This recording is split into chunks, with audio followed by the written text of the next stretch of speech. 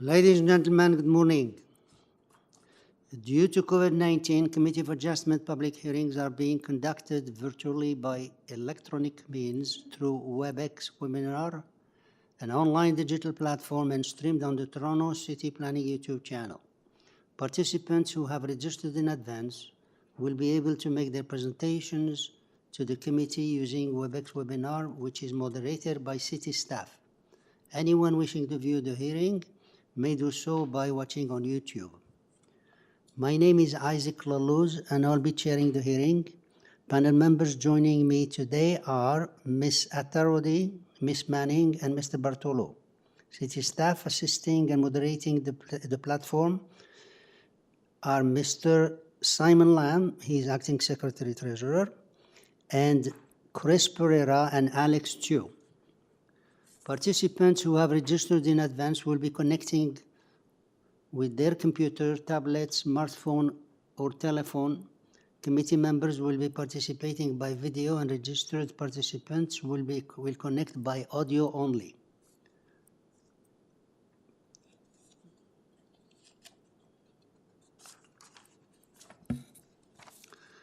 Participants who this morning, Committee of Adjustment is running a pilot test during this session of our hearing to offer attendees the option of appearing by video. Those attendees that have registered in advance to attend by video will be temporarily upgraded to panelists when your item is being held.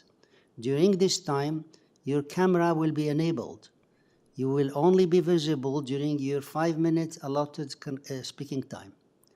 All other times, your video will be disabled and you will be reinstated as a panelist, as an attendee. Committee of Adjustment staff will share presentations submitted in accordance with the written submission deadlines. Members of the public and applicants are not allowed to use share screen or any other panelist controls during the video appearance. The host will remove you from panelist role if you fail to respect this instruction. So again, please, you're not allowed to use share screen. In accordance with Section 45 and 53 of Planning Act 1990 as amended, this minute of the Committee of Adjustment of the City of Toronto is called to order. The Committee of Adjustment considers applications for consent to create new lots, variances from the provision of the zoning bylaw, and consent to sever and permission to extend or alter legal non-conforming uses. Anyone in attendance today who wants to receive a copy of the decision of the committee on an application must submit a written request for a decision by email. Please ensure that you include your name, address, and email address, because the Committee of Adjustment and the TLAB will be sending instructions by email only. If you do not agree with the decision of the committee, decisions may be appealed to the Toronto local appeal body known as TLAB, or in some limited circumstances to the Ontario Lands Tribunal known as OLT. Appeal instructions are set out at the bottom of the decision of the committee. The hearing procedure today will be as follows. I will call each item in the order listed on the agenda. Where an application is uncontested, the agent or applicant may proceed with their presentation if desired, and when the committee does not require presentation, applicants are to advise the chair should they wish to speak to the committee.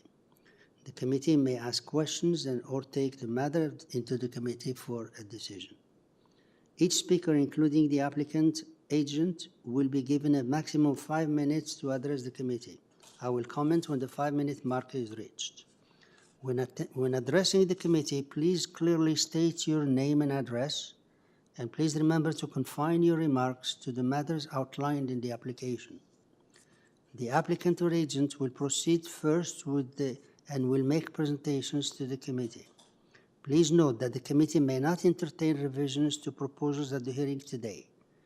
The committee may decide to defer the application if substantially revised, to ensure the revised application is accurate and that all those entitled to receive a notice are advised of the changes. Then individuals either in support or in opposed to the application will be invited to speak. Committee members may ask questions of each speaker at the end of their presentation. When all speakers are finished, the applicant agent has a chance to address only those issues that were raised by the speakers. This will mark the end of the discussion, and the application will be taken into committee for decision. Now, for this morning's session, we have a set of minutes to approve or to adopt. That July 21st, 2021, and Ms. Attarodi was the only one there, and myself too. Ms. Attarodi, do I have a motion? Yes? Yes, to you, Mr. Chair. I would like to put forward a motion to approve the minute. Thank you.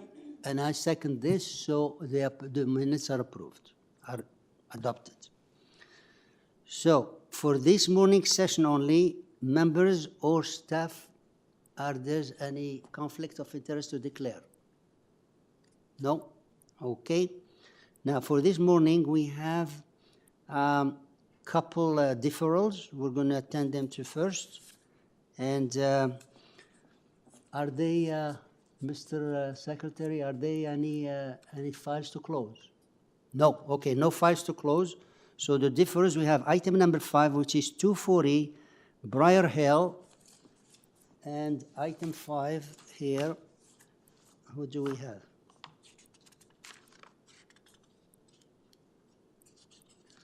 Here we have. Good morning. Yeah, just a second. Notes. Item 5.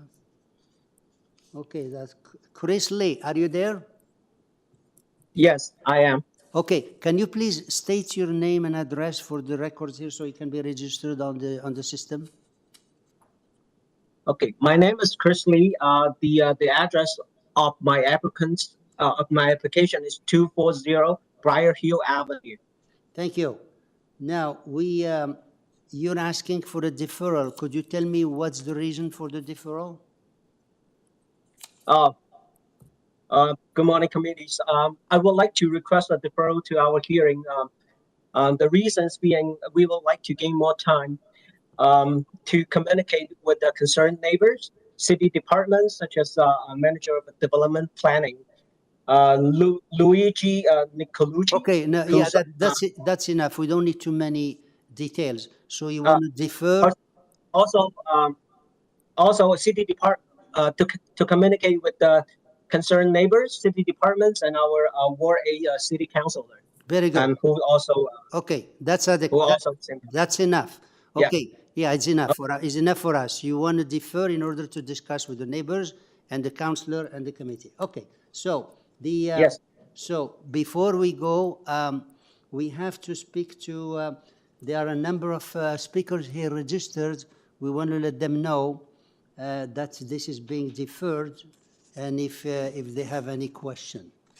Okay, so we have the first one here is Nancy Ferimnan. Are you there? Mr. Chair, we don't have Nancy on the call. Just a reminder to anyone who phoned in, ensure you're using the number that you registered with so we can look you up on the list. You're calling Nancy, right? No, she's next. Okay.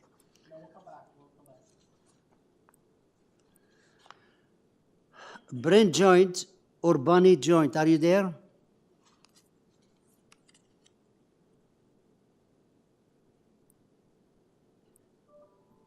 A Bryn Joint or Bonnie Joint, are you there?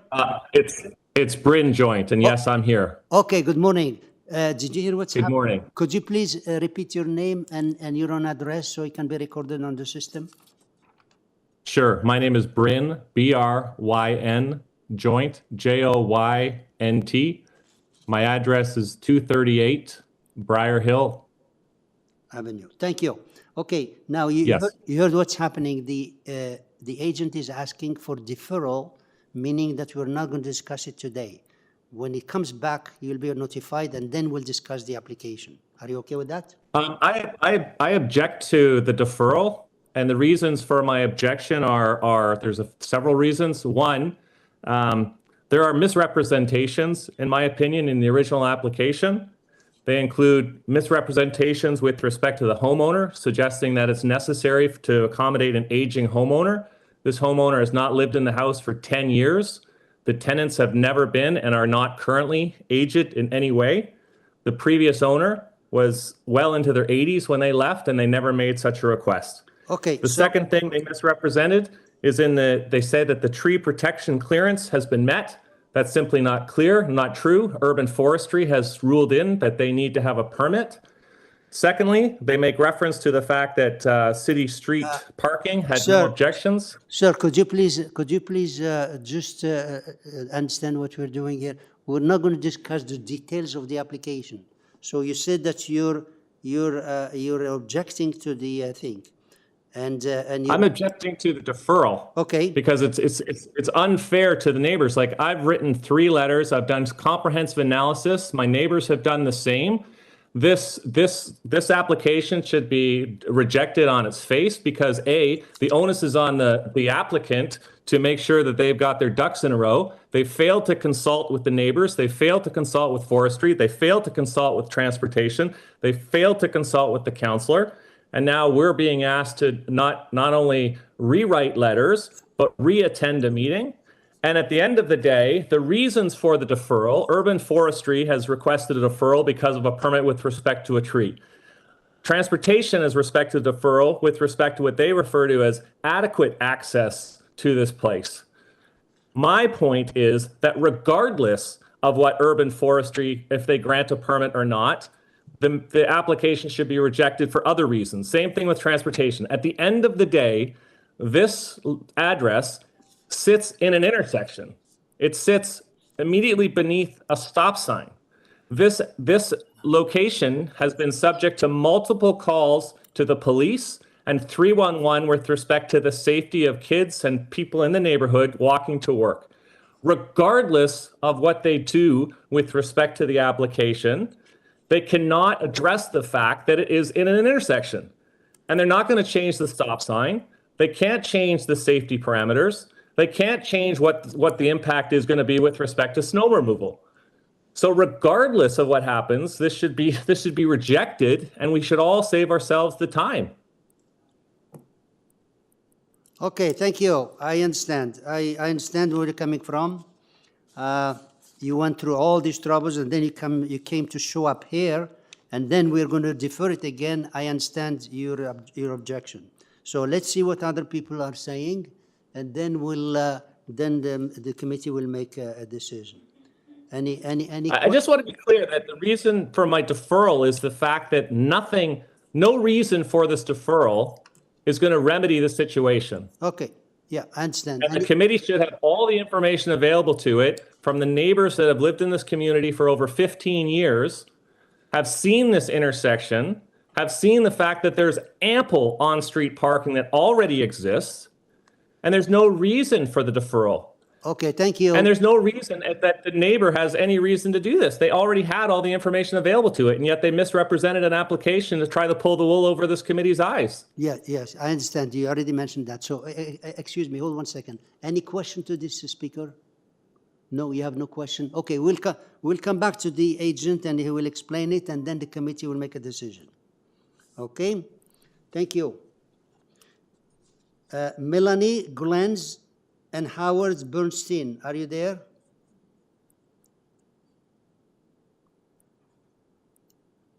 Melanie Glens, Howard Bernstein. Howard Bernstein, Melanie Glens. Okay, so how about... Morning. Hello? Good morning. Yeah. Hello. Yeah, hi. Good morning. Could you please state your name and address, please? Of course. Howard Burstein, 230 Briar Hill Avenue. Thank you. You heard what's happening. The agent is asking for deferral. That means if we defer it, we're not discussing it today. We'll discuss it when he comes back again. What's your view on this? I'm fully supportive of my neighbor, Mr. Joint's submission to the committee. I too object to the deferral. Frankly, I'm surprised that the applicant hasn't withdrawn this application. For the reasons that the committee has been put on notice, like as to it's inherently inaccurate representations. It's a flawed application that doesn't merit the time and the attention of the community, and the committee.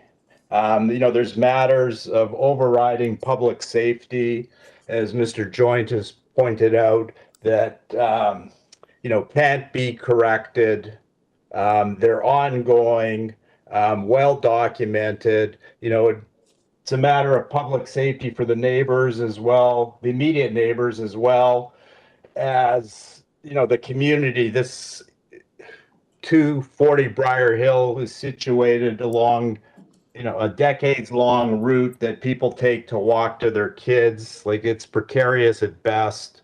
The applicant hasn't done their job. They're placing an undue burden on the neighbors, and with respectfully the committee to have to spend further time addressing, this incomplete, flawed application.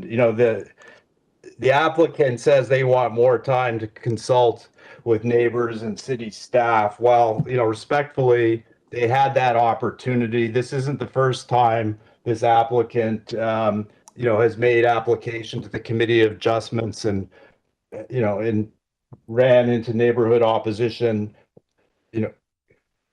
In those cases, the neighbors weren't consulted before. Like, they were on notice that there's neighbor issues. There's concerns of the neighbors. They failed to take the time to consult the community. They failed to take time before submitting the application to consult city staff, and to have to require the neighbors and the staff to spend more time on an inherently flawed application, I think is punitive. Yeah, I think we understand what you're saying, and I think the committee has, respectfully, sir, I think the committee has sufficient evidence before it just to dismiss this application today, which is what I respectfully request. thank you. Okay, yeah, any question to this gentleman?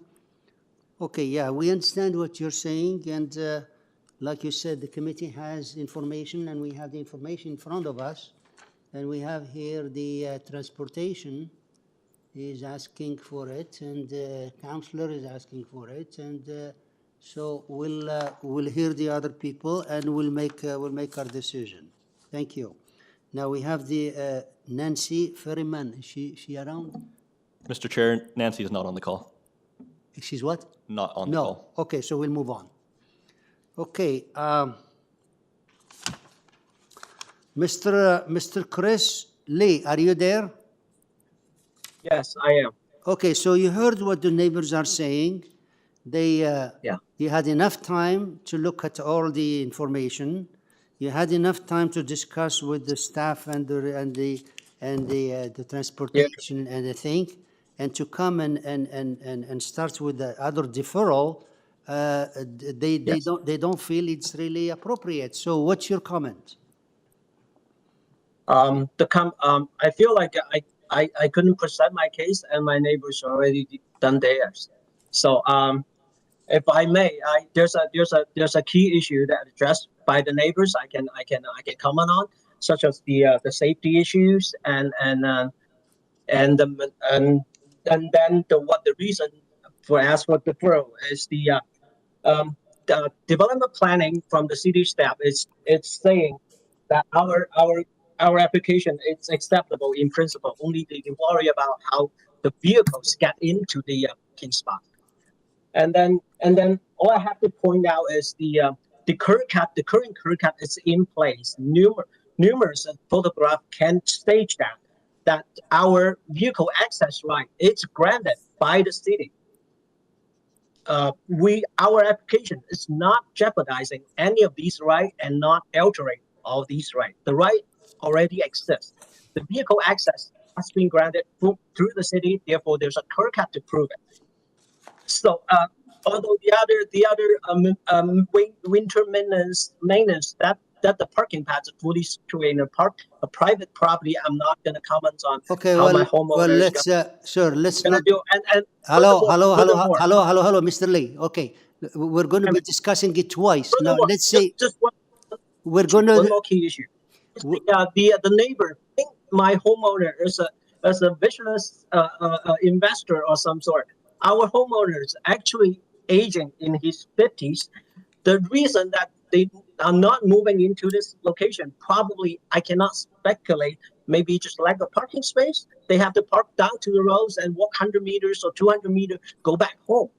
Like I cannot say for the reasons why my Okay, neighbor, can you please my can you please stop 1 second? Stop 1 second and listen, please. Yes. We're not going to Sure. discuss the application now, and then if we decide not to defer it, we're going to go over it again. The question is, Yes. you are against it and you still want to defer the application. Is that correct? Yes, I Okay. still want to defer because I think that information I will put to clear Okay. some of these. Okay, we They have think it's the request in front of us now is to defer the application, and we have to decide yes or no. If we don't defer it, then we'll let you speak whatever you want. So we have a motion to defer. I mean, we have the request to defer from you. The neighbor spoke, you spoke. I'll ask the members, before we make the motion, any question to this speaker? No? Okay, then I need a motion to defer yes or no, and then we'll take it from there. There is a request for deferral, and we heard the reason and we heard the neighbors. Mr. Bartolo. Yeah, thank you, Mr. Chair, through you. And I understand this is contentious for the neighbors and everybody's taken their time to come out today, and I appreciate that. However, I'm going to put forward a motion to defer this application. All the city departments and the city council's office has asked for a deferral to review it. There's some technical matters with the transportation department. So based on that, I'll put forward a motion to defer this application. Thank you. I have a motion to defer. Second, Miss Manning. Miss Manning, all in favor? Opposed? Ms. Atarod is opposing, and the application is deferred. Mr. Bartolo, Sanidai? Sanidai, right? Yes, Mr. Chair. Thank you. Okay, so, sir, Mr. Lee, your application is deferred Sanidai, so you'll have to check with the staff when is coming back to for hearing. Okay? Thank you. Okay, the next one that we have a request is number 18, which is 62 Shepherd Avenue.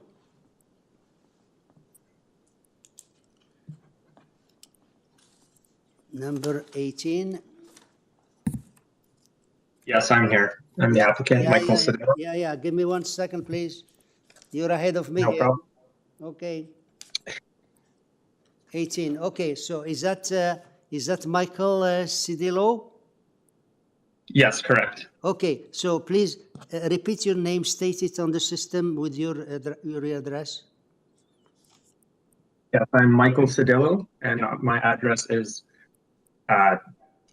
62 Shepherd Avenue West for the application, and 10 Morrison Street is mine. Your Morrison Street. Okay, thank you. Now, what is the reason for deferral? The reason for deferral today is that we saw a staff report from Transportation Services staff.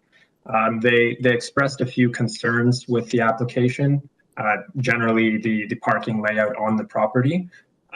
We spoke with them yesterday, and they are happy to work with us through a few revisions to our site plan, and we just had to request deferral because we couldn't finish all our to address the concerns. by today. Okay, thank you.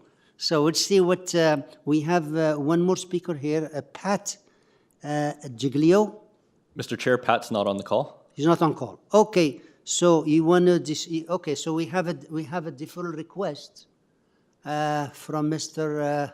Cedillo to discuss with the staff and all that concern. So can I have a motion to defer, yes or no?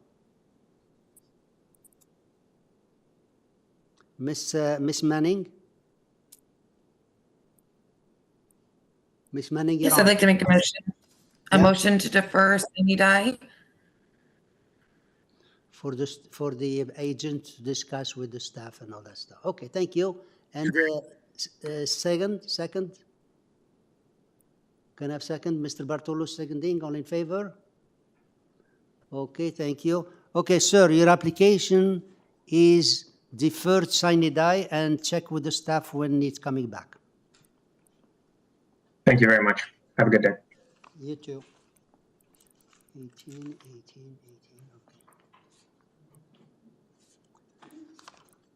Okay, now we revert.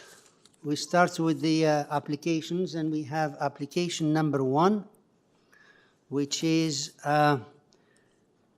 1 TALWOOD Drive, application number 1. And here we have, we should have Mr. Peter Higgins. Are you there? I am, Mr. Chairman. Okay, can you please repeat your name and address for the records here? Most certainly. Peter Higgins of Peter Higgins Architect Incorporated, 69 Douglas Drive in Toronto. Mary 4 W2 Bob 3. Thank you. 2 Bob 2.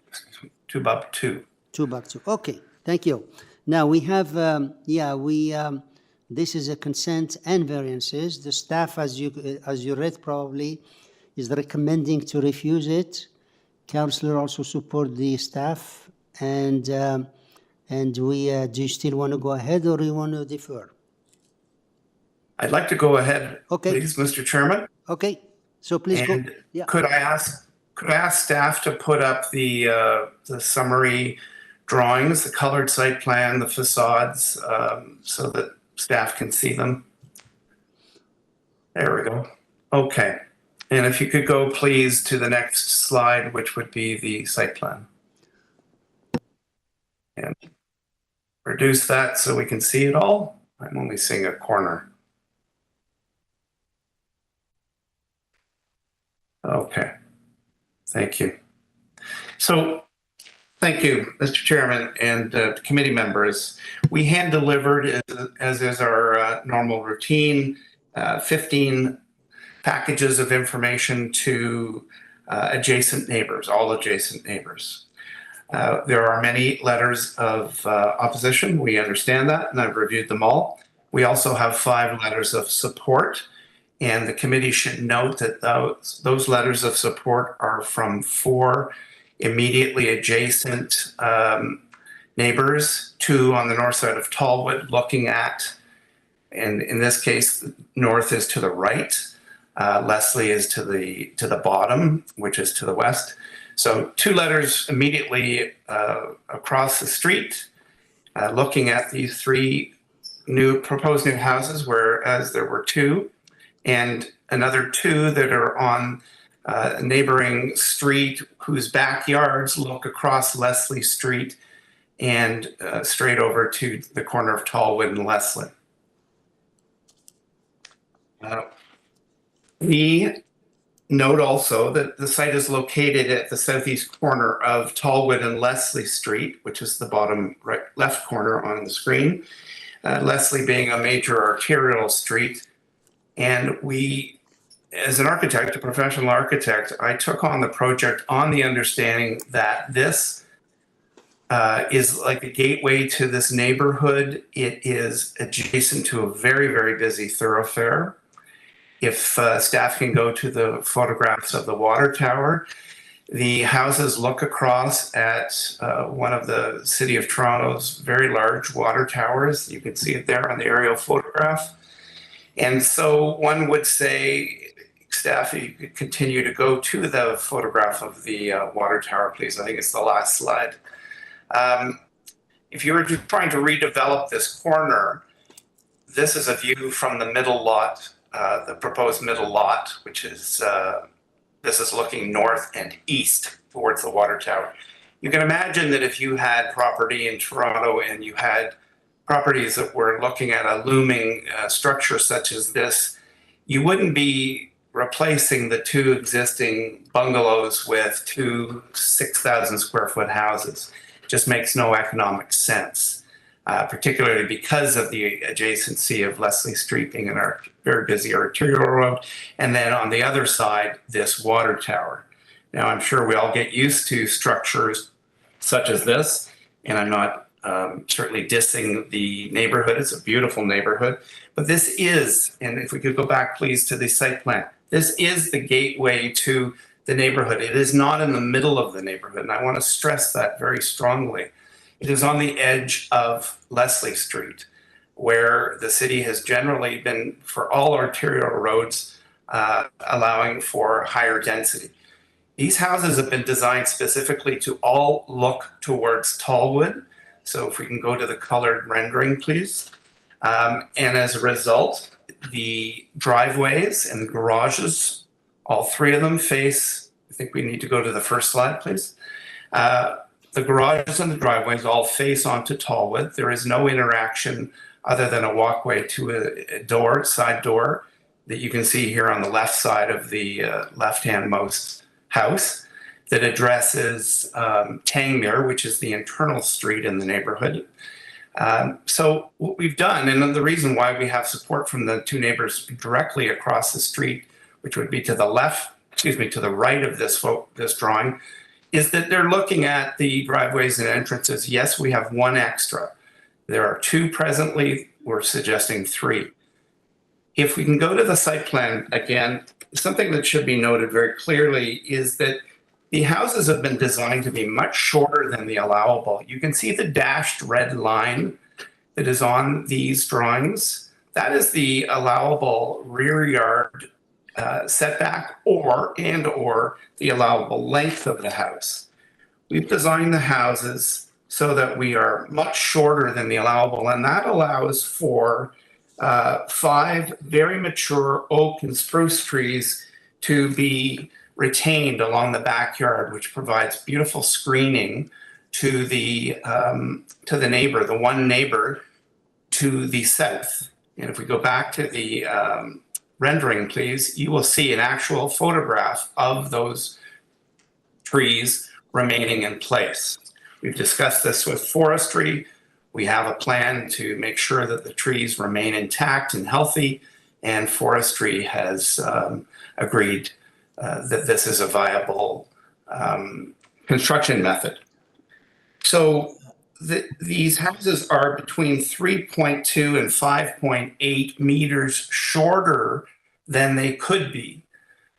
And we did that specifically because of the trees. And as a result, the houses are slightly wider than they're supposed to be, resulting in Okay, the sir, side yard setback. could you please summarize? Your 5 minutes are over, and we'll be back to you after we hear the other people.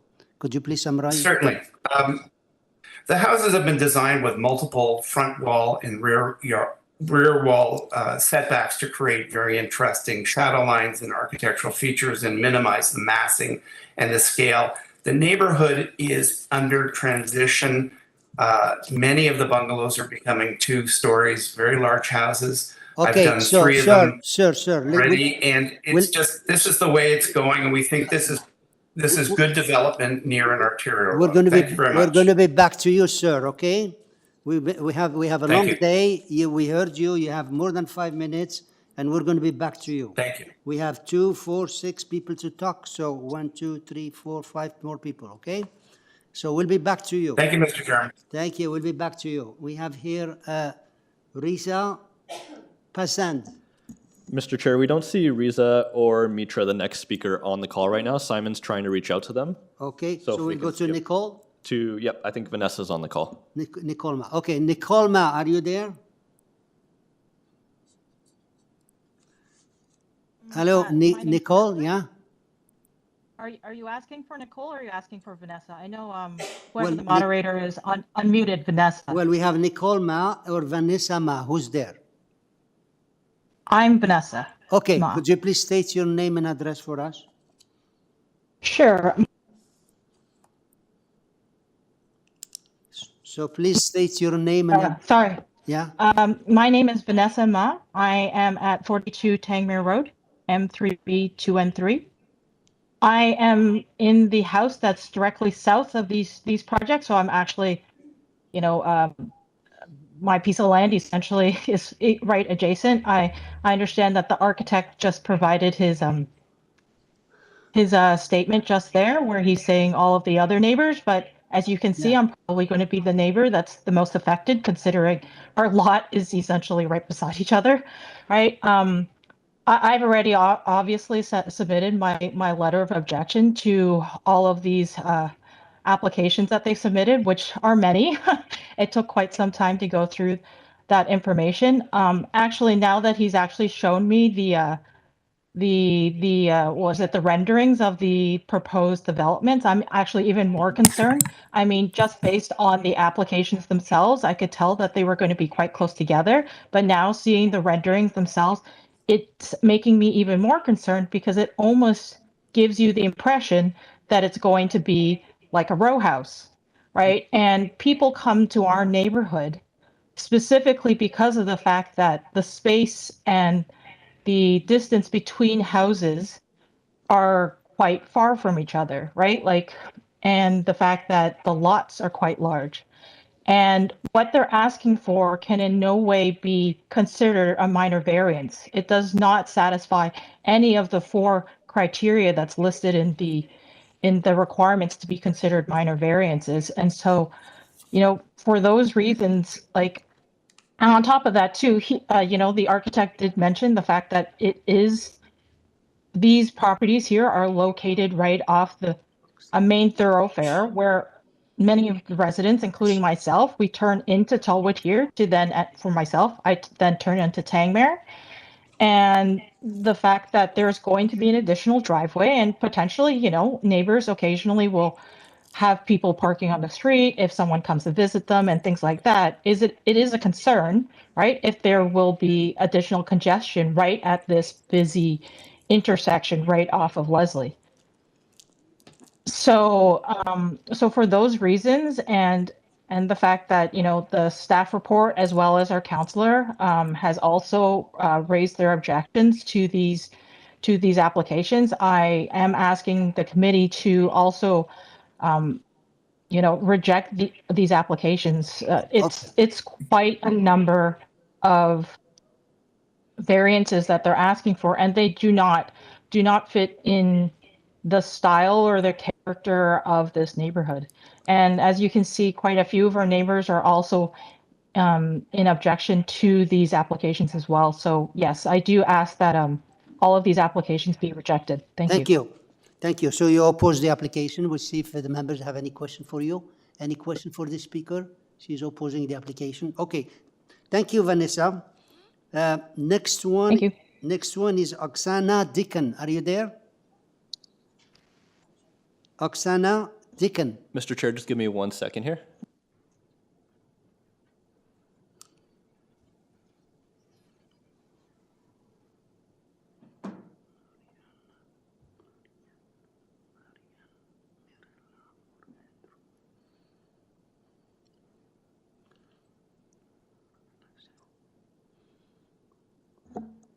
Oksana, you're signed in under 2 accounts. Try speaking now. You've been unmuted on 1. Can you hear me? Yeah, Oksana, yes. Could you please state your name and address for us? Yes, my name is Oksana Dicken, and I live at 5 Mellenby Place in North York, M3B1A6. Thank you. I'd like to echo the concerns of Nicole and Vanessa Ma in objection to this proposed new building site in our neighborhood. Very concerned about the possible potential hazard, congestion, traffic hazard in the area, not to mention the change in architectural characteristics of our neighborhood. The smaller lots pressed together is a real change. and we're very concerned about this, and I object to this proposal. Thank you. Thank you. Thank you. So you also joined the objection. Thank you. We'll see if the staff have any, the members have any question. No?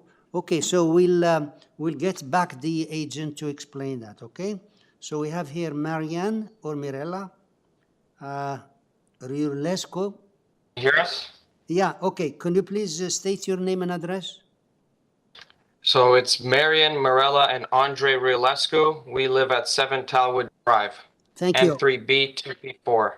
Thank you. So tell us, please, your concern about this application. We have similar concerns to our neighbors, and we have multiple concerns. We understand what the architect, Mr. Peter Higgins, has said about the transition in the neighborhood, but we don't agree that this particular development has anything in common with the trends that are going on. Most houses keep the same lot size in our neighborhood, and there has never been an application to sever. Now, what we believe is this can create a unwanted precedent for the neighborhood to change its style and spirit quickly once these show that the bylaws can be varied so easily. There's no telling what can happen to other houses which are going to be bought in bulk and developed into high density neighborhood. Another concern we have is, as we mentioned, as the architect mentioned, actually, we are close to Leslie, and those 3 roads, as you turn in, the first house right now, the driveway is in a blind spot.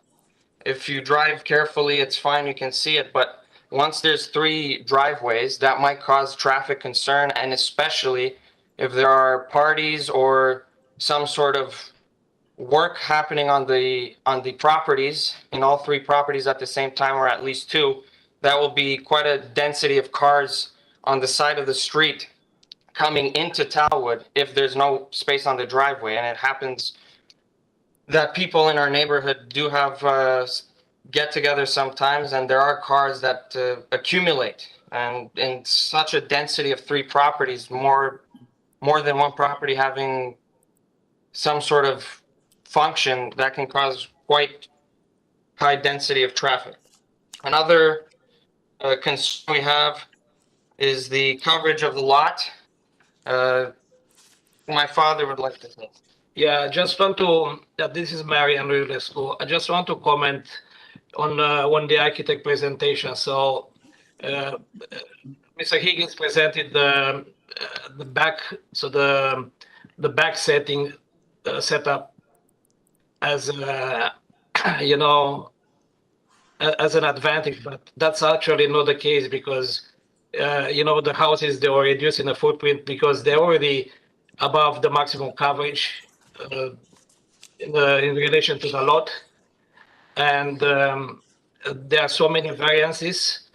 This is a minor variance. It's called minor variance, but if you look at them, it's the east setback, the west setback, the front, the height, everything, plus the severing the lots are all together. So by severing those 2 lots in 3, it was necessary to apply for so many variances in order to make it work. This is something unusual, and it's never happened in our neighborhood, and it's a really concern of changing the specific and the density. The density and the spirit of our neighborhood. And one other thing I would like to touch upon, when it was mentioned that the water tower, I know Mr. Higgins respectfully said he was not trying to diss our neighborhood, as he mentioned, but I don't think that it's accurate that it's not economically viable to create 2 houses on the existing lots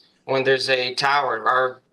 Our neighborhood has had plenty of purchases throughout the years recently, and I don't see how it makes any economic difference if you make 2 or 1, other than just creating higher density and more tenants.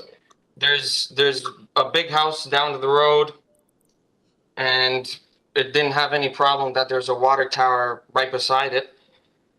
And finally, I would like to say, we've talked a little, I would say assertively here. We don't have a problem with developments. We understand the neighborhood is changing. We understand that people want to do what they want on their property, and that's fine. Our major concern is the severing of the lots. If there's some minor variances in height and in how close it is to the road and width, that doesn't concern us as much as the fact that they're severing the lot. Okay, That's a sir, problem. you're going to have to summarize because you're getting to your 5 minutes here. So in summary, we object to the severing of the 3 lots. Thank you. Thank you. Stay right there, please. We'll see if there are any question for the speaker. No? So we go back. We'll see if is Risa present there? We don't have Riza, but we have Mitra on the line. We have Mitra, yeah? Okay. Mitra Karami, are you there? Hello, yes. Yeah, could you please state your name and address for us?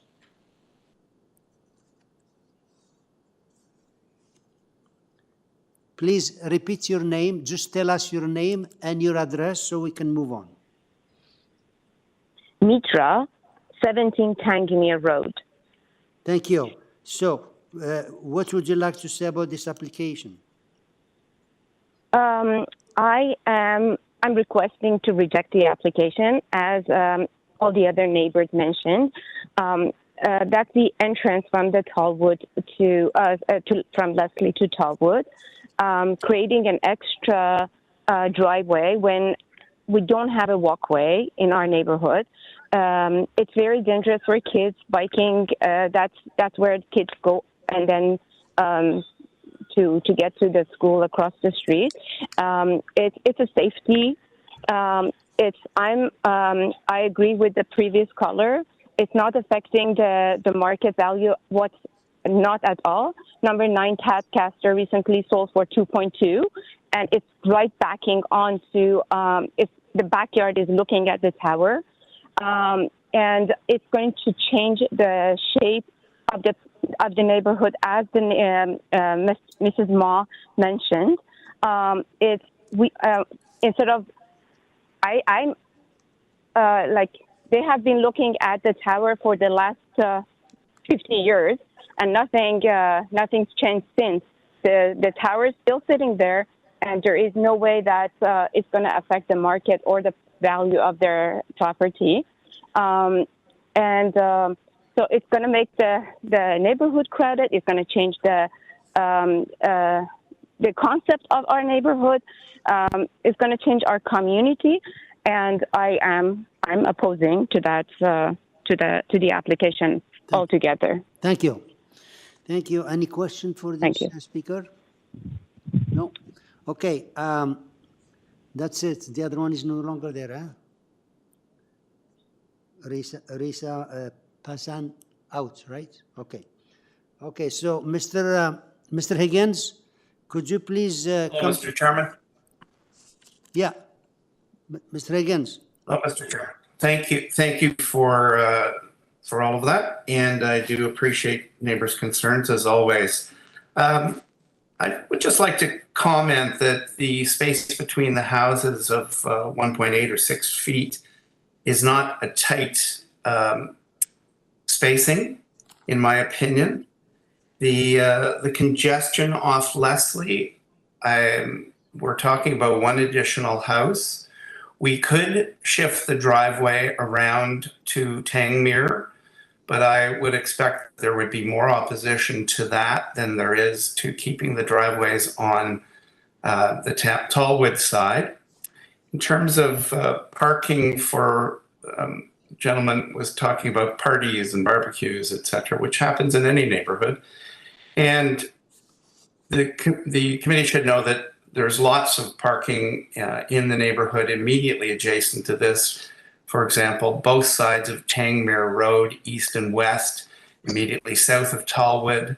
TALWOOD Drive itself across where the water tower is.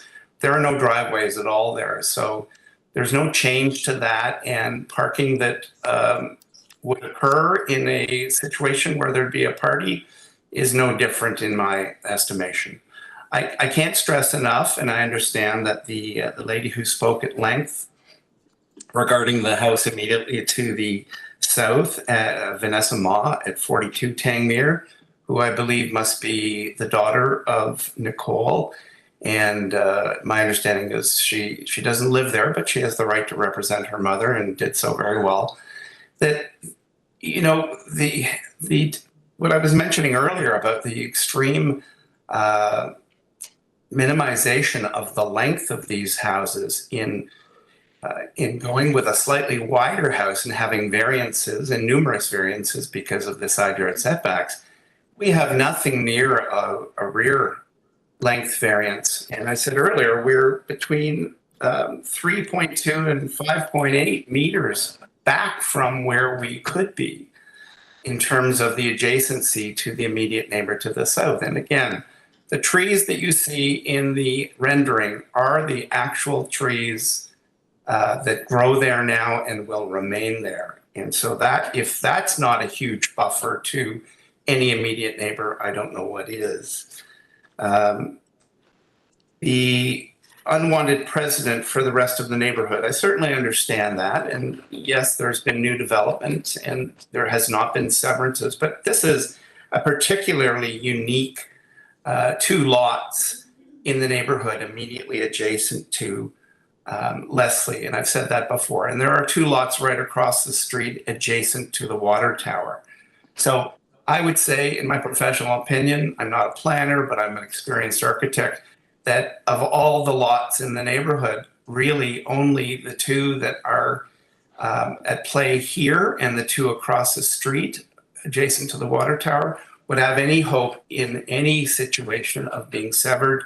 And if any lots were to be severed, these would be the lots because of their adjacency, particularly to Leslie Street. It is a very unique position here in this neighborhood. This is not high density, as has been noted. The water tower, certainly with house prices in Toronto, may not affect people who want to buy in the city. However, it just doesn't make sense to redevelop 2 lots with 2 very large houses in the proximity to those 2 items. So in closing, I don't think we have a parking issue on the street. We're not a high density situation. Transportation Services has reviewed in detail our proposal and is supporting our request to sever the lots and add an additional driveway. I said before, the driveways are not on Tangmere. Tangmere is the start of the interior of this neighborhood, and we have kept it nice and clean so that there's no driveway access off Tangmere, etc. And also, it means that we can save all those 5 spruce and oak trees that are in the photographs. So as a precedent, I think this is a unique situation where if this committee allowed us to sever the lots, it would not be affecting the neighborhood at large. And we've certainly heard from near neighbors and far neighbors, and we understand their concerns, but this is Okay, sir. very unique. Sir, And I would again- hope that the committee would see it as such. Thank you. Okay, thank you. We'll see if they have any questions. Members, any question for this gentleman? Ms. Atarodi? Yes, to you, Mr. Chair. I have a question regarding the lot coverage that have been asked for street design, which is 35% approximately versus 25. Although Mr. Higgins showed us the site plan and then highlighted it with the red dotted line, the area in which that they can place the building. So I appreciate some more explanation. I'm sorry, you would like me to further explain? Yes. Okay, well, the red line is, the dashed red line is how deep you can build or how long you can build the houses. And the red box on the right-hand side, you'll see 3 of them. That is showing you where the allowable rear yard setback is. So at the very top of the the site plan, the rear yard setback and the allowable length basically come together where the blue box is. And as you go further towards Leslie Street, it goes further and further apart. And I'm just saying to you that we could build much closer to the rear yards. We could then have a very strong argument for removing 4 oaks and 1 spruce that are in the backyards, and have a far bigger impact on the neighbor to the south. And so we determined that it would be best to squish the houses a little bit, if you can use that term. Instead of being longer, they are a little bit fatter or wider. And as a result, the interior side yard setbacks, which are each at 0.92 meters, so for a total of 1.84, you have lots of room between the houses. The side yard setback on Leslie is very reasonable. And the side yard setback on Tangmere, where you have greater setback requirements, we have side yard setbacks at the northeast corner of 1.5 meters, and then it goes to 2.10 meters, and then at the back of the house, 2.8 meters. And that is where it's most affecting anybody other than the 2 neighbors across the street to the north. So I truly think, and I didn't take on this project with any expectation that there wouldn't be neighborhood opposition. I fully understand that. But as the city has their reasons for intensification, particularly near arterial roads, which this is, I felt that 3 houses here, not 4, not townhouses, not 6, but 3 beautifully designed homes of modest size with good setbacks, particularly at the rear, was a project that I could go with. Otherwise, I would not have accepted the permission. Okay, thank you. And one more quick question, Mr. Chair. I also appreciate an explanation regarding the lot coverage for all 3 proposed design. You asked for 35% versus 25%. If you can explain a little bit more, I appreciate it. Thank you. Well, of course, the change is a result of having smaller lots. With smaller lots, you'll have a higher coverage. And my point where I was making that each house has both rear and front facade variances. These are not square boxes, and particularly on Tangmere with quite a bit of delineation there with setbacks. It creates interesting architectural features, shadow lines, and it breaks down the massing of a house that, based on coverage alone, would seem to be on the high side. But when you create pulled down roofs, no roof height variances, no rear yard variances, etc., you're creating 3 special houses right on the edge of a very dense or very high trafficked road. And the extra coverage, I think, is warranted here because simply the lots are a little bit smaller than they're supposed to be. Thank you. Okay, any other question? Ms. Manning? You spoke about keeping the large trees in the backyard, but forestry has recommended denying this application, stating that 4 healthy trees would need to be removed. Do you have any comments on that? Yes, Ms. Manning, thank you very much. There is a retracted letter from forestry in the file that clearly states that, based on discussions with our arborist, who we employed from the very beginning almost a year ago, to look at the status of the trees, etc., and that in my consultation with forestry as well, we, I believe, proved to Mr. Bostock, who had written the letter in the first place, that in fact we could retain all of these trees. And even though forestry had earlier and up until 1 week ago said, if you need to remove the trees, you can, they changed their speaking, their position less than a week ago to say that they would not allow the trees to be removed, which was fine with us because we always had a plan to try to keep them. We were trying to make sure that forestry understood that if we injured them, they would be allowed to be injured. And there's a big difference between injury and removal or destruction.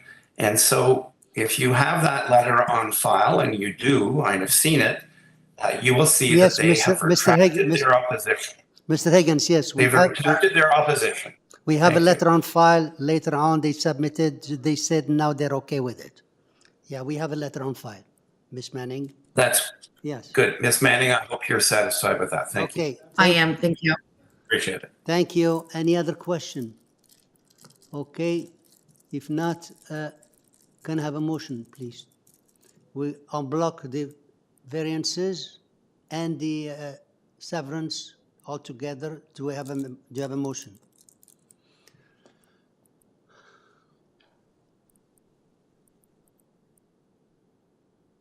Ms. Atarodi? Yes, to you, Mr. Chair. I read the report of the city staff and I carefully listened to the applicant who presented the case, and also we received a letter from transportation that they have no objection, and forestry, the second letter that they have no objection, and also I was listening to the applicant who mentioned that this area is actually, Leslie is on the Arteria Road and they are planning to densify the area. Therefore, I believe this is a proper development for the neighborhood. Therefore, I would like to put forward a motion to approve the consent application as well as the variance. Together, subjected to all condition of engineering department, and I'm not sure if I can subject it to forestry, but because they said it's okay, but I can subject it to forestry as well. That's my motion. That's your motion. Do I have a second? Ms. Manning, second. All in favor? Okay, no opposing. Okay, sir, your application is unanimously approved, subject to the conditions mentioned on file regarding the engineering recommendations and so on. That's it. So Thank you for your time, Mr. Chairman and staff and committee members. Much appreciated. Have a great day. thank you. Application number 2, which is 50 Finch Avenue East. And here we have Todd Trudell. Are you there? Mr. Trudell, are you there? Sorry, Mr. Chair, just give me 1 second here. Okay.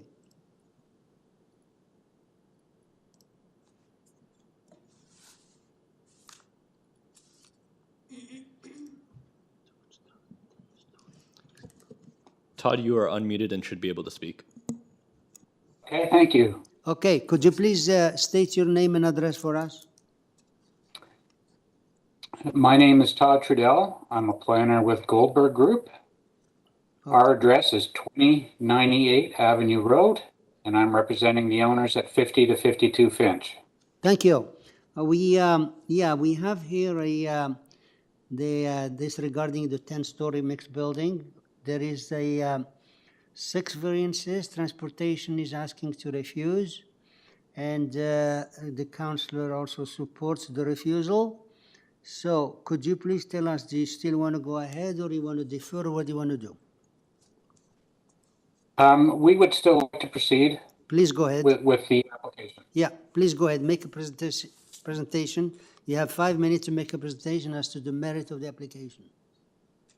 Okay, great, thank you. So as you're aware, this is the approval for the 10-story building was granted back in 2020 through the zoning bylaws, and the notice of approval conditions for site plan were issued in January 2021. The property was since sold, and the new owner has taken a look at the efficiency of the building, the unit mix, and has made a few changes. The original approval, I'm going to deal with the unit count increase. So the original approval was for 42 units, and the increase is to 67 units. The original layout had basically 75% of the units were 2 and 3 bedroom units, and about 25% were 1 bedroom units. Through this reconfiguration of the floor areas in the building, they've rejigged the unit mix so to add some studio units and more 1 bedroom units, which is more in keeping with what the market is looking for. But they still maintain their 25% of the larger units being 2 and 3 bedroom units. In my mind, this is minor. The unit mix is more appropriate.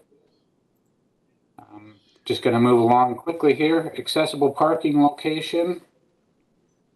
The bylaw requires that the accessible parking locations be closest to the entrance, to like the elevator vestibule.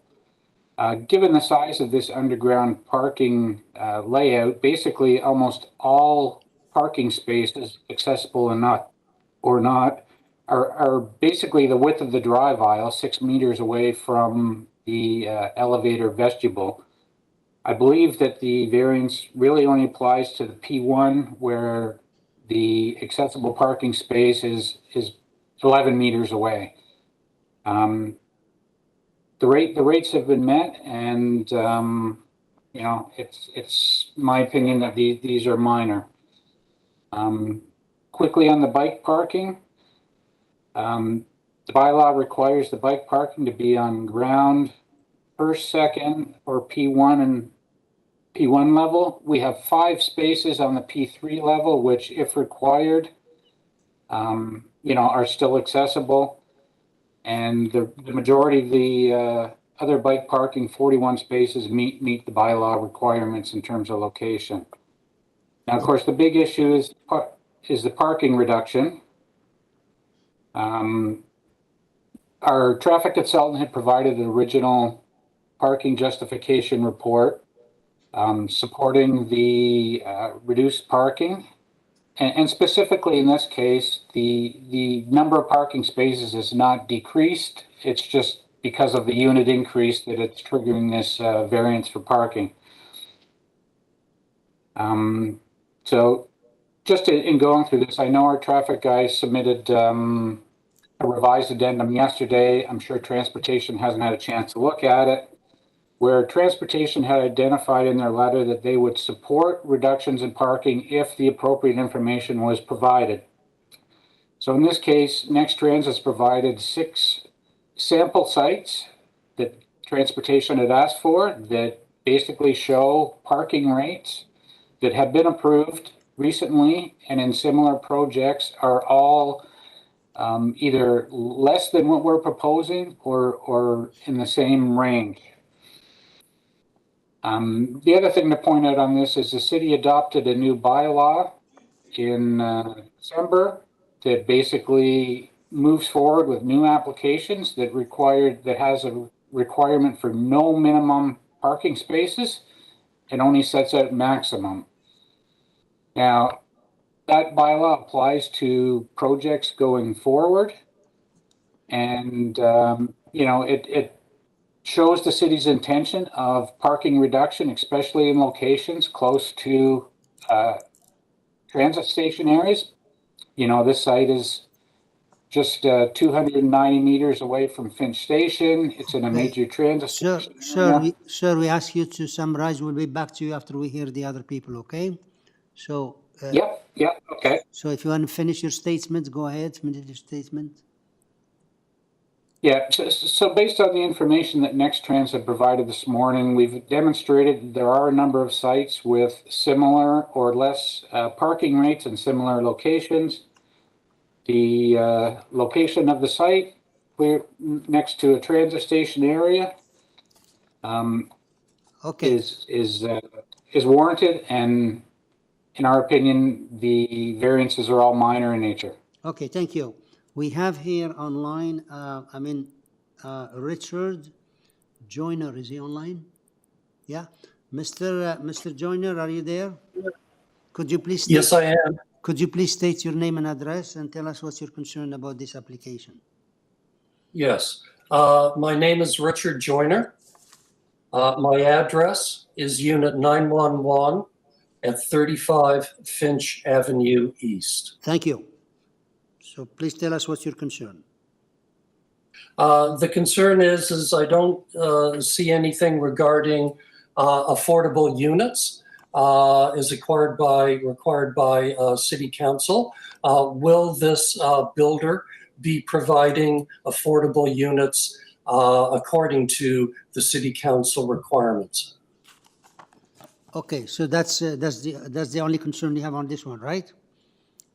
I do, yes. Okay, so we'll Mr. Trudell will come back and we'll answer all those questions. In the meantime, any question for this speaker? No? Okay.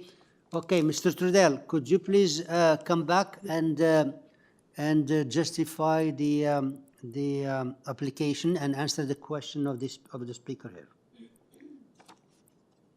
Yeah, so Mr. Joyner's question had to do with affordable housing. You know, this approval was done 2 years ago, and in the zoning bylaw or any implementing documents, there was no discussion or requirement for the provision of affordable housing. That is something the city is actively moving forward with, and it you know, I can't say at this point in time what these units, if approved, will come onto the market for, and whether there will be an affordable component. So as of right now, I would say that there currently are no affordable units proposed, but that doesn't rule out the possibility that they could be incorporated. Okay, thank you. Any question for this speaker? And if there is no question, can I have a motion then, please? Mr. Bartolo? Thank you, Mr. Chair. Through you, I mean, in reviewing this application and listening to the words of the applicant here, I'm in agreement that what's being proposed is minor, especially when we consider what's happening more broadly in the city and the new parking requirements adopted by council recently. So I'm going to put forward a motion to approve this application as is. Okay, there is no conditions here, huh? Okay. Okay, I have a motion. I have a motion here to approve with no conditions. Do I have a second? No second. Okay, so the motion fails. Do I have another motion, please? Another motion, please. Ms. Manning? I'm going to, through to you, Mr. Chair, I'm going to make a motion to defer this application. The applicant mentioned that there was information provided yesterday in regard to the parking, the number of parking spaces, which is still a big concern for me. So I'm going to make a motion to defer. And motion to defer for what reason? Because we heard the application, so what reason for the deferral? The applicant mentioned that there was further information provided to transportation yesterday that isn't before us today. Okay, so I have a motion to defer and defer what, Sanidai? Correct. Sanidai, do you have a second? No second, okay. So there's no seconds. Can I have a Mr. Bartolo? I'll second that motion, Mr. Chair. Bartolo seconded. I'll Okay. second that. Okay, we have a motion to defer and seconded by Mr. Bartolo. All in favor? Opposed? Mr. Tarod is opposing. Sir, your application is deferred sine die. After we heard you, there is questions there, so it's deferred sine die. Okay, thank you. Okay.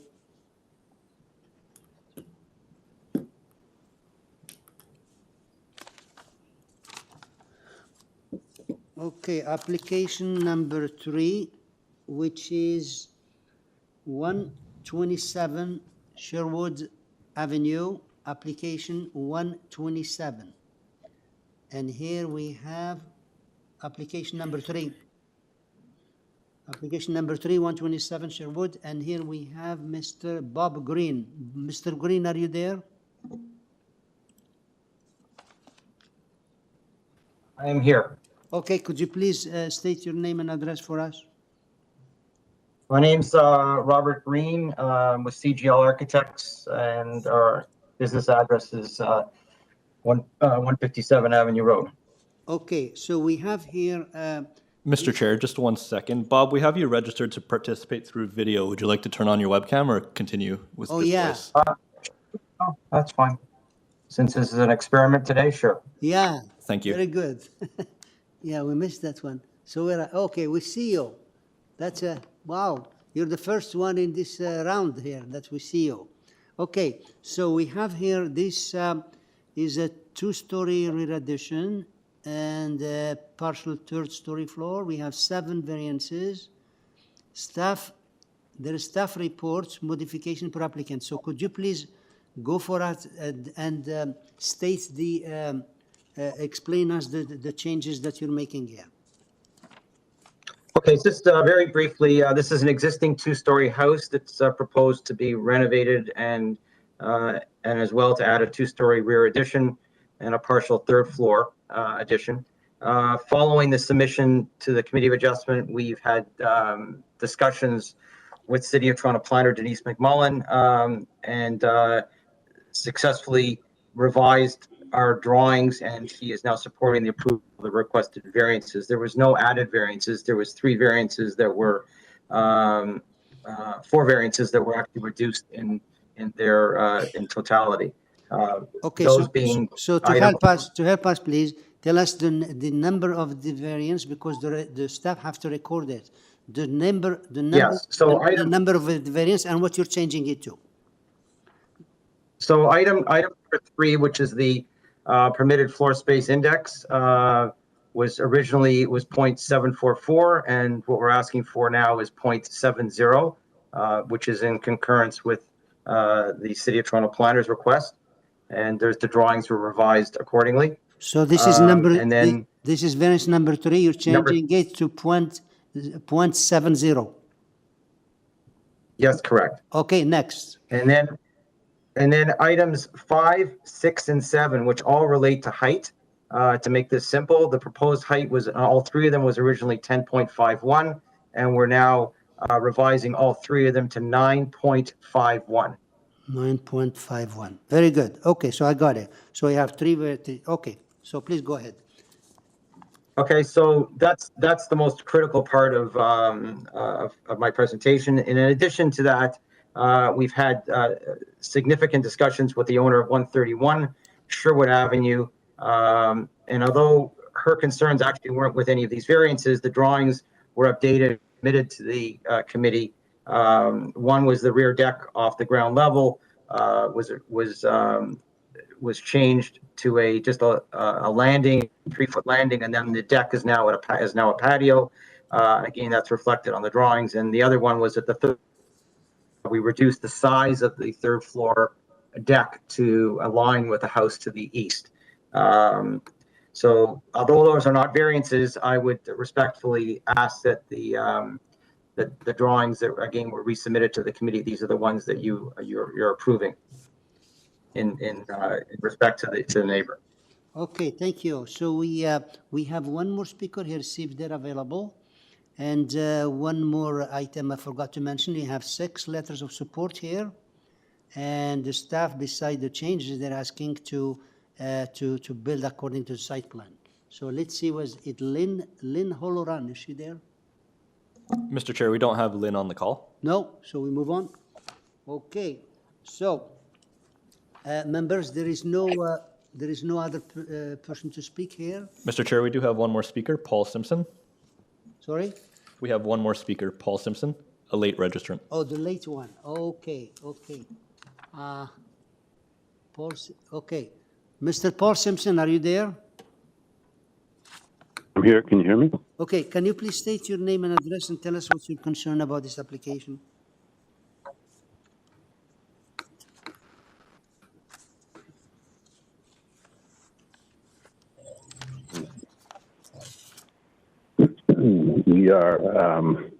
We're concerned with the height of the property. Can you hear me?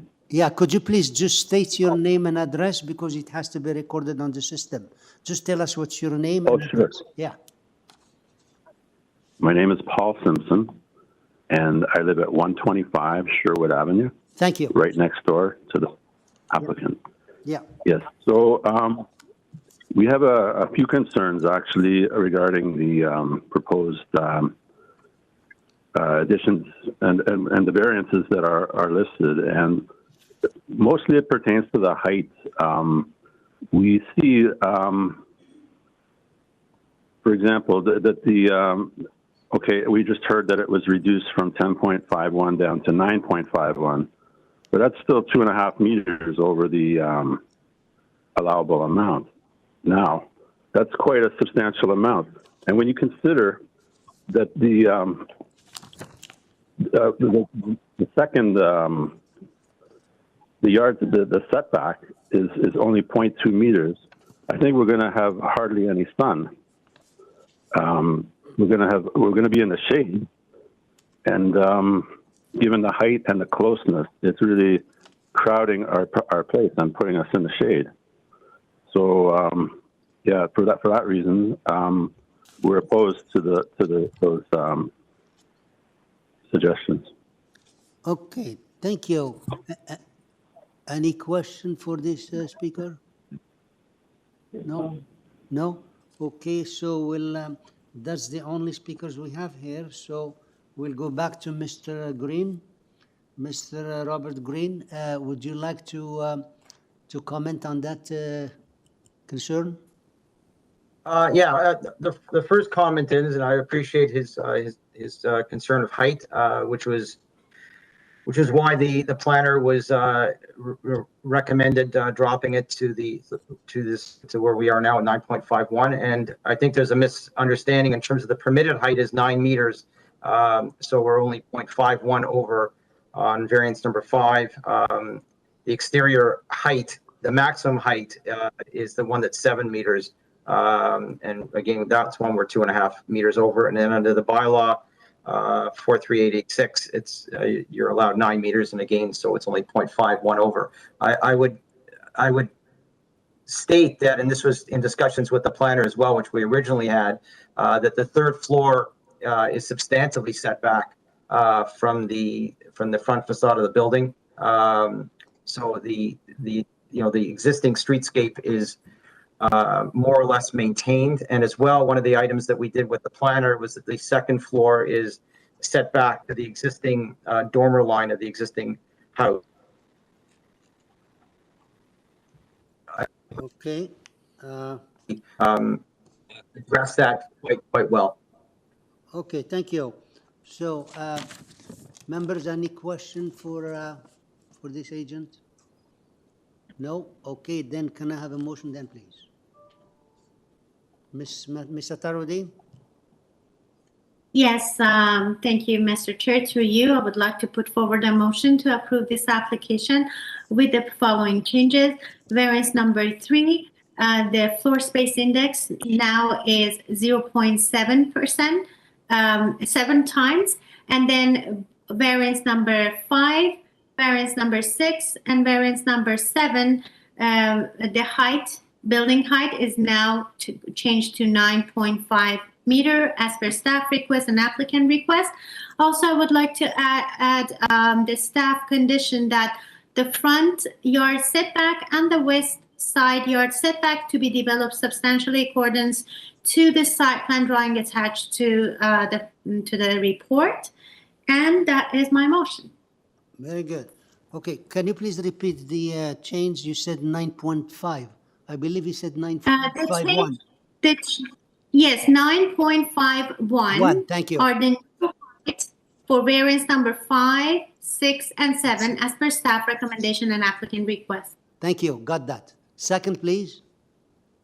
Ms. Manning is seconding, on in favor? Okay, thank you, unanimous. Sir, your application is unanimously approved, subject to the changes you made and subject to the staff condition. Okay? Thank you very much. Have a great day. Nice to see somebody we're talking to finally. Thank you. Mr. Chair, can I suggest that we take a brief 2-minute break? Yes, no, well, 2 minutes is too small. Let's make it 5 minutes? Yeah, okay, okay. Thank you. Thank you.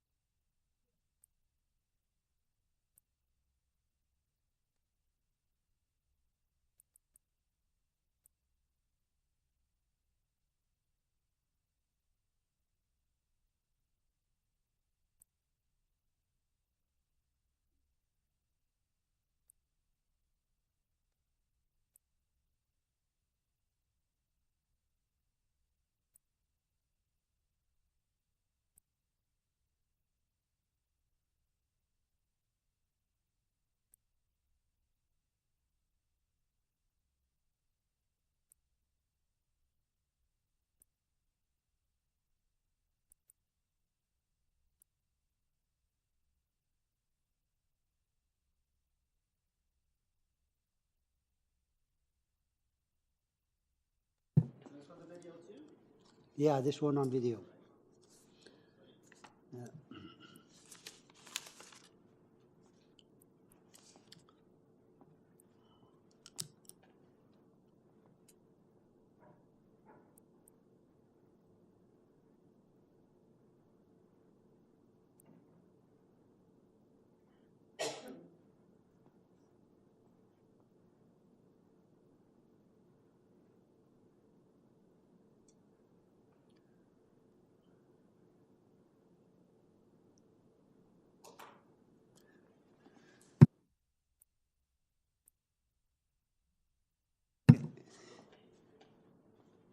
Yeah, we'll wait for the other one to come in.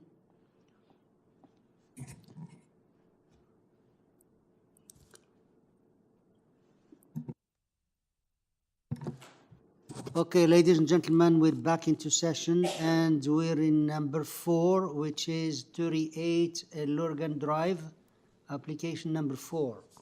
And here we have Mr. Hamid Beshech. Are you there?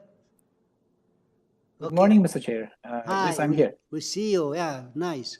Okay, can you please? Thank you. Good to see you too. Yeah, repeat your name and address for us, please. Yeah, my name is Hamid Behesht from Homeland. I am the co-designer of the house from 49 Wycliffe Crescent in Toronto. Thank you. So we have here, it's a new dwelling with the 6 variances, and the staff has just conditions of the to attach to the plan. So could you please make your presentation, and we don't have any other speaker here. Absolutely. If I can ask Alex to please, yeah, thank you very much.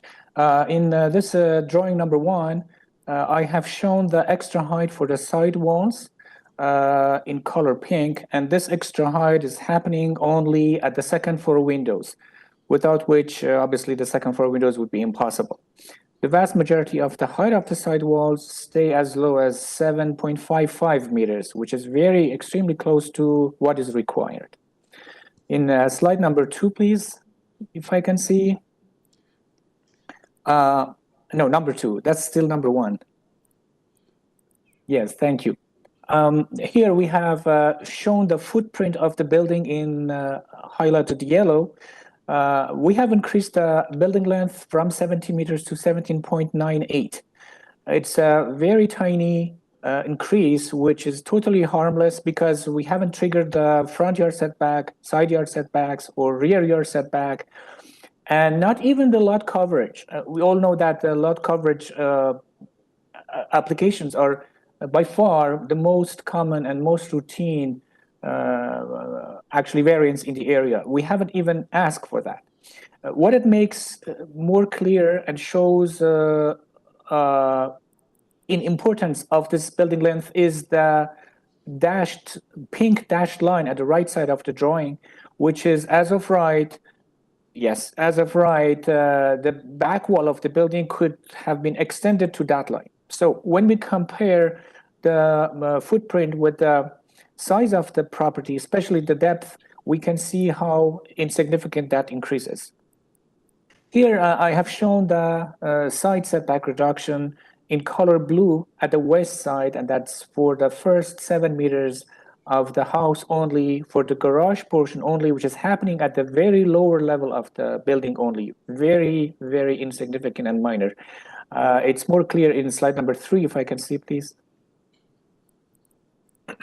Here I have again shown that extension to the west side in color blue again. It's for the garage portion, as I said. It's a very tiny area of around 8 feet high. And for the first 7 meters of the house, for the garage portion only, at the very lower level of the building, without any significant effect of any neighboring property. And it's good to know that when we look at this drawing, the chimney breast is exactly located above that extension. So in that area, with or without this variance, still the setback of that area would be 1.22 meters. And finally, the height of the building, some differences of the grading in front of the house is responsible for this height increase from the old bylaw only.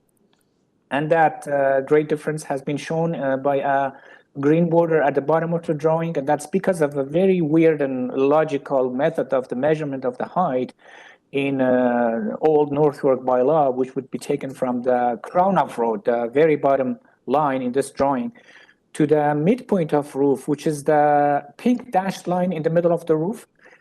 And that's an imaginary line. It's not a real physical line. It's a theoretical line which doesn't, in reality, doesn't exist. And no matter how higher or lower that imaginary line is, the real height, physical height of the building is not going to make any difference. That's the end of my presentation. Thank you.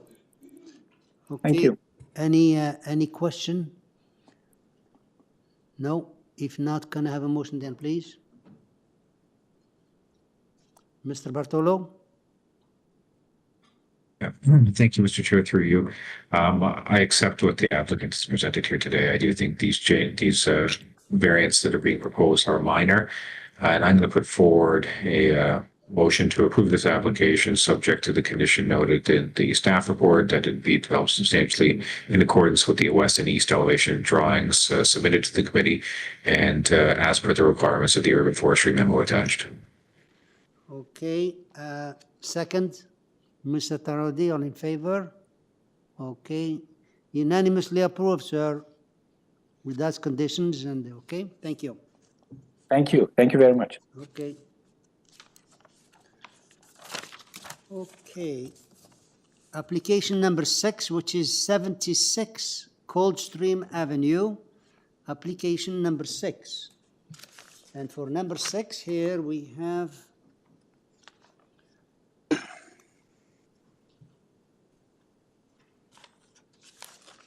it said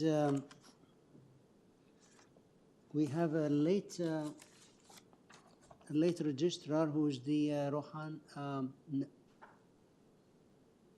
Sovik. Yeah, Rohan Sovik. He's the Yep, agent. I'm here representing the owner here. You're the agent. Okay, can you please state your name and address for us? Yeah, Rohan Sovik, and my address is 120 Bayview Avenue, Toronto, Ontario.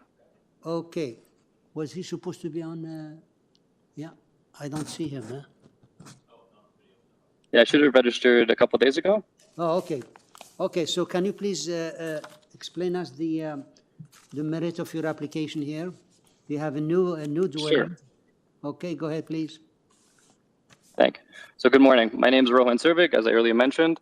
I'm here representing the agent for the owner of the property at 76 Coldstream Avenue.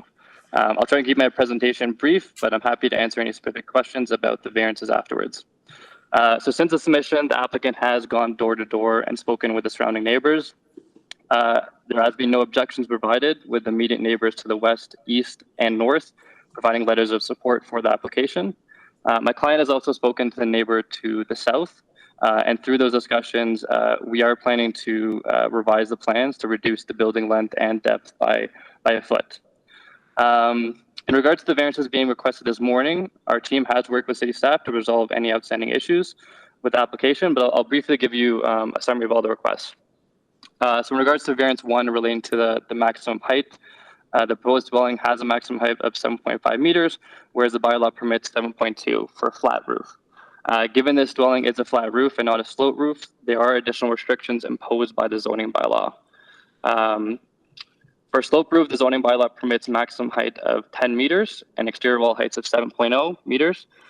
In my opinion, from a built form perspective, the proposed flat roof dwelling has a smaller massing than if it were a sloped roof dwelling. As such, is my opinion that the variance is minor in nature, as does not introduce any negative impacts. Variances 2 and 9 both relate to architectural features. Variances 2 is requesting a relief from the maximum height of the parapet to permit 0.41 meters, whereas the bylaw permits 0.3. And variance 9 is requesting a relief from the maximum encroachment to permit 1.3 meters, whereas the bylaw permits 0.6 meters. Both these features are only located at the central and front portion of the dwelling. So from a public realm perspective, the proposed increases would be imperceptible from the street and does not create any undue adverse impacts on the streetscape or the adjacent neighbors. As such, is my opinion, this variance is minor in nature and is not introducing any negative impacts. Variances 3, 4, and 6 relating to the building length, building depth, and rear yard setback are all a result of the proposed basement underneath the deck. The zoning bylaw considers this a part of the building for the purposes of calculating the length, depth, and rear yard setback. And this portion of the basement only protrudes 1.5 feet above grade, is located underneath the permitted deck. As such, it will have no noticeable impact on the surrounding area. If this portion of the basement were removed, none of these variances would be required. Given this, is my opinion that these variances are all minor nature, and again, does not introduce any negative impacts. In regards to variance 7, relating to the western side yard setback, the proposed dwelling improves on the existing condition by providing slightly more separation from the existing dwelling than currently exists. In addition, encroachment in the side yard setback only relates to a 1-story portion at the front half of the dwelling. At the back half of the dwelling, this increases to 2.13 meters, which is in excess of 0.6 meters over the requirement. Further, the primary intent of this provision is to provide sufficient space to conduct maintenance and to provide for landscaping while providing an appropriate amount of spatial separation between the dwellings, which is maintained through this proposal. Furthermore, variance 8 relating to the canopy encroachment on the western side yard setback would not be required if this western side yard setback was permitted, which again, I believe is appropriate. Lastly, I'd like to address the variance relating to floor space index. This variance is requesting to permit a maximum FSI of 0.661, whereas the bylaw permits a maximum FSI of 0.35. The general intent and purpose of the maximum FSI provision is to maintain a scale and massing of development that is compatible with the neighborhood, in conjunction with other tools such as setbacks and height. It's my opinion that the density is appropriately controlled by these development standards that collectively serve to control the appearance, massing, and scale within a general building envelope. As I just mentioned, the proposed dwelling respects all setbacks and heights as appropriately amended due to the technical and minor variances that we're proposing. The proposed variance, if approved, will permit a 2-story dwelling with integral garage that's comparably sized to other dwellings in the neighborhood. The impact will be positive as it will result in a dwelling size that is reflective of the evolving neighborhood. In addition, the proposed density is within the range of approved variances within this neighborhood as well. In my opinion, the proposed variances represent good planning or in the public interest, as development is desirable and contributes to the evolving character of the neighborhood. Again, if you have any questions, I'm more than happy to answer. Can you please, yeah, okay, perfect. You're summarizing perfect around five minutes. Now we have here a Jung Hee Kim Sang Jung. Are they there? Yeah.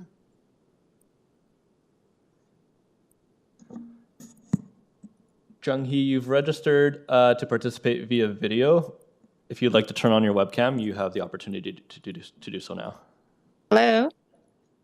Hello? Yeah, hi. Could you please state your name and Hello? address? Hello? Do you hear us? Hello? Yeah, do you hear us? Hello? Yes. Can you please We state? can hear you. I think they're having a little bit of trouble in the chamber. If you can just bear with us for 1 second, please. Okay, okay. So you can hear me. Okay. Yes.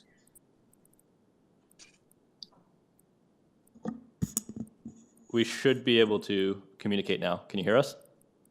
Okay. Well, I can definitely hear you. Okay. Can you hear me? Yeah. Yeah, now we hear you. Okay, perfect. Thank you. Can you please state your name and address for us?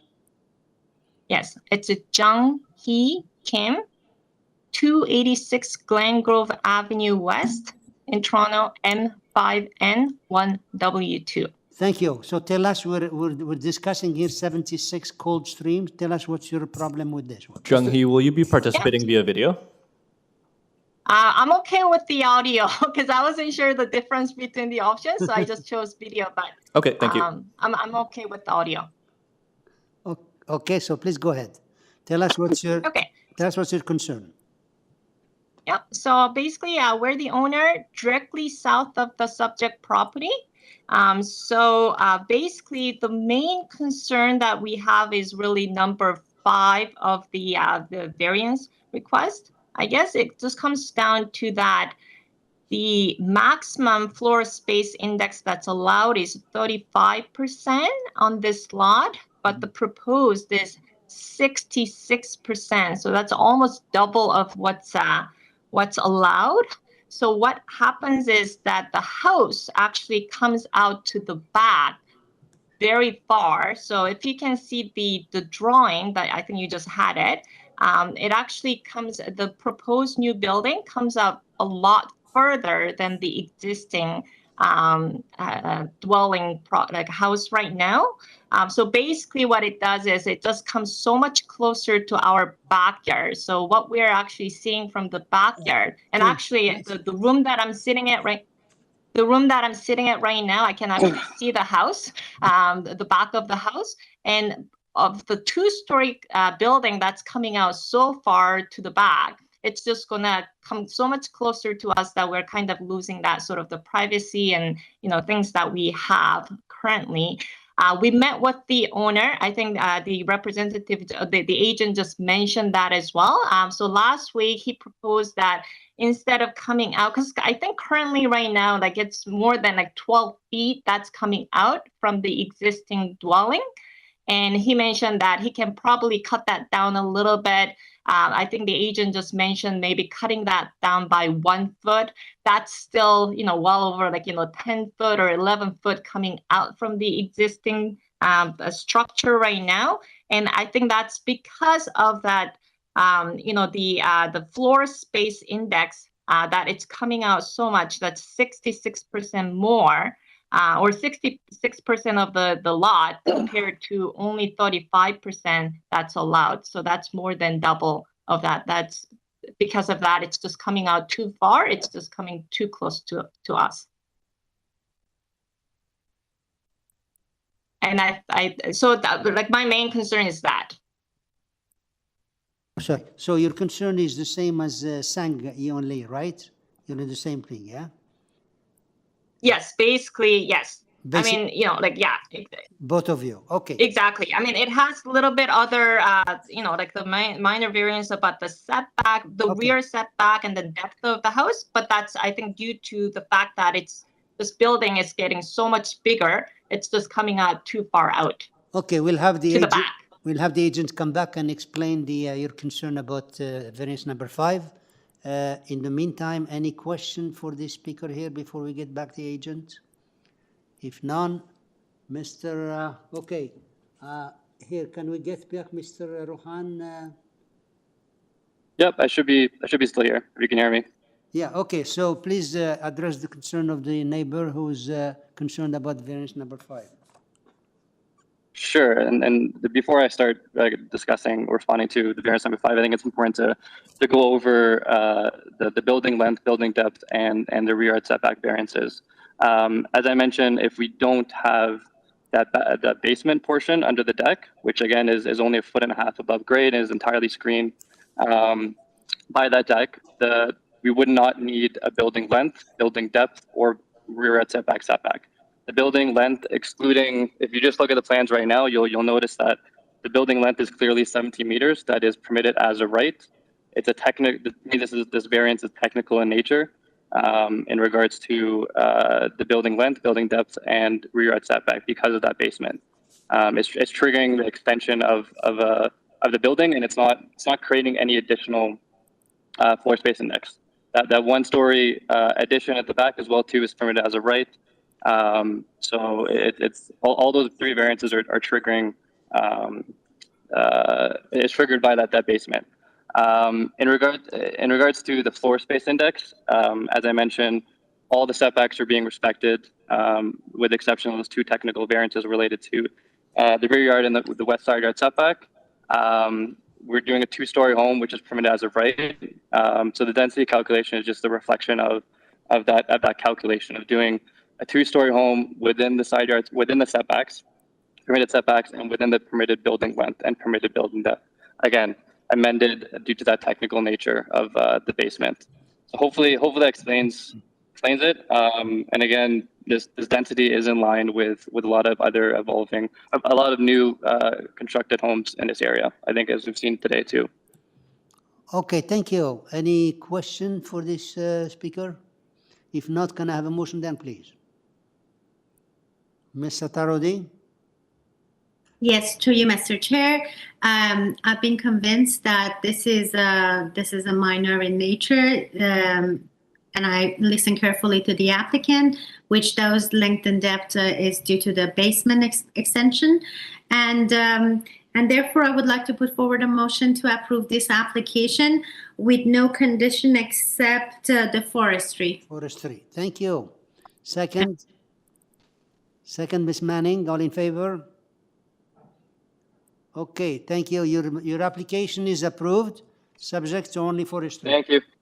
Okay. Thank you. Appreciate it. You're welcome. Okay, now we have number 7, which is 7 Westgate Crescent. And here we have Mr. Laszlo.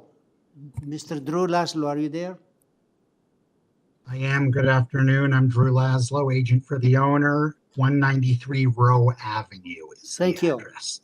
Thank you. Okay, so we have here just second floor and ground floor expansion, 6 variances. Staff report, just a recommendation to build per site plan. Transportation, no objection. Forestry, condition number 2, and we have 7 letters of support. So could you please make a short presentation and we'll move on. Of course, as you mentioned, this is for a side addition to an existing dwelling. We have 6 variances, relatively straightforward. Number 1, I'll just briefly go through these. Number 1 has to do with the front porch setback.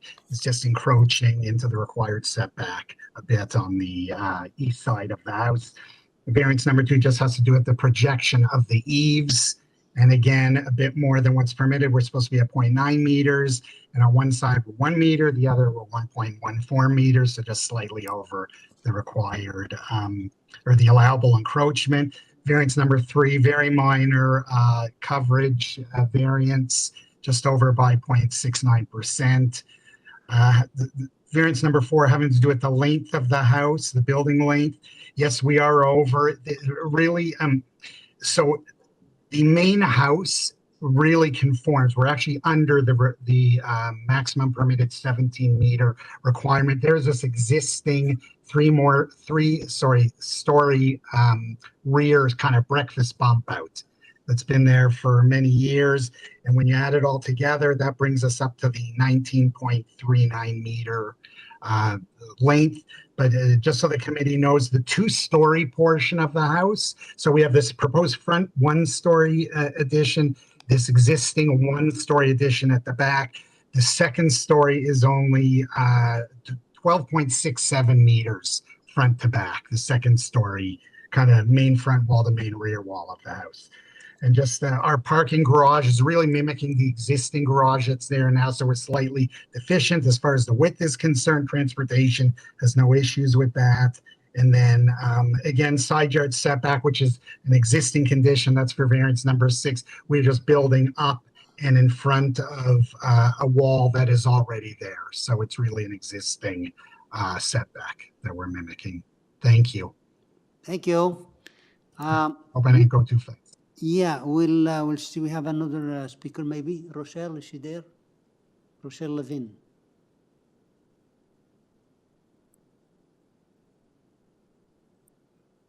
God. Hi. I can't. Hello, can you hear me? Yeah, is that Rochelle Levin? Yes, yes. Can you please state your name and address for us? Rochelle Levine. I'm at 117 Westgate Boulevard. Okay. And we're the backyard of our house is the west side line of the 7 Westgate Crescent. Okay, and what's your concern? So we're the direct neighbor affected by the work that's being done on this side of the house. Okay. So the only topic I want to address here are the at the back of our backyard, which is there's a fence, and that line is shared with the side yard of the 7 Westgate Crescent house. You'll see that there are 2 large trees, and our only issue is protecting these trees, both, throughout the construction and whatever else is going to be happening on the property. And the owners of the property are aware of that. I wasn't clear what you were saying. You mentioned something that there was a forestry condition or something. I wasn't sure what you meant. Yeah, okay. What does that mean? Okay, let me explain you. We do not deal with the trees here. The trees, there's a condition that means they have to discuss it with the forestry. Any problem you have with the tree, That is settled between the applicant and forestry. We don't deal with it here, okay? So. But you said there's a, in other of the discussions this morning, you've talked about that there's letters from forestry. So is there no letter in your file yet? There's nothing in your file? Yes, there is a condition. That means they will have to discuss it with forestry. When there is discussion with forestry, they'll have to follow whatever the forestry says, okay? In some cases, okay. Not to worry about that part as far as we're concerned, because we don't deal with that here. Okay. Okay. Thank you. So we'll see if there is no question for the speaker. We'll get back the agent. Mr. Laszlo, can you please come back here and maybe you can reassure the speaker here, the neighbor, that's anything with the trees, you're going to be discussing it with forestry. Yes, you pretty well said it right there. We have retained an arborist already who's been out to the property. We will be applying for all tree-related permits as required by the city, of course. Thank you. Thank you. Any question for this agent? No? So can I have a motion then, please? Mr. Bartolo? Thank you, Mr. Chair. Through you, I think this is a fairly straightforward application with plenty of support. So I'm going to put forward a motion to approve this application subject to the conditions of the urban forestry memo attached and subject to being developed substantially in accordance with the site plan drawing submitted to the Committee of Adjustment.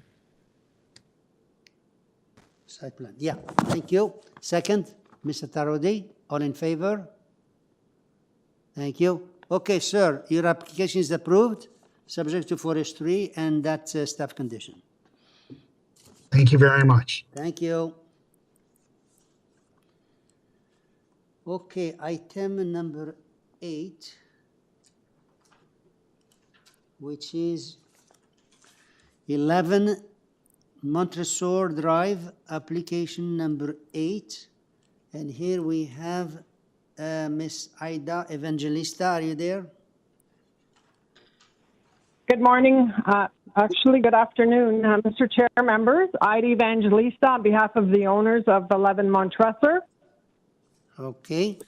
And could you please go at this? We have what? We have here new dwelling with the nine variances, and they have staff report modify variance number 6. Did you go over that one, or you want us to repeat it?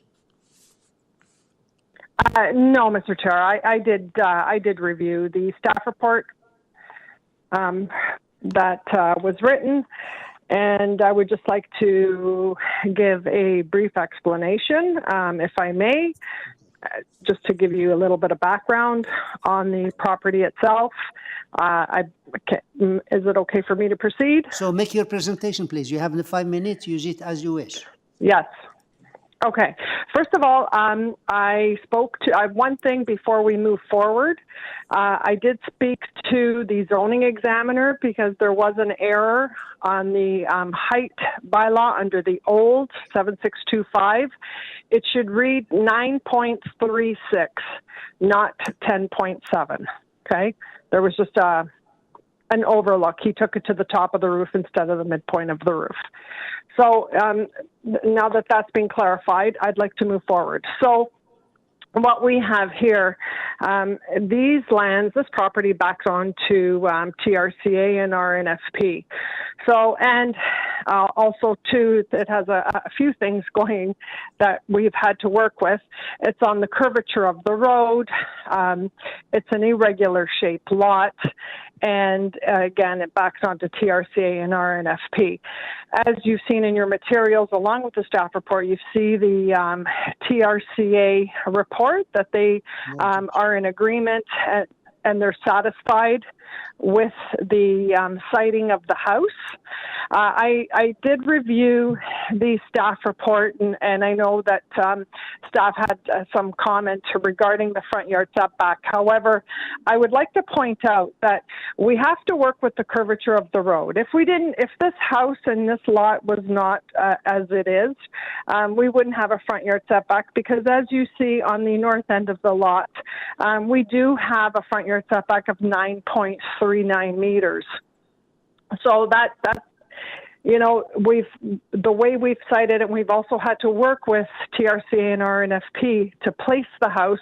We did check with, you know, those two departments, two bodies, and they want the house to be cited as it is currently, because then we will impede further into their top of bank. So that being said, we unfortunately cannot do what planning has suggested. But, you know, they also said that the intent is to regulate the front yard setback so that the buildings do align. And the buildings do align if you look at the site plan. In my materials that I submitted, you'll see that all the variants, I've outlined all the variances and why we are asking for what we're asking for. So our driveway, the proposed width of 6.4 is just strictly at the street. We are working with the exact same driveway that is currently there in place. Our front and rear exterior main walls of 7.93. If you'll refer to my page 3, you'll see that they took the front main wall height to the top of the molding. However, to the eaves, it's 7.13, which does comply. It's just, we're just adding articulation to the front of the house, and that's why we have the canopy over the front to protect from the elements, and we have a bit of a front porch. So that being said, now we also have a building length. Now, we have the building length is strictly for the south side only. There's about 7 meters because, again, we are trying to work with the topography of the land, right? So that length is only to the south side of the property. However, on the north side of the property, we have a length of 15.79 meters. And as you'll see, our variance number 8, where it states that we impede into the hazard line and stable top of bank. But again, you'll see that TRCA have written a letter of support, and they're quite happy with how we're placing our house. So that all being said, our side yard setbacks, again, is consistent with the irregular shaped lot, the fact that, you know, the lands do slope rather quickly. So all said, what the application that you have in front of you, I believe, does represent good planning, does represent and is characteristic to what is happening in the neighborhood. There is reinvestment in this neighborhood, as you'll see from the photos that I've submitted. And you'll also see from the area footprint on page 7, you'll see where the house is placed versus the curvature of the road. And I'm open to any questions that you may have.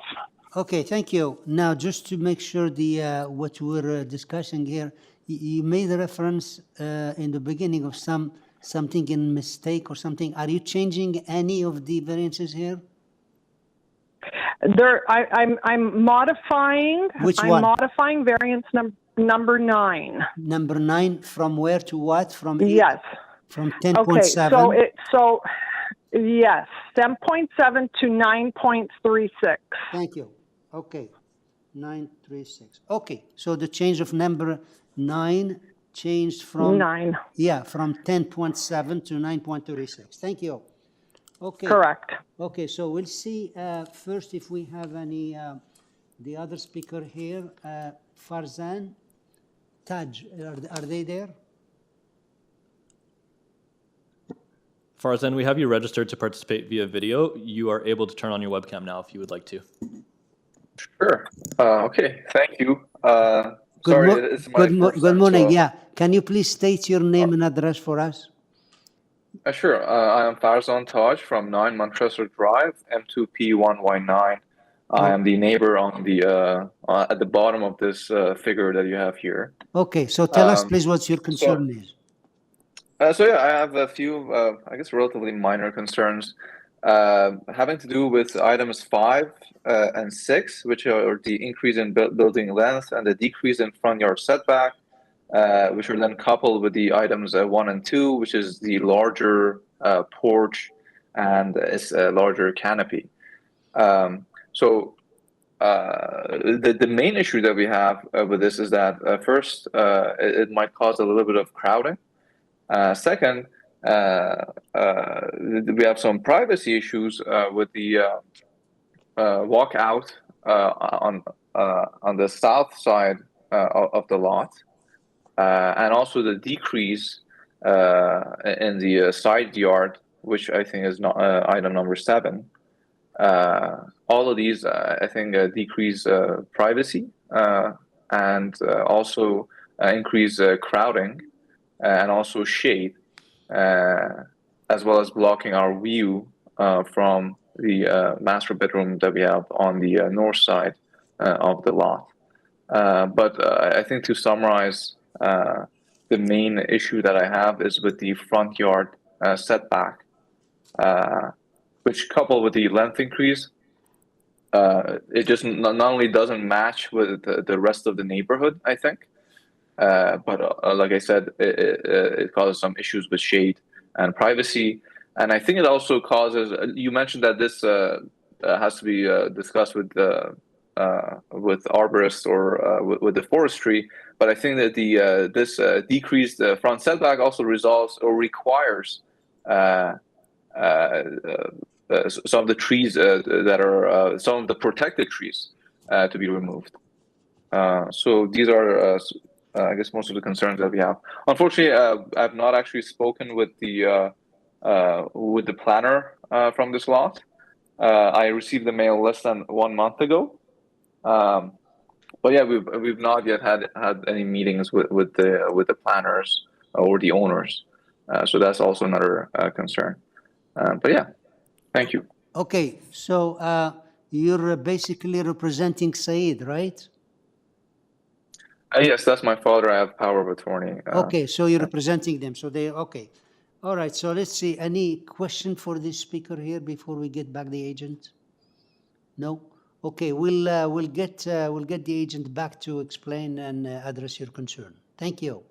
Ms. Evangelista, could you please come back and wrap up the concern here? Yes, I would like to say that I did hand deliver packages to all the neighbors, and I would have gladly met with the neighbors, and it was about a month ago that I did that. I would have gladly met with everybody to review everything. That being said, let me take you to my submission, which is, I believe, it works out to about page 2, which is the rear yard of the subject property. So as you can see, the rear yard of the property is heavily treed. So I don't believe, I don't believe that this will provide crowding or privacy issues because it is heavily treed from my submission. The front yard setback that we have is mainly due to the curvature of the road. However, it still lines up with the neighboring properties at number 9 and number 15. So and the homes have to be cited as so. As I mentioned, it's an irregular lot. This particular property is on the deep curve of the property, and that's why it has to run perpendicular. The way it's measured, it has to run perpendicular to the road along to the front yard. However, but if you look at the site plan, you'll see that they do all align, and quite nicely actually. It's not, impeding on either of the neighbors on either side. There is a small portion of that of the home that has a length variance, as we've had to run it along where there's the walkout, where we've run it along where the topography of the land doesn't impede into the top of bank. So, and as I've said previously, we have been working with TRCA and RNFP. We are not removing any trees. There was a comment that we're moving some, some protected trees at the front of the house. No, we are not. The property will be cleaned up as we have been indicated that it needs to be, which is fine, and we are doing that. But everything, and as we all know, TRCA and RNFP they're very carefully and scrutinizing what takes place on the property. So with respect, I don't foresee any crowding or privacy issues, as again, you can take a look at the rear yard of the subject property, and you'll see that the trees are quite high back there. So there will be a lot of privacy. We have no balconies, so there's no overlook, no onlook. So I believe we have been quite sensitive based on the type of lot, the topography, and who we're dealing with, being the various departments, and this is a very gradual, very sensitive to the neighborhood and to the neighbors. Okay, thank you. All right, members, if you have any question, the change here from variance number 9 is being changed from 10.7 to 9.36, and you pick it up from there. Any comment? Any question? Miss Manning, did you have a question or just no? Okay. Okay. Any? If no question, can I have a motion then, please? Mr. Bartolo? Yes, thank you, Mr. Chair, through you. In reviewing this and understanding the constraints of the ravine and everything the applicants will work with, I do think what's proposed here is minor, and I understand the constraints of the land.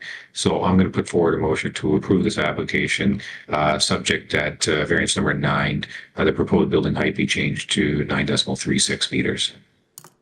Thank you. Second? Ms. Manning is seconding. All in favor? Okay, unanimous. Ms. Evangelista, your application is unanimously approved, subject to the change you made to number 9 variant. Thank you very much. Okay. Application number 9, which is 196 Bridle Path. Application number 9, 196 the Bridle Path. And here we have number 6, number 9, we have Saeed Zahidi. Are you there? Yes, sir. I'm here. Can you please state your name and address for us? Sure. Good afternoon, Mr. Chair and members of the committee. My name is Saeed Zahidi. My address is 199 Weldrick Road West, Richmond Hill. I am the agent of the owner of the property located at 196 the Bridle Path. Okay, and we see you on the video now. Nice to see the speakers. Okay, so we nice to see you too. Yeah, so we have here the basement first and second story additions, 5 variances. Transportation has no objection, and staff report. There is no staff report. There was a duplication of transportation report, so transportation has no objection. Do you want to make a short presentation? If there is no objection and no question, I won't take too much of your time. If there is, I would be happy to have a presentation. Thank you. So, members, if you have no question, any question or motion maybe?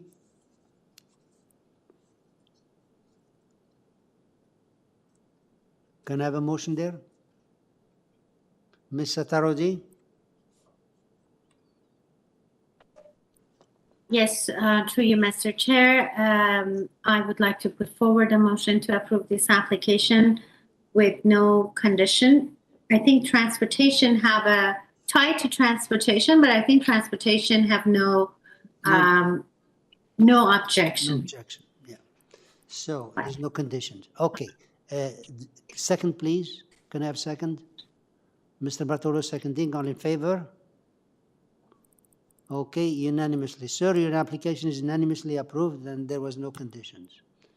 So Thank you so much. I appreciate it. you see, you made a good presentation, huh? Thank you. Okay. Have a good day. All right. Number 10, we have Miss Evangelista again. Are you there? Mr. Chair, yes. Okay, we I'm know back.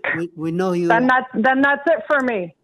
Okay, we know who you are, but we have to record it on every application on the system. So please repeat your name and address.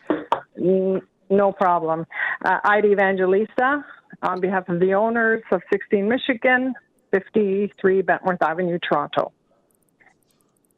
Okay. 16. That's 16 Michigan, huh? Okay, we have. That is correct. Yes, we have this new dwelling. Staff report. Again, staff report revised number 2 and 3. And you saw the staff report. We have 4 letters of rejection, and the councillor supports the city planning. So city planning is asking for variance number 2 and 3 to be modified. So I'll let you make your 5-minute presentation and tell us what you want to change. Okay, first of all, I have to clarify something because the staff report wasn't correct, and I'm not sure. Diana did send a follow-up email this morning rectifying that, because we always agreed variance number 2, the building height under the bylaws 569/2013 has been removed. That was quite clear from the get-go. Variance number 3 under 7625, because it is taken from the center line of the road and there is a grade difference, that cannot be removed. And that was an error that Diana made on her staff report, which again, she has rectified. It is being modified. Okay, so variance number 3 is being modified to 9.43.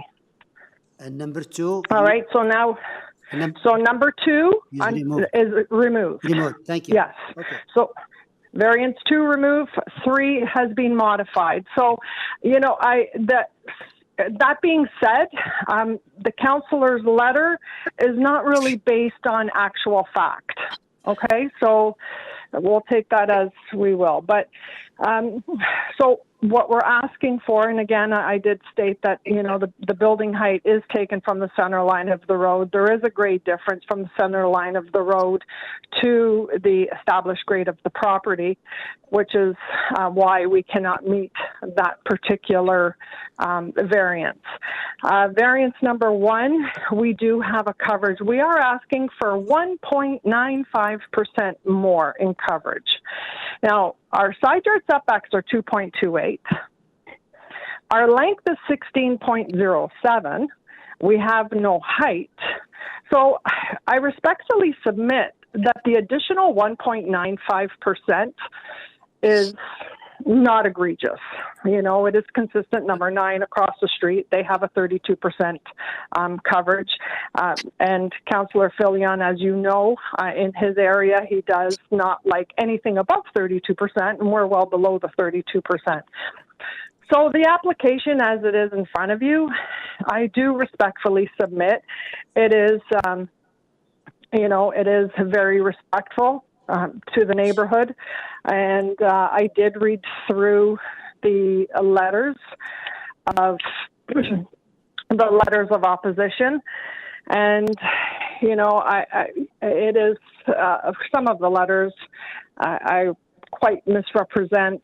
There was never any conversation of, there's no conflicting conversation. This family, they have, parents that will be, living with them. They have members that live out of town that visit quite often. So this house is for the family. This is something that this is a home that they are building to accommodate, both sides of the family. And I respectfully submit that what we're asking for is not egregious, and it is quite respectful to the neighborhood. And I'm open to any questions that you may have. Okay, thank you. So basically, you follow the staff report. It said to address 2 and 3. You removed 2 and you changed number 3. So you're okay on that. So yes, yeah. So there's nothing about the staff report problem. We just have one more speaker here to see if they're there and see what they have to say. Do we have that online? Sanchez, Ray Sanchez.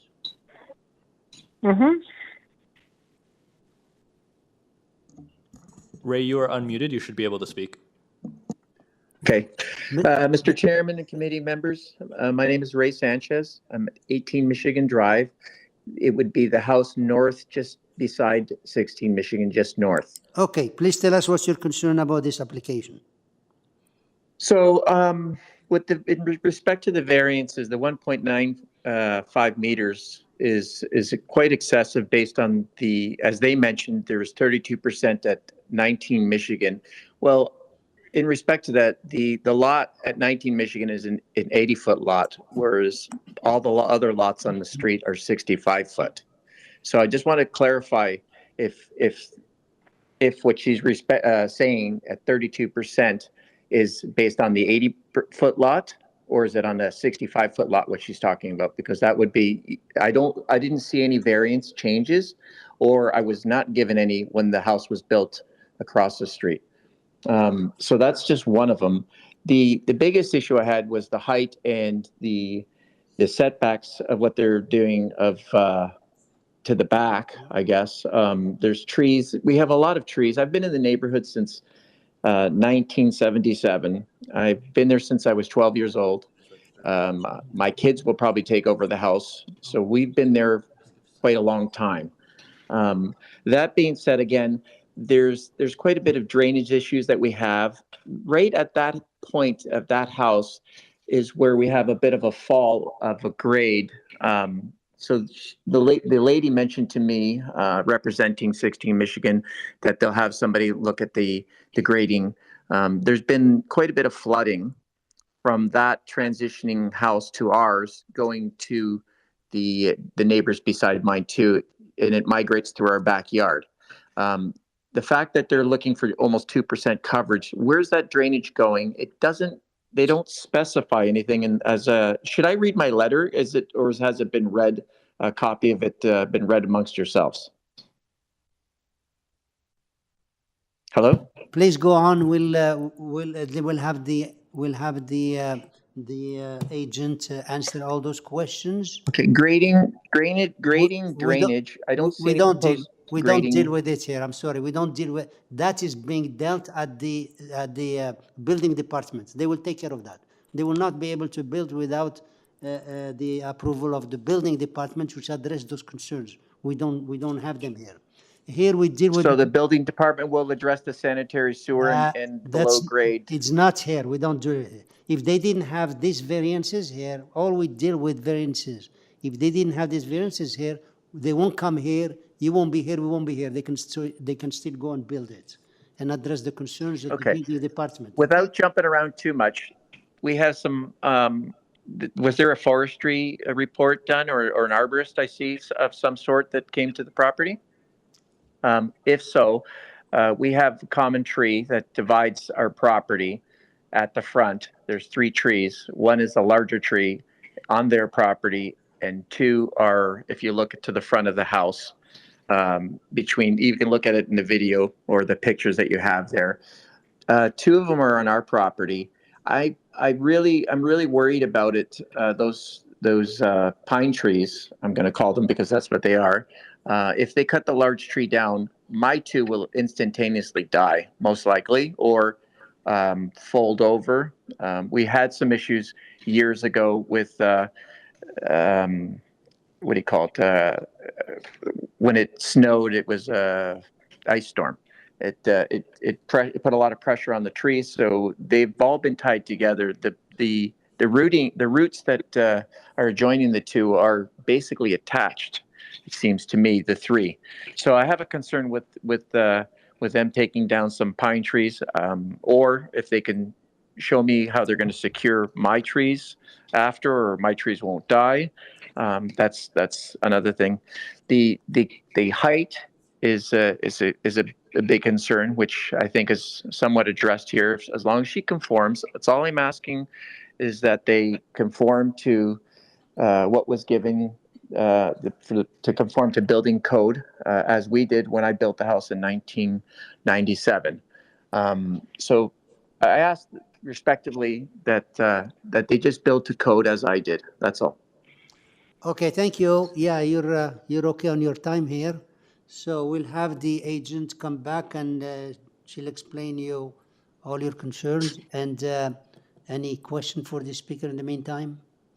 No? Okay. So the next speaker we have here is Simin Turabi. Are you there? Yes, hi. Can you hear me? Okay, yeah. Could you please state your name and address? Yeah. Sorry, before that, excuse my, I have bronchitis and just like I might cough. I'm not feeling super well, but that's okay. My name is Simin Turabi. I live at 14 Michigan Drive, Okay. the neighbor to the left of the proposed building at 16 Michigan Drive. Okay, can you please tell us if you're representing Nasser Najmai? Najmai, that's my husband, right? So you're representing him. Okay, please go ahead. Excuse me. So I also sent an email to the committee. The height was one of our concerns since we're just next to it. One of the heights, and beside the natural lights that we get from two major bedrooms that we have, also the privacy too. So if you look at the pictures at the front, Mrs. Ida had, like, you can see our two bedroom windows, just next to their house. So by building a tall, she clarified, the height already, but I'm just saying, beside the natural light, we're going to lose our privacy too. If you zoom into that picture, you can see how our 2-bedroom building is going to be completely, blocked by, the proposed building, and also the privacy will be gone. So that's one of my concern. Also, if you look at the backyard trees, I know it's from forestry, and I spoke to Mrs. Ida before too regarding that.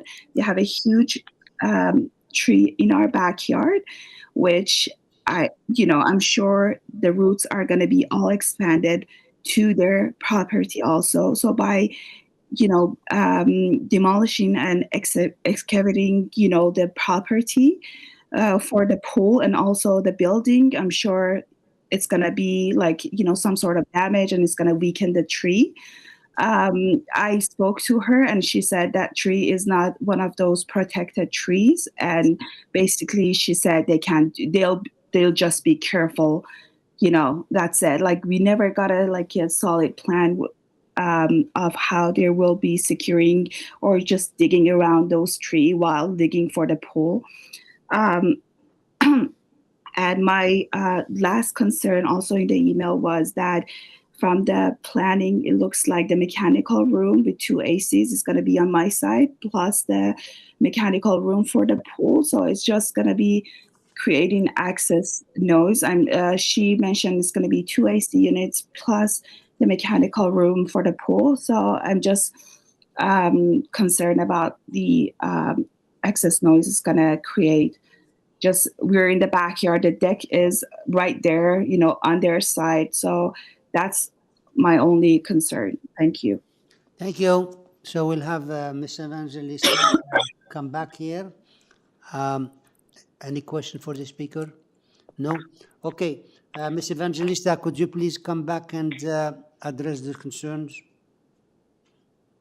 Yes. Let's talk about Mr. Sanchez at number 18, which we had a meeting set up and he canceled, or we could have reviewed all these comments. So, Mr. Chair, thank you for clarifying to the neighbors that, you know, drainage will be handled at the building permit stage, and we have to retain all drainage on our own property. However, if we take a look at the survey, you'll see that the lands in the area, they slope from south to north. And you'll also note that at the rear of the property, he sits higher than we do. Our elevation at the rear of the property, where the tree is that he had mentioned, we're at 100.91. He's at 100.97. But again, that will all be handled at the building permit stage, as we know. The tree in the rear property, we will not be near that tree, and it will be protected. If you can also refer to the site plan that we provided versus the survey that you have, and as we know that the surveyor, you know, plots all trees on the property, and you'll see that we are not touching any of the trees. The one tree at the front of the house is a city tree, and it's protected, and we've worked around it. And the trees between Mr. Sanchez and number 16, they're not being touched. They too will be protected. There are two boundary trees that will very much be protected, but there will be hoarding. There will be a TPZ around them. So the height I've addressed, and again, I will say under 7625, we modified it to 9.43, and again, because there is a grade difference between the center line of the road to the established grade, and that's why we have that variance. But there is no variance for height under the new bylaw. So now let's move on to number 14, Michigan. Again, height, yes, which has been addressed. Privacy. So if you refer, there's many trees in the back of the property that create privacy. We have no balconies that will overlook or onlook. We do have windows on the south side, and that they're bedroom windows. If you know, that could be something that that can be discussed later. If you know, if there's a big concern, we can always make them, you know, like a light opaque window, if that's a concern with the neighboring property. I would like to clarify when we discussed the tree, I did specifically say that it will be hoarded. There will be a TPZ because we also, you know, have some trees along there, and this area will all be protected. There will be forestry, as you know, and you can even see the pictures of the rear yard. They already have the hoarding up, and you know, they're quite conscientious of, you know, they like the trees in the back. They want that privacy, as do the neighbors. So they've already taken the liberty to make sure that everything is protected. I can't speak to the air conditioning unit. There is a mechanical room in the basement, yes. It is on that side, yes, but I cannot speak to where these air conditioning units, and as I said to the neighbor, I can't speak to where they're being placed, okay, where it will be placed. I will say that there is a 2.28 meter side yard setback, so we're well enough away. You know, just to, flip back to Mr. Sanchez, where he commented about the 32%. The 32%, if it's based on an 80-foot lot, that means that the house is much bigger than what we're proposing here. So again, we've been, the variances, the two variances that are in front of you are very gradual, not egregious. We've been very respectful. As you can see, we have no length, no height, and our side yard setbacks, whereas, you know, we should, for this type of a lot, 1.80, we have 2.28. So the owners that will be in this house, they will be living in this house. So they want to get along with the neighbors. So that's why they've been very sensitive to the way they've cited plotted the house and the way that they've various considerations on various characteristics of the home. So this area is evolving. I understand that, there's not a lot of regeneration, but it is happening within the neighborhood. You'll see from the photos Miss that I submitted. Miss Evangelista, I'm open to any other questions. Yes, you're way over 5 minutes. So let's see if there's any questions. Any questions for this agent? If no questions, can I have a motion then, please? Mr. Bartolo? Thank you, Mr. Chair, through you. I understand the concerns of all the neighbors listening to this. However, I do think that what's being proposed here is minor and generally in keeping with the intent. So I'm going to put forward a motion to approve this application subject that variance number 2 be deleted and variance number 3, the proposed building height be changed to 9.43 meters as stated by the applicant. That's it. Thank So, you. thank you. Yeah, thank you. Second, Ms. Tarodi, seconding. All in favor? Okay, thank you. So your application is unanimously approved, subject to the change you made regarding 2 and 3. Okay. We have here application number 11, which is 49 ABITIBI Avenue. And here we have Mr. Committee members? Yeah, Nicole Parr, are you there? I am, sir. Hi, good afternoon, Mr. Chair and committee members. I'm here. My name is Nicole Parr, and I'm at 22 Blue Forest Drive, and I'm the agent for 49 ABITIBI Avenue. Perfect, thank you. So we have here, it's a new dwelling, 5 variances, and there is the staff report is asking to modify variance number 2 as per applicant, and just to build per site plan. Now, per the elevation. Now, could you please tell us what is the change regarding variance number 2 that you want to make? Yes, of course. Actually, we are going to eliminate that variance completely and comply with the bylaw. Very good. So we are asking to, pardon me? Yeah, I say you want to remove number 2, yeah? Yes, please. So now we are going to ask for 4 variants before you today. Okay. Please go ahead. Make a yeah, you know what? Hold on a second. I just want to ask the staff, the members. We don't have any other speaker here. This is a straightforward removing variance number 2. Do we need a presentation? No. Okay. Okay, Miss. We don't need the presentation. Do you want to say something else before we move to committee? I don't. I also feel it's straightforward, and I think you guys need to get on with your day. So thank you. Thank you. Okay. So here she is removing variance number 2. And do I have a motion? Motion, Mr. Tarodi? Yes, through you, Mr. Chair. I also believe that it's very straightforward application and minor in nature. Therefore, I would like to put forward a motion to approve this application with one modification, that variance number 2 have been eliminated, and also would like to tie it to the staff condition that the development be substantially built according to the east and west elevation drawing submitted to the Committee of Adjustment Report number 1 and 2. Thank you. And no other condition. And what do you say after that? With no other condition. No other condition. Thank you. Second, Ms. Manning is seconding. All in favor? Okay. So your application is approved, subject to the change you made and just the condition of development by the staff. Okay. Thank you very much. Have a great day. Bye. Thank you. You Bye. too. Okay, number 12, we have 615 Glengrove Avenue. 615 Glengrove, and application number 12. And here we have Sarah Barkley. Sarah Barkley, are you there? Yes, good afternoon. Sarah Barkley from Rubinoff Sign Group. Okay, can you My address is 18. Yep. Okay, go ahead.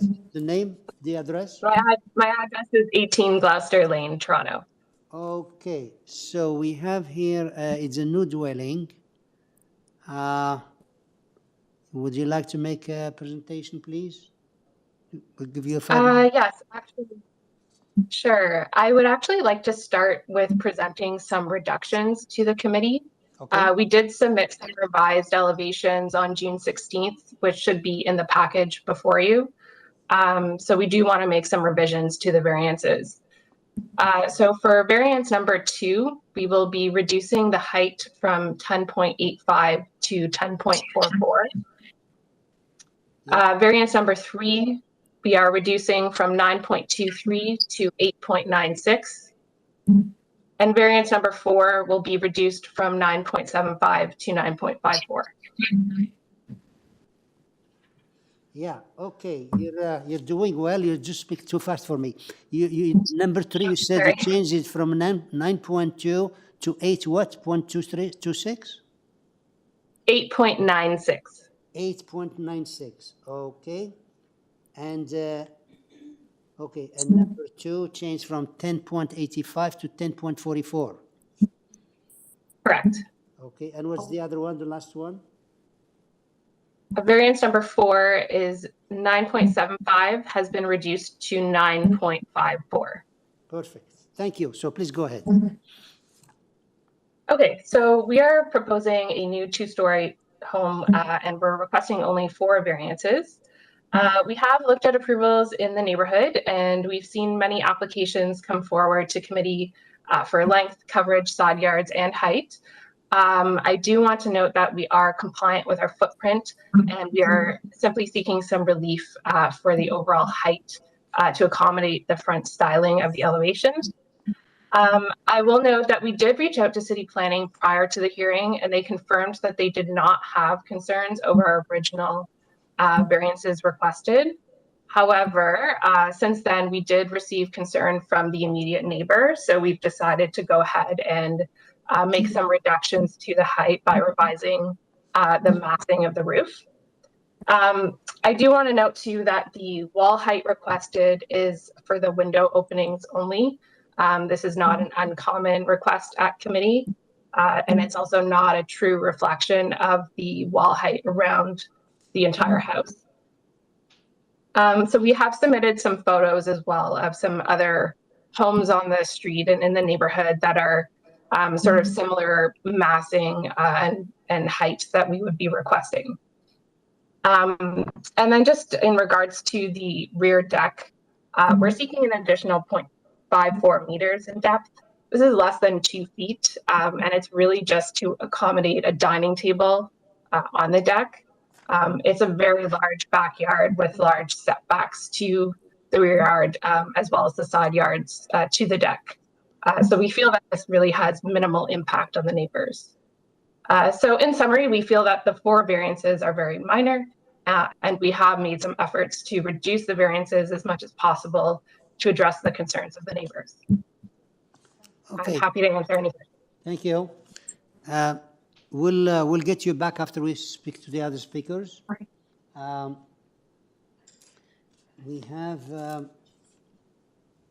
We have here Jason or Rebecca Young. Are you there? Yes, I'm here. Okay. Can you hear me? Can you please state your name and address for the records here? Yes, Jason Young. And address is 613 Glengrove, the neighbor to the east. Thank you. So tell us what's your concern about this application. I have no concerns at all with variance 1, 2, or 4.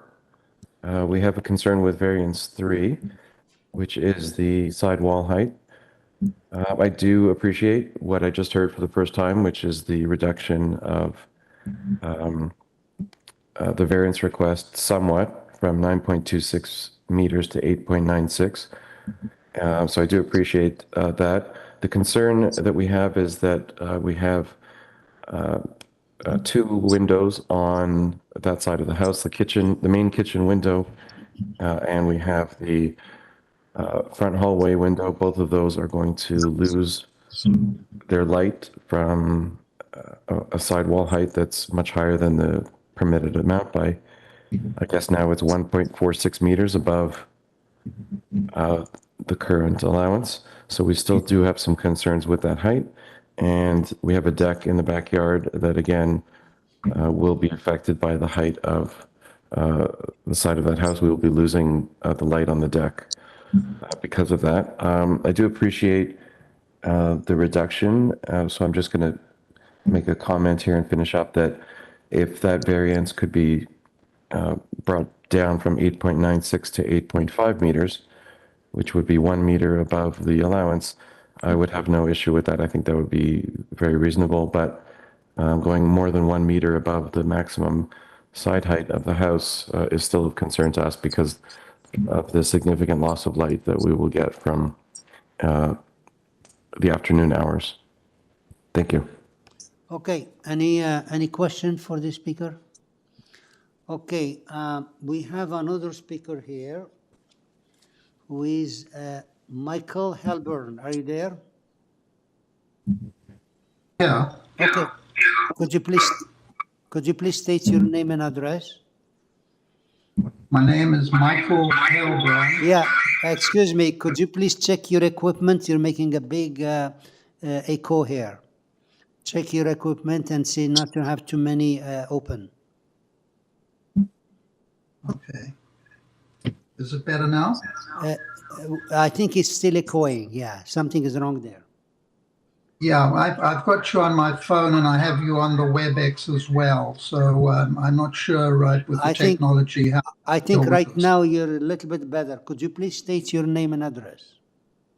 My name is Michael Helburn, 617 Glengrove Avenue, which is adjacent to and on the west side of the proposed dwelling. So could you tell us what's your concern? Yeah, tell us what's your concern.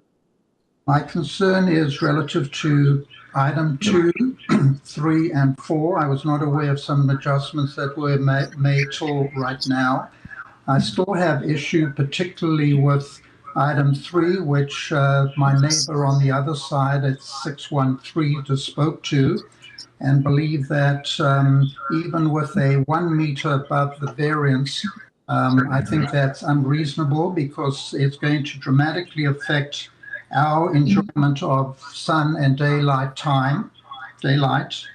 and that the variances are, those 3 variances, even with their adjustment, I believe are not minor, which minor is defined as insignificant. I think they still remain fairly significant, and would like to see further adjustment, particularly on the exterior wall, main wall heights.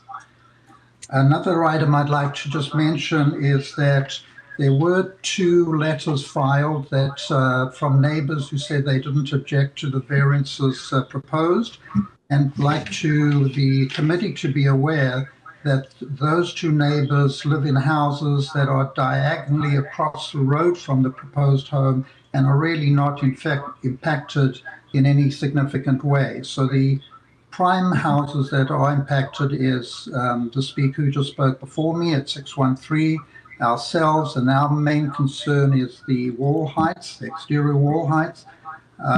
And I know the neighbor at the back has an encroachment issue, number 1. But my main point is the height, the wall height, and think that that needs to be reduced significantly more because it's totally overreaching and unreasonable to the neighbors on each side. Okay, thank you. Any question for the speaker? Okay, we'll have the agent come back. This is Michael Helburn. We don't have any other one, huh? No. Okay, Ms. Barclay, could you please come back and address those concerns? Yes, thank you very much. And thank you for the neighbors who spoke. I appreciate the concerns. So I understand that the wall height is the main concern. And I just want to reiterate again that that is just for the window portion only. We've seen it in some previous applications today. The windows could not be there without that additional opening. If we were to shorten the wall height, it really would only reduce our windows. I don't think it would have any additional impact on, reducing any shading that would be occurring on the neighboring property. It is just for these small portions of the roof to extend upward. I also just want to point out too that we are maintaining the side yard setbacks. So we have, 8 feet and 9 feet between the homes. So there is a generous spacing between the homes, which will help to allow some light into their windows. I believe there was a comment about, concern of windows, light into the windows on the main floor. Again, that adjusting that, sliver of wall on the second floor, I don't think will improve or make a difference to the amount of light. So I would respectfully submit that we maintain that opening for the windows. And we have made adjustments to the roof knots to try and bring that down to reduce the impact on the neighbors. That's it? Okay. Any questions? If not, a motion, please.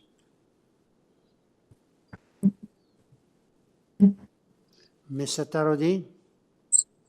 Yes, through you, Mr. Chair, I would like to put forward a motion to approve this application with the following changes. As per applicant request, variance number 2, the proposed height of the building structure is now 10.44. The proposed height of side exterior main wall facing sideline is now 896 meter. And also, variance number 4, the proposed height of building is 9.54 and subjected to urban forestry memo. Thank you. Second? I have 2 seconds. Okay. Okay, Mr. Bartolo, seconding, all in favor? Okay, thank you. Okay, Ms. Bartley, your application is approved with the changes you made and subject to forestry. Thank you. Application number 13, which is 14 Addison Crescent. Application number 13, 14 Addison Crescent. And here we have, we have here Mr. Zhang. Are you there, Zhang? Yes, hi. Yes. Zhang. Okay, can you please state your name and address? Yes, my name is Shen-Shu Zhang, Architects, 98 Scottsdale. Okay, so yeah, tell us please what you're doing with this application, and the staff report is asking to modify number 2. So tell us what you're going to do. Yes, we discussed with the staff. The number 1 is remains about the coverage, and the number 2 we reduce the main wall height from 8.57 to 8.0 meters. And the number 3 and 4 will be delayed because we had that too because usage on landing level. The building was considered as a 3-story building. We removed that usage, so the number variance number 3 and 4 will be delayed. Okay, so just to recap here to make sure that they have all the records here. You're removing number 2. Number 2, you're changing it from 8.57 to 8.0 and you're eliminating you're eliminating 3 and 4, right? Yes. Okay. Yes. Okay, please go ahead. And the number 5 remain the same. That's about the front yard setback, reduce a little bit for the to the main entrance. The number 6, for the old zoning bylaw for the building height, actually the proposed building height now is changed from 10 meters to 9.71 meters. Number 5, you're changing it from 10 meters to what? 9 what? 9.71. Okay. Number 6. Okay. Yeah. The number 7, about the first floor height, remain the same. You're eliminating number 7? No, it remain. Remains. Okay. No change. Yeah, no change. Okay. Yeah, that's it. That's it. Okay, so please go ahead, make your presentation. And again, if you don't mind to check your equipment, because we hear some echoing here. Don't speak too close to the microphone and close anything around it so we can hear you.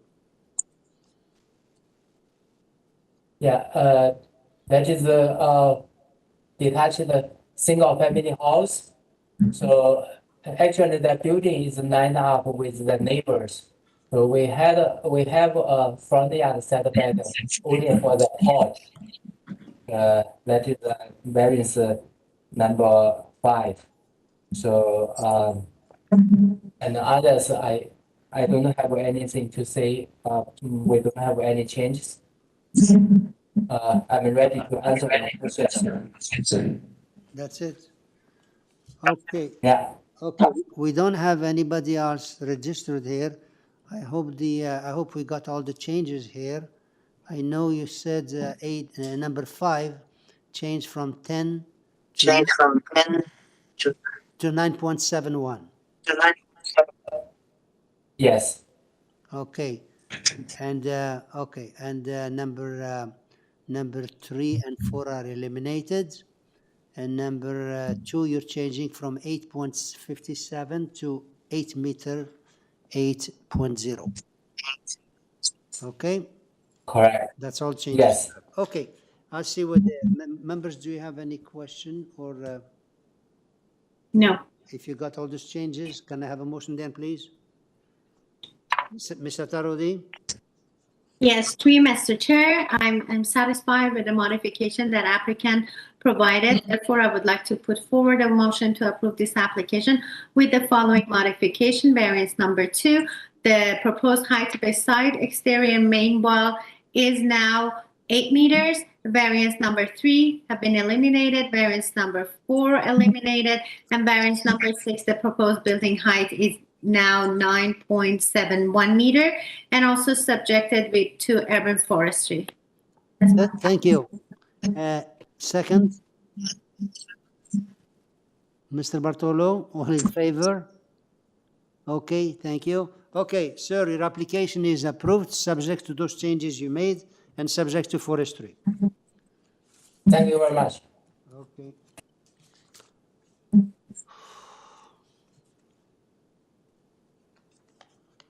Okay. Number 14, which is 186 Snowdon Avenue, and we have here Ali Shakiri. Are you there? Yes, sir. Good afternoon, Ali Shakiri, 326 Shepherd Avenue East. Thank you. Yeah, we have here second story addition and third floor expansion, 1 variance, and we have some objections here. So could you please make your presentation? Yes, sir. This is a renovation. So the owner of this property, Mr. Golasorhi, who's actually been living in the neighborhood for the past 10 years, more than 10 years actually, is deciding to extend the house. As you can see on the site plan, it's a rear addition. And we are here asking for a sole variance for just over 65%. There are some support material I submitted if the staff can display that. I just explained that one variance we're asking for this. These are just very recent approvals in the neighborhood.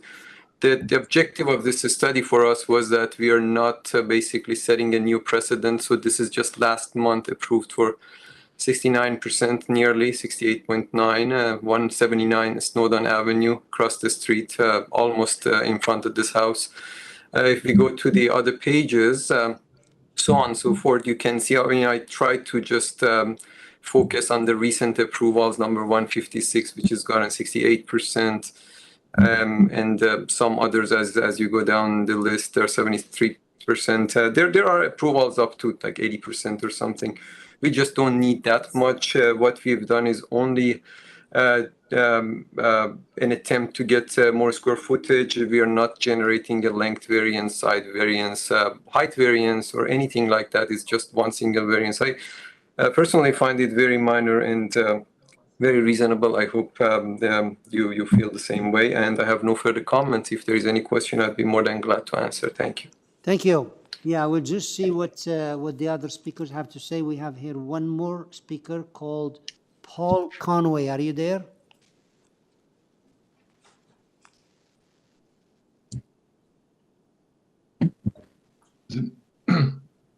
Did you call me, Mr. Chairman? Paul Conway? Paul Conway, yes. Could you please state your name, your name and address, please?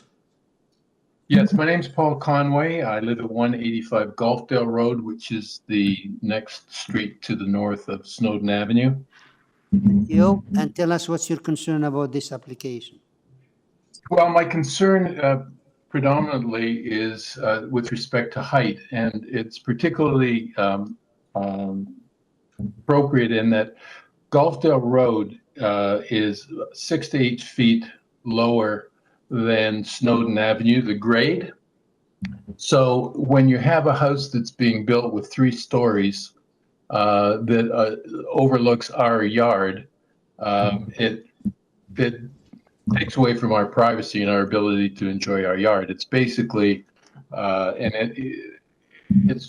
it's basically a privacy issue and a massing issue. We're looking at a mass of building that's 3 stories high, and we're sitting quite a bit below it. And the building is as well.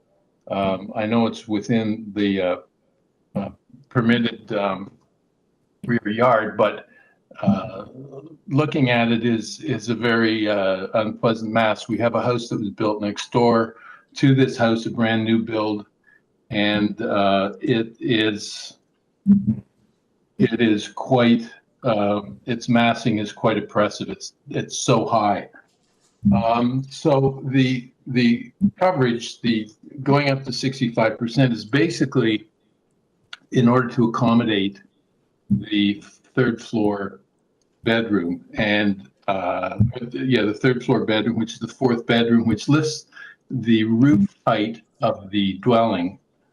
I think it's up to about 30 feet, 32 feet. So it's quite from a massing point of view, it's quite oppressive for us to look at it from our rear yard. It's so much higher than our property is. The other thing is, in addition to the height and the massing, is that and the privacy issues, is the patio that's being proposed. I would just it's about 300 square feet. And if I don't know whether you can do anything in the approval or the rejection, but if it could be stated that the patio must be built at grade and not raised to be a rear veranda or porch, which again increases the massing and the lack of privacy for our yard. And one other point. The applicant has not lived in this house for 10 years. He's lived on Snowdon Avenue, as I understand it, for 10 years, but I think he just recently bought this house last year. So it's not as if he's creating an expansion to a house that he's lived in for a long time. And I think as well, the getting up to the 66, 65, whatever you call it, FSI, is really, notwithstanding what the applicant says, or the Mr. Shakiri says, is not within the median ranges of approvals within the neighborhood. I think Teddington Park residents have submitted a letter as well that shows sort of the median type of coverage that's allowed in the neighborhood on Snowdon Avenue. I think that's about it. Basically, the issue is the amount of coverage. I'm sorry, did you? Go ahead. Okay, I think your equipment is again echoing. Could you repeat what you said at the last statement? I think I said that basically my main concern is the massing and the height. And the coverage okay. and the lack of crowd. Okay, can you? I think I think you've got most of it. What my concerns are. So I'll end it there. Thank you. Okay, well, any question? Okay, so we have one more speaker. Scott Stevens, are you there? Mr. Stevens? Hello. Okay, hi. Could you please state your name? Hi. Could you please state your name and address for us? Yes, Mr. Chair, members of the committee, my name is Scott Stevens. I'm the president of the Teddington Park Residents Association. I live at 46 Gulfdale Road. Okay, and please tell us the concern about this application. The TPRA has retained Terry Mills, a professional planner, and Terry did a study of all the property data on the 4 blocks of Snowdon between Yonge and Riverdale. 171 properties. He used MPAC data and supplemented that with the recent C of A applications where it wasn't captured with MPAC data, so it's very good data. He found that the average FSI on all of Snowdon is 0.52. The average FSI on what Terry calls the immediate planning area, which are the 2 blocks east of Mount Pleasant, the subject block, and the block to the east of that is the immediate planning area, is 0.53 is the average. And the prevailing FSI in the entire 4 block area ranges between 0.55 and 0.65. So the median of the prevailing FSIs is 0.6. In the immediate planning area, the 2 eastern blocks of Snowdon, the most frequent ranges between 0.6 and 0.65 FSI. There are 19 properties in this most frequent category. And so the average of the prevailing FSI is 0.625. So based on that study of the FSIs in the immediate planning area and the entire of Snowdon, we have demonstrated that the applicant asking for a 0.665 is in fact an outlier FSI. It's larger than prevailing. And I submitted on the second page of my letter, I've got, if you can show that, I've got a graph that shows the specifics of this block. You'll see that the FSI is complicated by the fact the lot sizes are different. There's a parcel of lots on the left-hand side of the graph that are less than 25 feet. So hence you've got these large FSIs. Then in the middle, you've got FSIs of the lots that are in between 25 feet and 30 feet. And the most relevant graph is the one on the right that shows the proposed building here, 186, with a 0.665, is clearly an outlier. It's the 5th largest of all of the properties on the block, and would be outside of the prevailing FSI. So that's the FSI point. And then the other point that I'd like to make was mentioned by Paul. The way the house presents at the back, because it's a new addition, is a 3-story home with a flat roof and is out of character with the type of housing on Snowdon. And on those two bases, I would request that you would reject the application. Thank you very much for your time. Thank you. Any question for this speaker? Okay. Mr. Shakiri, that's all we have here, these two speakers. Could you please come back and address the concerns? Yes, sir. With regards to the massing height and the coverage, we are not asking for any variance related to the coverage or the height. This house, as it is in compliance with the building height, and the 3 stories not a variance in the subject area if you can actually comply with the requirements of the height. So we are not exceeding the height. This is not a flat roof, it's a sloped roof by the zoning bylaw definition. And that's why we can have 10 meters. Most of the houses, most of the recent houses past several years that have been built in this neighborhood are larger than this house. And they have very many other variances also. The difference here is that my client actually chooses to renovate the house that he recently purchased, and he actually is going to move to this one now. Currently, he's just living across the street, as I mentioned, for more than a decade.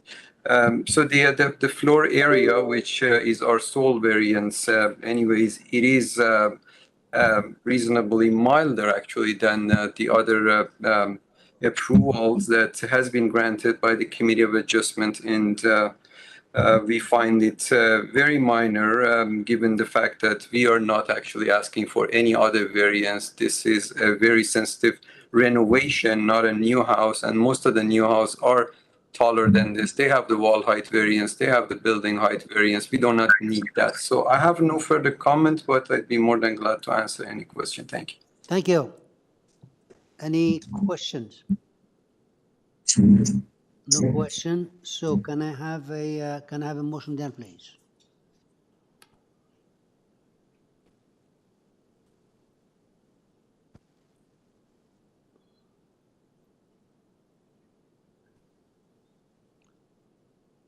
Mr. Bartolo or Miss Manning, because I don't see Nazila. Could you please, I need a motion. Mr. Bartolo, yeah? Yeah, thank you, Mr. Chair. In reviewing the material and kind of looking at the context of what's been happening in the neighborhood, some of the other applications, I'm going to put forward a motion to approve this application. Thank you. Second, Ms. Manning, all in favor? That's all there is. Yeah, thank you. Mr. Shakiri, your application is approved. Thank you very much. Okay.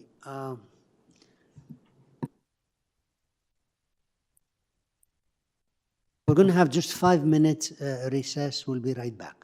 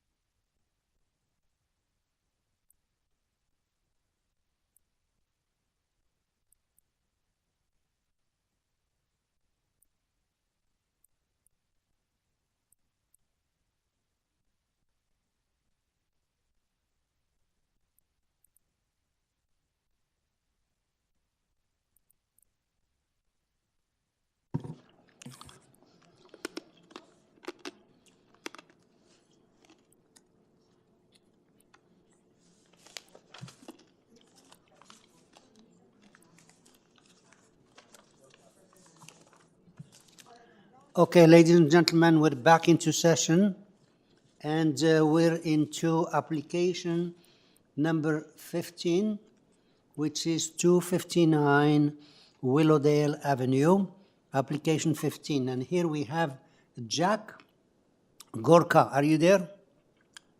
Yes, I am. Okay, could you please state your name and address for us?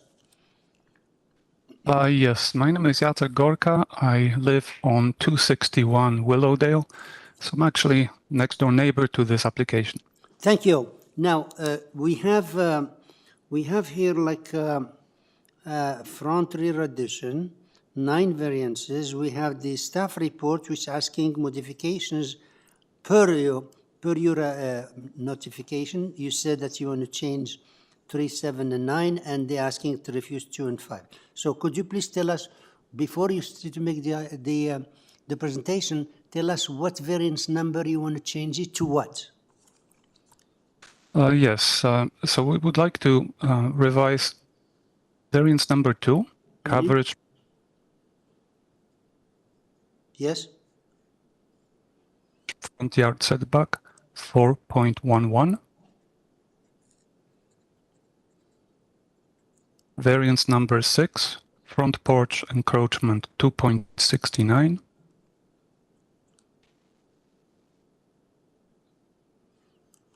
Variance number 7, down to 8 meters. Variance number 9, down to 8.75. Those are revisions. The rest we would like to maintain as per original list from Diane. Okay, and in addition to those changes, they were asking to refuse number 2 and 5. Could you comment on that, please? Make your presentation and comment on those as well.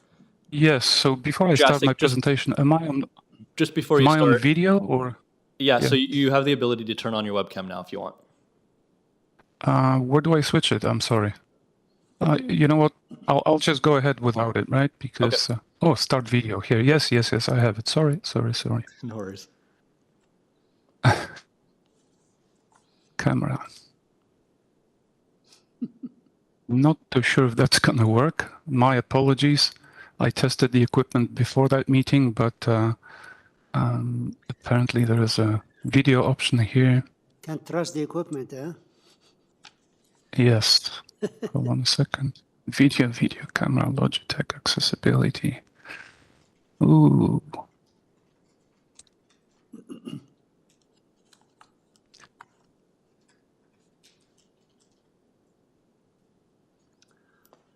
Well, you know what? We're gonna leave it. We're gonna leave it at that. So I think it's more important that you see presentation and pictures than me. Okay, if you know what I mean. So we're hearing you. So please go ahead. Yes, I'll go ahead right away. Let me give you a bit of a background since I'm a next door neighbor. We bought our property 261 Willowdale about 25 years ago. We did small reno, then we did big reno. We raised 2 kids from that location. Now we're entertaining 6 grandkids in this location. And whenever my wife tells me, sell, move, and so on, my usual answer is I'm not going anywhere. So I enjoy that corner. It's a lot of traffic. It's obviously a bit of a different area to other streets, but my intent is to live and stay here. The next door neighbor, which you have outlined on yellow color here, the property in question facing Willowdale, is a small house. Please, next exhibit, if you don't mind. Thank you. And we watched that property being flipped number of times after we moved in. And roughly 10 years ago, when current owners purchased that property, we figured, 2, maybe 5 years stop. But no, they stayed. They stayed. Their first kid was born here. And now they have a second beautiful baby. And obviously, they're running out of space. So please, next. Next display. We went through motion of must-haves and nice-to-haves. So obviously here on the second floor you see 3 bedrooms, which I think is basically just a decent proposal for that size of a family. Next, please. On the ground floor, though, we retain existing structure because it serves them well. On the front, we added small buffer zone towards Willowdale, which has a crazy traffic. On the south, you see added garage, which was missing from the existing equation. And on the back, in a green color, you see a little nice to have, basically a greenhouse connecting to existing garden. Next, please. That resulted in a site plan that obviously calls for those variances that you have in front of you. Next, please. But I want you to look beyond numbers. I want you to look slightly beyond statistics and hopefully appreciate the fact that we're just filling the gap that was pre-existing there, and it was out of our control. Next, please. And I think it's obvious if you look at the pictures in the center of this display that, well, we understand the next door neighbor, which is 257, took full advantage of the lot size, but in doing so created kind of a overshading, loss of privacy to my client and to myself. So all we're doing here is basically just filling that void that you see on the picture below, trying to utilize what's there, what's already existing. On the left side, you see how this proposal will look in the streetscape. Next, please. No, this is not the display I wanted to have, but please go ahead. So that would be display, I'm referring to display H and J, please. This is basically just showing the massing of the proposal. I'd like to address some of the comments brought by planning department, one of them being service to the backyard. Obviously, we're illustrating here clearly that that service will be maintained. Next, please. Yes, that's a streetscape, which is serious concern to planning and obviously serious concern to me from design perspective. You can see only 4 properties facing Willowdale, as some of the corners were flipped by developers and reversed to face neighboring street. So here you have a hodgepodge of setbacks, side yard setback facing rear yard setback, facing side yard setback again, and so on and so forth. So the issue of rhythm is kind of difficult to discuss, and I would probably discuss it in kind of a different perspective. I can see the clock here going, so I'd like to make it short. I would like to bring your attention to kind of a bigger picture. That family wants to stay. That family is basically prepared to do environmental design with retention of existing structure. And if you look at this from an environmental point of view, we are sending basically 1 bin to landfill if we go ahead with this project, because we're not digging. Okay. We discussed this with with forestry and so on and so forth. This proposal really fits into documents like Transform TO, Transform and Rebuild Objectives, and environmental friendly construction practices.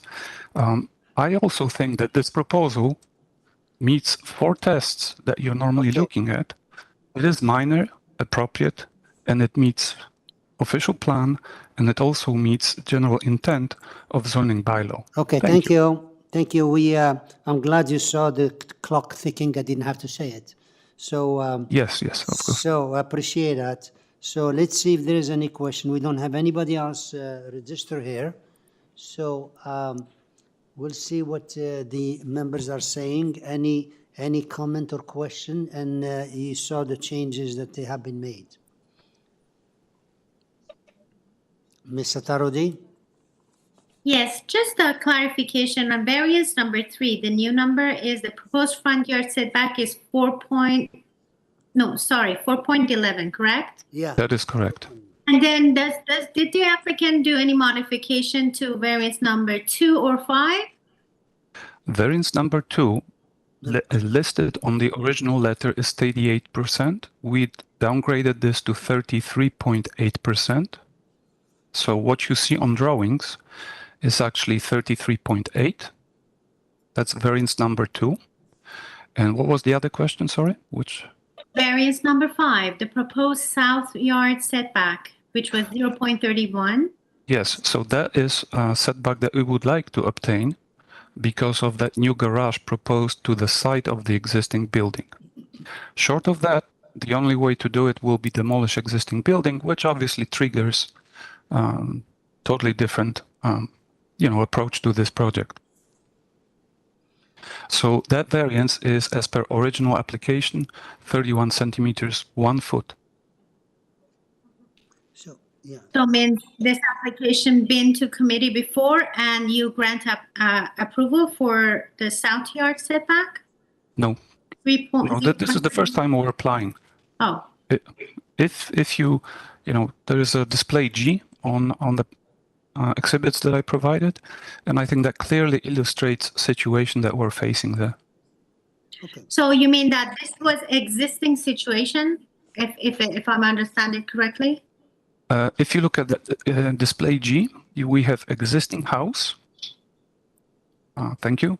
We have existing house, and in yellow dots, that's the upper right side of that picture.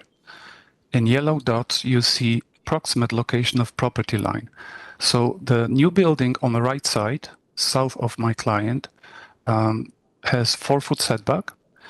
The car that you see there is basically where we're going to build, if approved, a proposed garage.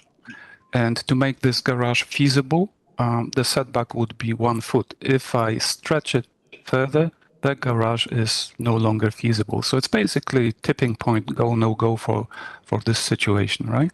Okay. Yeah. I have obviously technical issues there, but we were able to more than address it.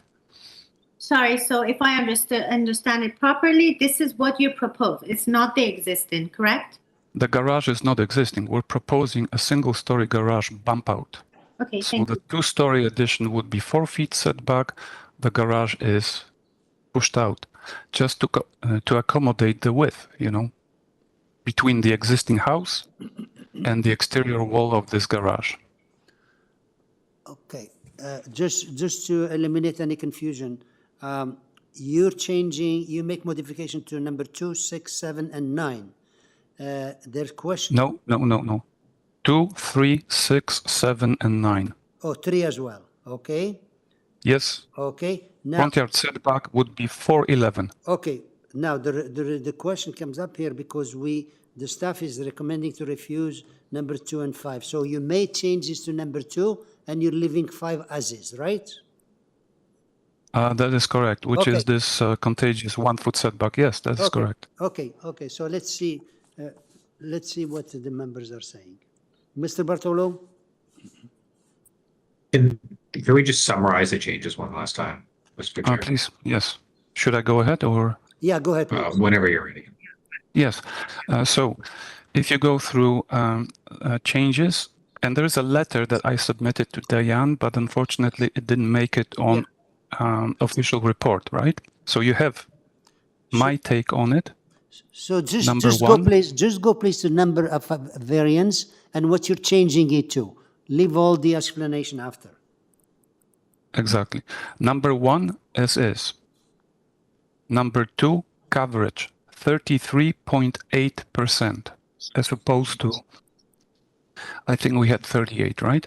So number 2, which is coverage, we would like to obtain 33.8. Number 3, front yard, 411, not 386. Number 6, front porch encroachment, down to 269. Number 7, the height, 8 meters. Number 9, the height, 8.75.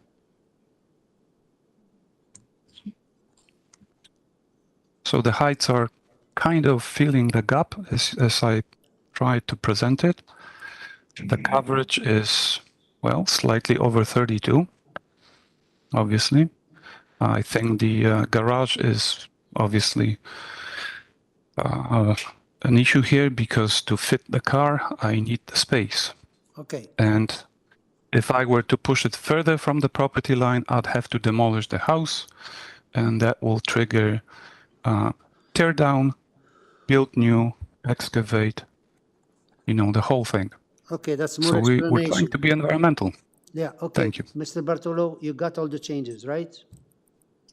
I do. And Okay. of these proposed variances, are any of them existing conditions?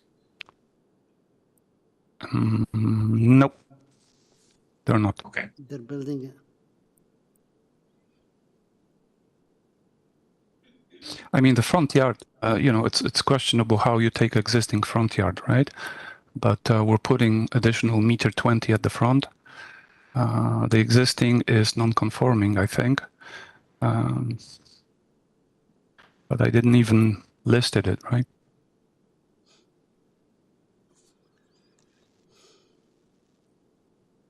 Okay, members, any more question?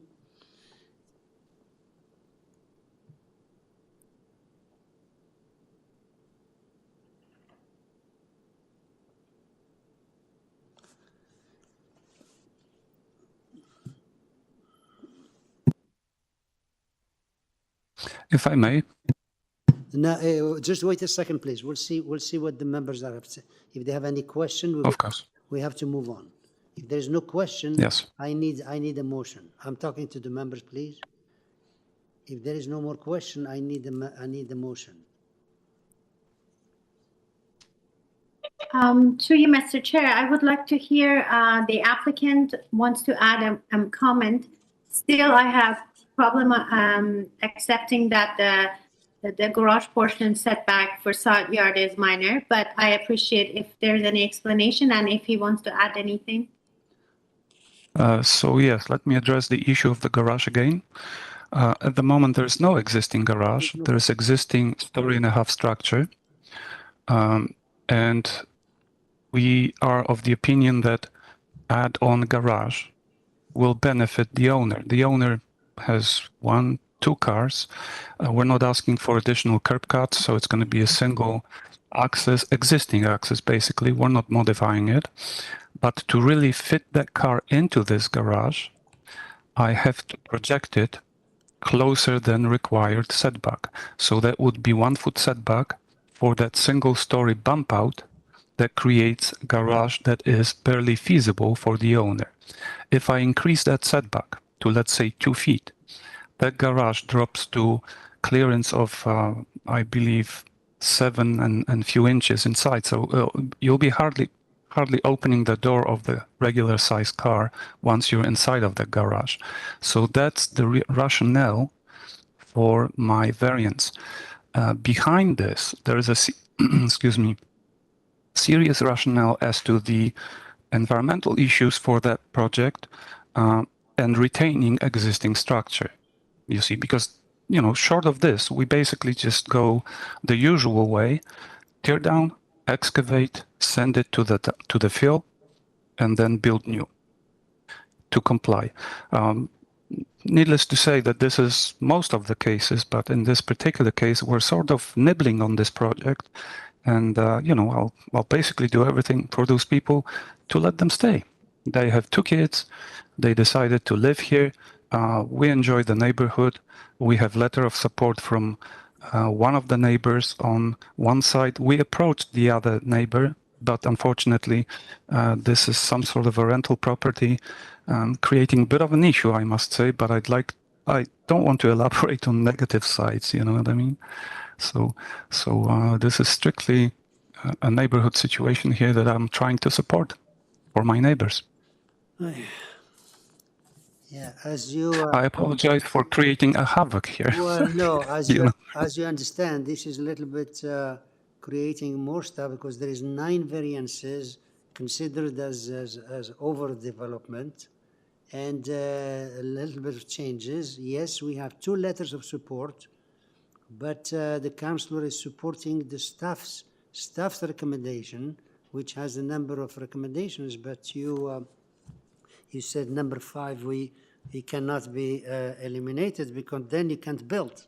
So let's see if there is a No, number five could be eliminated, and then there is no garage. Yeah, Which basically will be probably tipping point for the owner to move away. yes, right? yes. You mentioned that before. If there is, if five is eliminated, then there is no garage. So let's see if you have Yes. any questions. If I may comment on overdevelopment,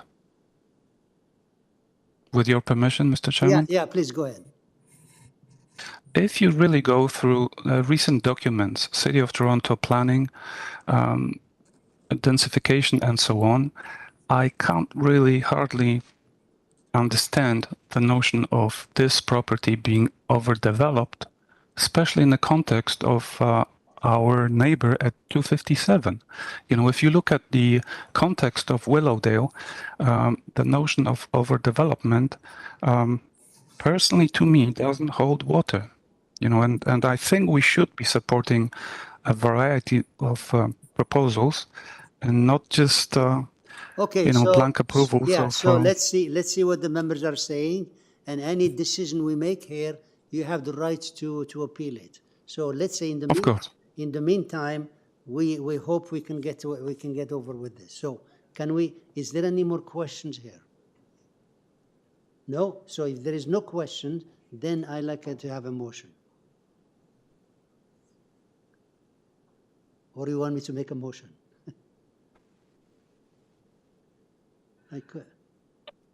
Ms. Atarodi. Yes, through you, Mr. Chair. I would like to put forward a motion as with the following changes. Number 1 is variance number 2. The lot coverage has been reduced to 33.8%. Variance number 3, the front yard setback is now changed to 4.11 meter as per staff request and applicant request. Variance number 5 to be eliminated.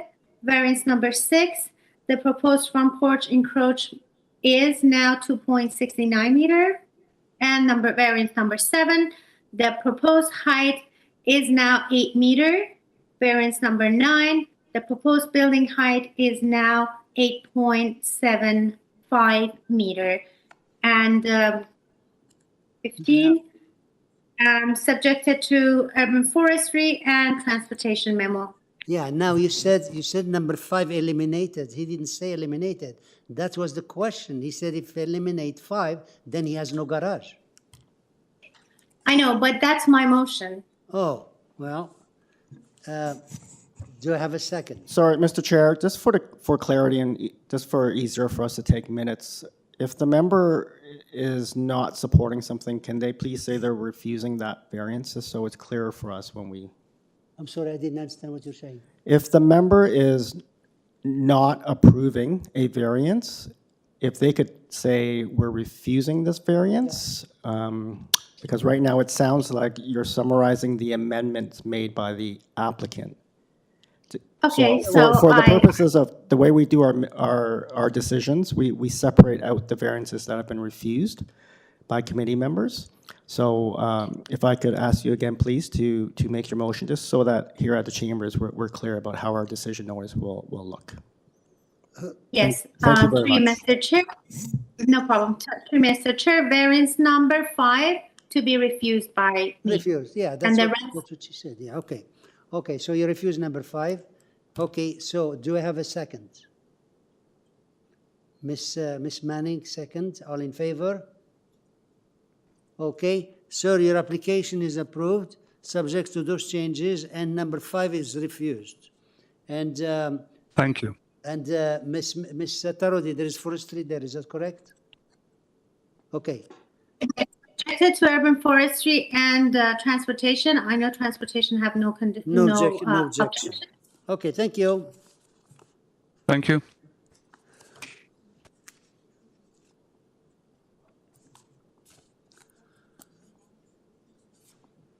Number 16, which is 36 Edmonton Road, application number 16. And here we have Winston Tom. Are you there? Hi. Yeah, Mr. Tom. Everyone can hear me? Okay, Yeah. yes. Good afternoon. My name is Winston Tom, and my address is 85 Victor Avenue. Thank you. And I'm the owner of the property at 36 Edmonton Road. Okay, so you have here like the second story addition and a garage and sunroom. So could you please make your presentation and give you 5 minutes and you see the merit of your application? Sure, I'll make it brief. Thank you very much. So I'm the owner of the property at 36 Edmonton Road. And 36 Edmonton Road is an older bungalow. And I would like to construct a second story addition over the existing dwelling, a new garage and a new sunroom, basically for my family and myself. There are 3 minor variances. Variance number 1, the minimum side yard setback is 1.8 meters. The proposed addition is set back 1.32 meters from the north side lot line. However, this is an existing condition. We're only going to be building upwards. Variance number 2, the permitted maximum number of stories is 2. The proposed number of stories is 3. This is a technicality, I think technical in nature. The municipality determines a story based on the height of the floor above a point on the property, which is the established grade. The existing ground floor of the house is at a height above that point where the basement is considered the first floor. So that's why it's that 3 stories. The basement basically is counted as a first floor. The ground floor is then the second floor, and the new proposed addition is actually the 3rd floor.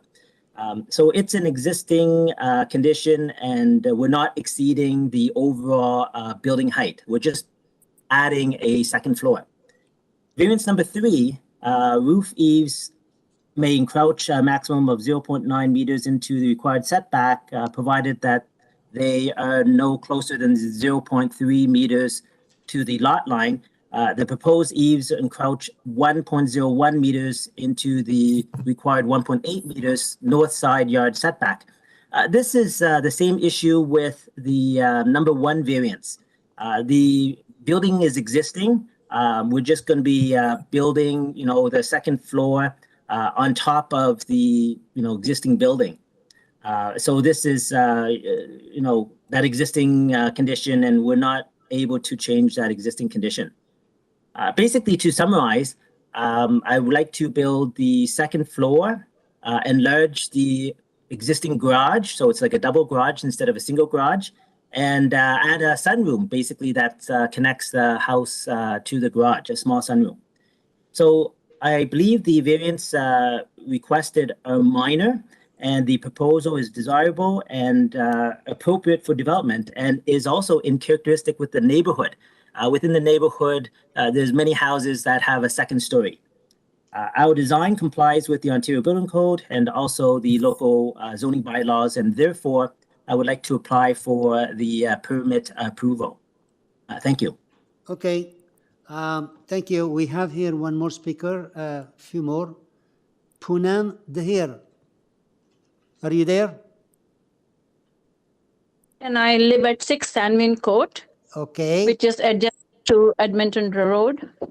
And actually, I'm here to support the applicant. Oh, you're supporting. Okay. I'm supporting because this neighborhood has not developed as much as should, and there is a lot of space, and people need accommodation for their personal needs or other needs, and I'm here to support the applicant. Very good. Thank you. Okay, so you're supporting. We have here Alan Mock. Are you there? Alan Mock. Is he here? Alan, you've been unmuted. You should be able to speak.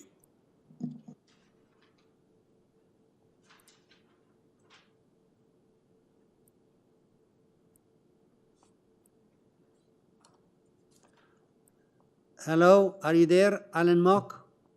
Yeah, can you hear me? Yeah, could you please state your name and address for us, please?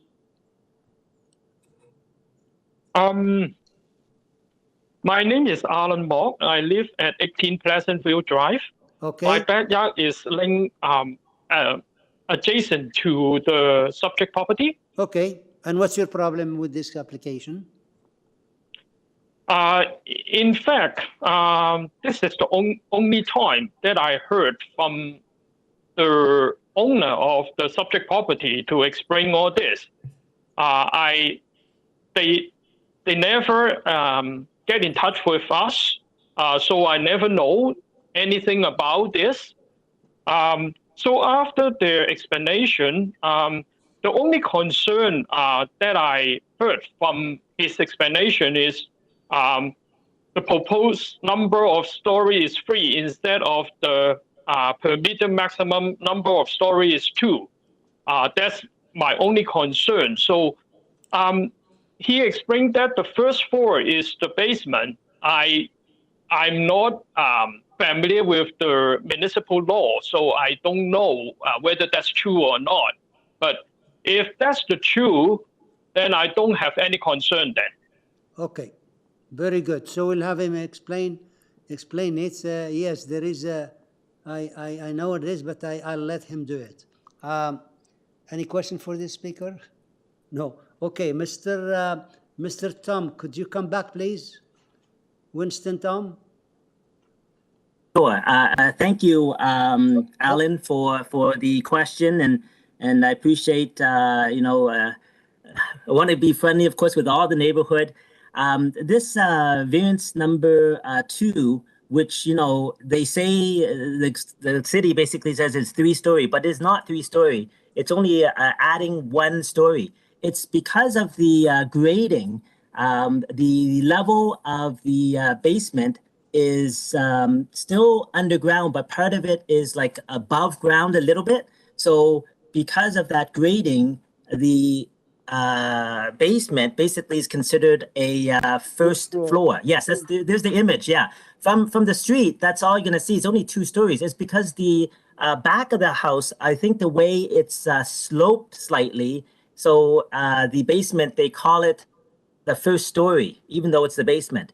And of course, what you see where the garage is and where the front door is, that's of course the first floor. And then what I'm proposing is the addition on that second floor, basically just building upwards so that, my family and children, we have a little bit more space. Yeah. So it's not a 3-story building as per se, but it is, a 2-story building. But because of the grading and the way that the city, I think, defines the establishes grade, it's considered a 3-story. Yeah, very good. You explained that very well. Few times. It calls technical 3-story, and there is a condition from the staff to build in accordance with front elevation drawing, which is okay. So let's see first what the members are saying. Any question for the speaker? No? Can I have a motion there, please? Miss Manning? Miss Manning first. Through you, Mr. Chair, I'm satisfied that the variance number 1 and 3 are minor, and that variance number 2 is really technical due to the grading, as has been mentioned in the staff report and by the applicant. So I'd like to make a motion to approve this application and tying it to the front elevation drawings. Thank you. Second? Ms. Tarodi, all in favor? Okay. Sir, your application is approved, subject to that Thank you very much. condition. Okay. Now we Great. have... Thank you. You're welcome. Now we have number 17, which is 43 Franklin Avenue. And here we have Jerry Rabiansky. Are you there? Hi, can you hear me? Yes. Could you please state your name and address? Your name and address, please. Hi, my name is Jerzy Rabiansky of 3-1750 the Queensway, Toronto, Ontario. Okay. And there is... yeah, just please tell us, you have here is a new dwelling, and there is a staff support. We have a staff report. You have ABITIBI, a number of changes. Could you please go over them, please? Yes, okay. So number one, the coverage. So we are going from the 33.38 to 32.64. Okay. That's the first one. Number two is being reduced from 8.59 to 7.98. Okay. Three is staying the same, unchanged. Four is unchanged. Number five is being removed completely. Number six, that was an error by the examiner, so that one is also removed. Number seven is increased from 30.87 to 40.92, but from the updated site plan that was put into the system today, that variance has completely fallen off. We've added some additional permeable stone pavers. Yeah, before you explain, just go over the changes. You said number 7 is removed? Yeah, number 7 is removed. Okay. Number 8 is staying the same, and number 9 is also staying the same. Okay, very good. So I appreciate this. This is exactly what we need, what the number and what the change. Otherwise, we get confused. Okay, so please go ahead and make your presentation. Okay, so we are proposing a new dwelling. We are taking the existing dwelling down, so this is going to be brand new. So I'll just speak on the items that city staff mentioned. So the only concern they had was this 32.64. I know city staff wants to see in the 32s, so it's a little bit over, depending on how you kind of take the wording, because we are in the 32% range. This is sort of a unique lot. If you do look at the site plan, so in terms of the frontage, the rear of the property, as you can see, it's much less. So I'm not sure when the property lines were changed, but you can see that past the structure, the property line actually goes onto an angle, and then it straightens out. So it dramatically decreases our lot area. If you were to take this this structure on the original lot lines, as you can see, we're actually under the 30% mark. So when this lot was changed, it sort of decreased it. But in terms of on paper, we are over in coverage. But in terms of massing in our particular frontage, and even in the rear yard, we are pretty much smaller than any of the adjacent properties. If you look at the south, or sorry, that would be the east side and the west side, you can see that I put the numbers there, and they both dwellings on each side. So one is actually covering 39.99, and the other one on the other side is just, I think, 34 and change. So I know that the planning staff with new applications, they are holding to that 32% number. But being a unique lot, and this lot line, since the lot lines have been sort of changed on paper, I will repeat again, on paper we are over. But in terms of massing, when you actually are standing in the back and in the front, we are under the 30% mark. So we did have conversations kind of back and forth, and we really don't want to go lower because the house already is a little bit tight when it comes into on the first floor and the second floor. So if we make a further reduction by 12 inches or 1 foot, it would bring us to the 31.92%.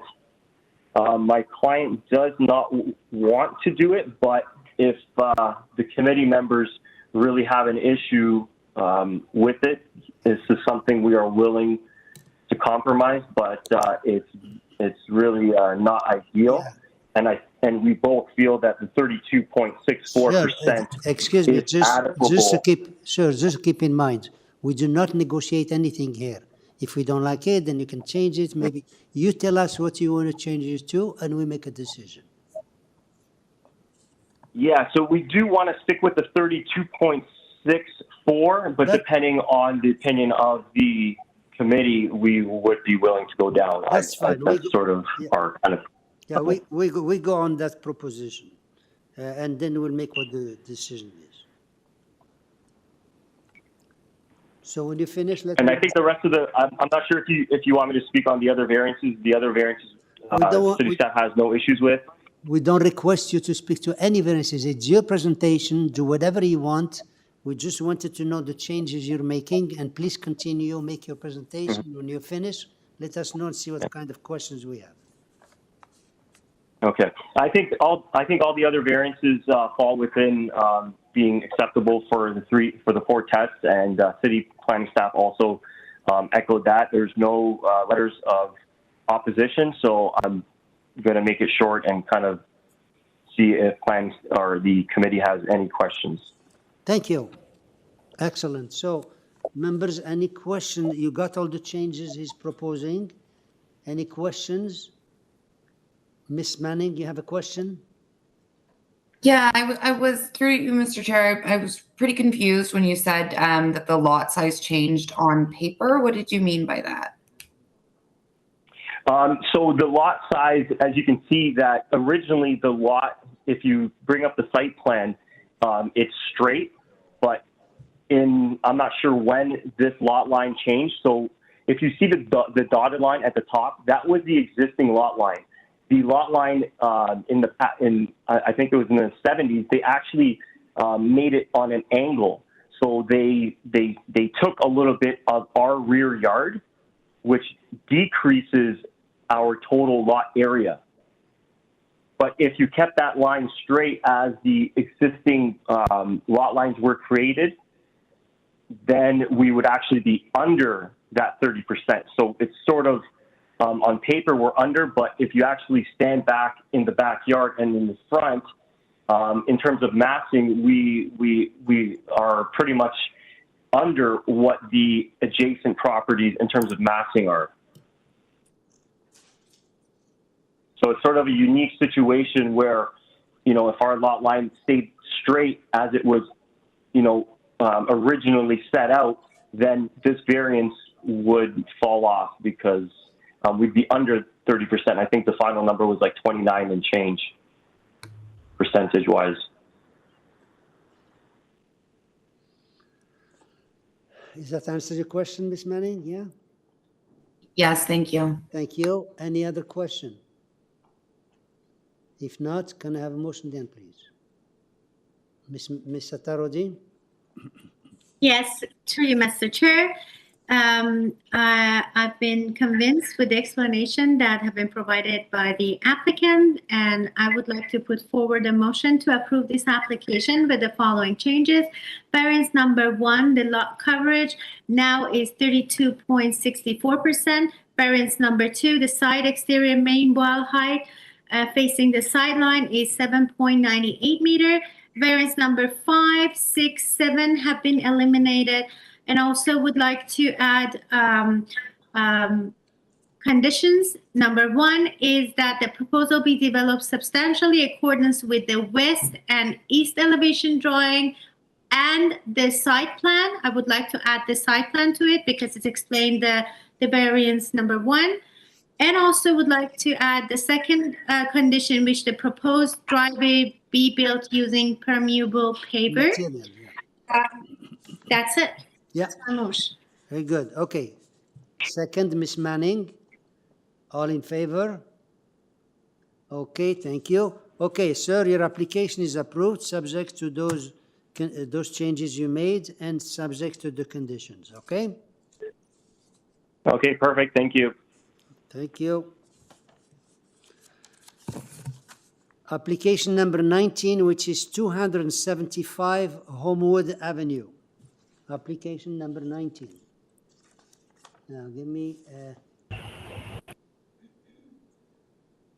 19, which is Mr. Frank Yemiel. Are you there?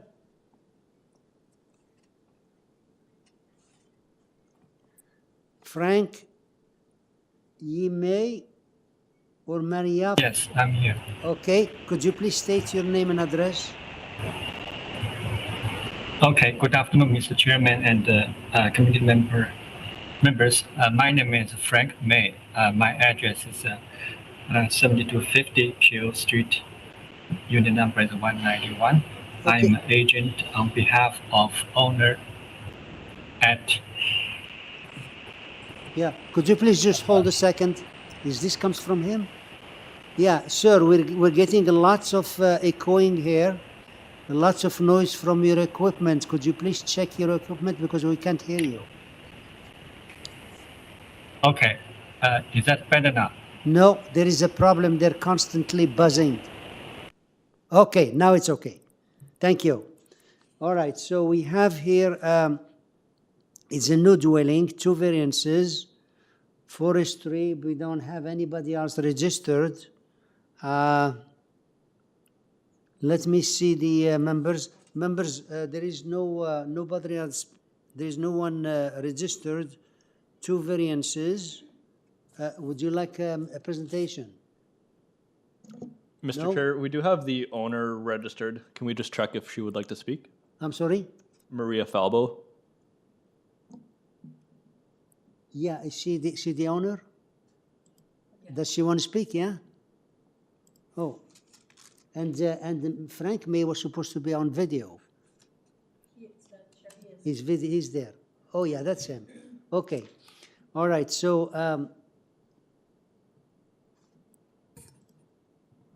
Maria Falbo, are you there?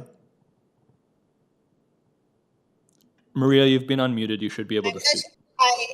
Yeah. Can you hear me? It's Maria. Okay, I wasn't sure if I was unmuted. Yeah, you're Mr. Frank May. He presented it. You want to add something? No. I just wanted to let you know that I'm present. I don't know if my presence is required, but I'm present. Thank you. Okay. Yeah, they got the impression here that you want to speak. Okay, thank you. Members, any? Do you need a presentation? No. Okay, sir, we don't need a presentation here. Do you want to add something, or we just go ahead? I see you, but I don't hear you. Mr. Chairman, I don't have only additional comments. Thank you. Now your equipment is again buzzing. See if you can do something there. I don't know what it is. It's still buzzing.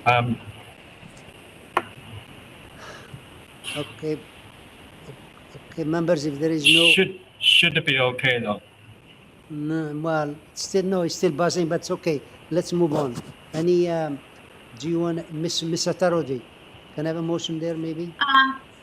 Yes, motion through you, Mr. Chair. This is a very straightforward application to variance. I would like to put forward a motion to approve this application subjected to urban forestry. Thank you. Second? Okay, Ms. Manning seconding. All in favor? Okay. Sir, your application is approved, subject to forestry. Thank you. Thank you very much, sir. Yeah. Okay. I have a good day.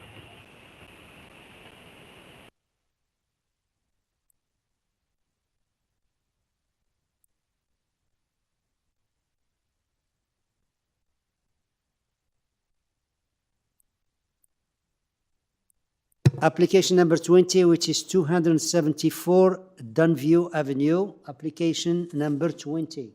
And here we have Mehdi Ivand. Are you there? Or H-Vand? Mehdi H-Vand, are you there? Hi, my name is Okay. Hello, can you hear? Could you please repeat your name and your address?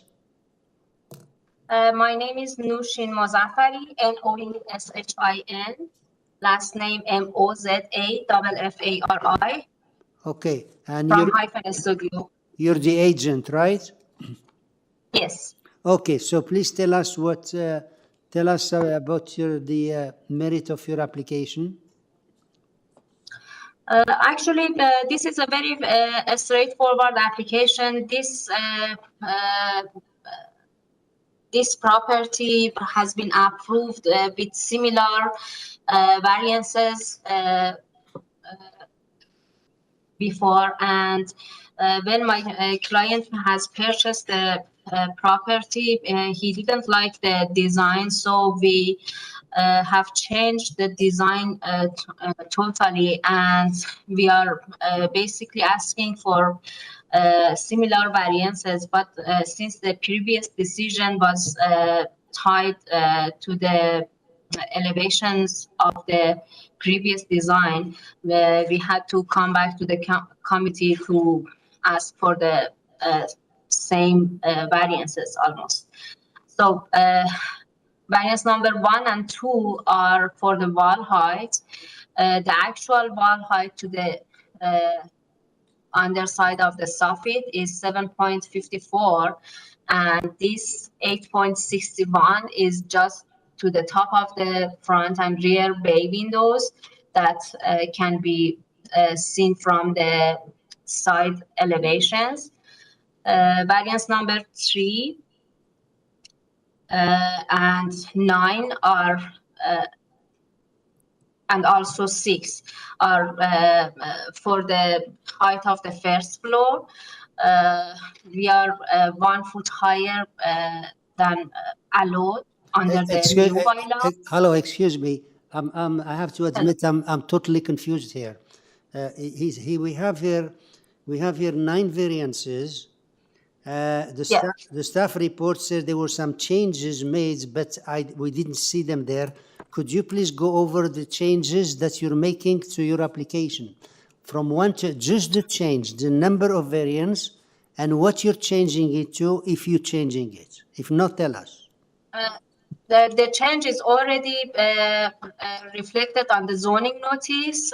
So the change was for the variance number 6.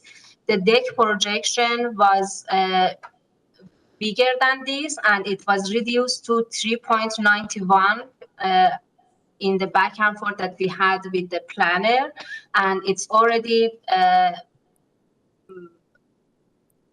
reflected on the zoning notice and public notice. So you already have the change. Okay. In other words, I have to understand. So in other words, all the variances here, the 9 of them, you're not making any changes to this one. Is that correct? Yes. Okay, that's it. That's all we want to know. Please go ahead. Yeah, you can speak to the variances. Okay.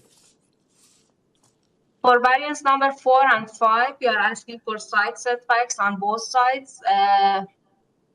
The requirement is 6 foot on each side, and we are proposing 4.5 feet on each side. And as I mentioned, it's exactly the same as previous approved application. The lot coverage is 32% versus 30% allowed lot coverage. The height under the old bylaw is 10.8 to the top of the roof. If you look at the drawings, the proposal is obviously a slope roof. Since the percentage of the flat roof on top of roof is slightly over than 25%, it's considered as flat roof. So the height under the old bylaw is taken to the top of the roof instead of mid. So the actual height taken to the mid of the roof is much lower than this. And variance number 9 is similar to the to number 3 under the old bylaw, which is for the first floor height measured from the center of the road. Okay, we'll be back to you after we hear the other speakers. We have here Ying Hu. Are you there? Mr. Chair, we've been able to contact this person. They're no longer going to speak. She's not there? No. How about Anissa Tsi?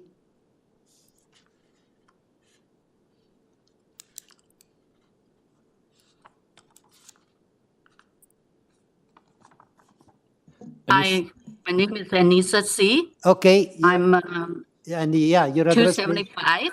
Okay. Yeah, 275 Dunforest Avenue. I'm just Anissa? right back. Yeah. Just 1 second. You did register to speak with video, so Video. if you'd like to turn on your webcam, you can do so now. Oh, I don't. It's okay. I don't want to be on the webcam. Okay. Okay. So I have bad hair today. Okay, because I'm my property is right behind the 275 Dunview Avenue, and I noticed they changed to have 9 variants. Most of them are the heights and the size of the house. So to me, is first, I don't understand why I need to build a house that out of the norm on our 2 street, Dunforest and Dunview. And then the second is because my bedroom, 2 bedroom, facing the backyard. So if they're monster house, they will affect the sunlight and privacy. Also, the first, I don't understand number 6, all this, and doesn't mean anything to me. To me, it's overwhelming.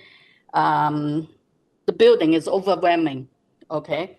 And then also the new point they say is 32% coverage over 30%. So I guess they shortened the backyard very close to me, right?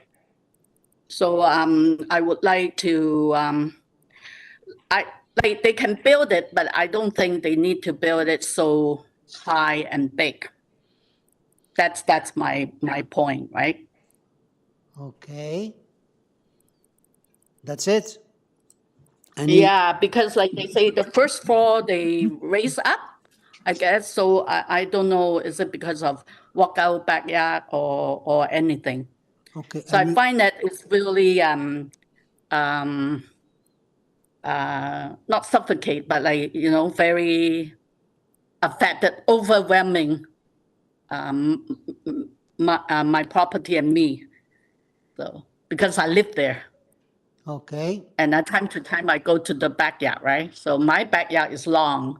My house is like 1,000 square feet, but most of the area is taken over by the yard, right? The yard 138. All right. So let's see what the, is there any question for the speaker? No. So we'll get back. Mehdi Ajlan, are you back there? Could you please confirm your presentation and address those concerns? Yes, this is Nushin Mozaffari again.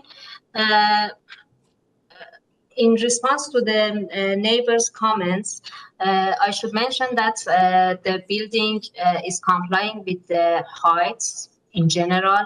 The total height of the building under new bylaw is complying. It's less than 10 meters.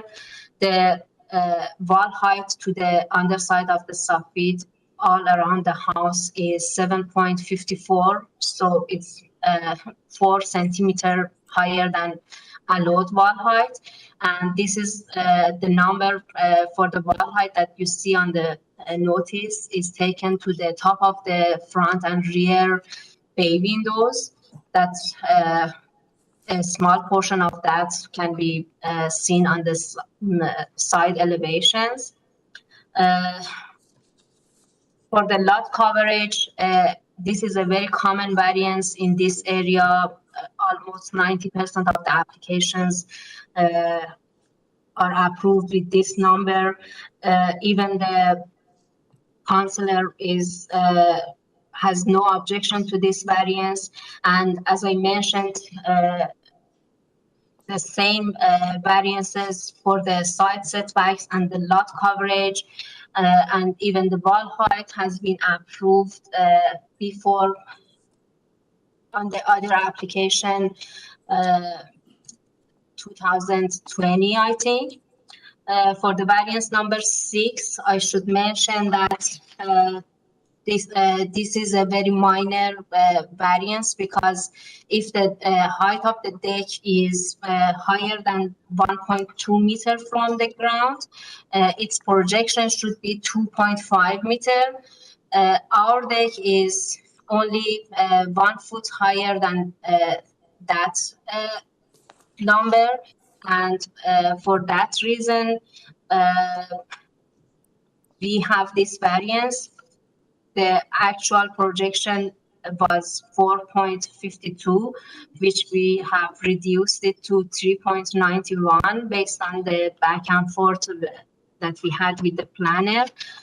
Since the deck is located in the middle of the building and it has big setbacks from each side, it doesn't cause any privacy issue.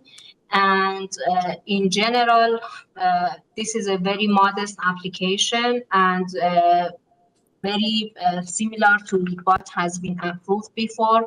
Not only other similar cases, but the application that was approved on the same property in 2020. As I mentioned, the only reason that we are back here is that that application, the side elevations was tied to the decision.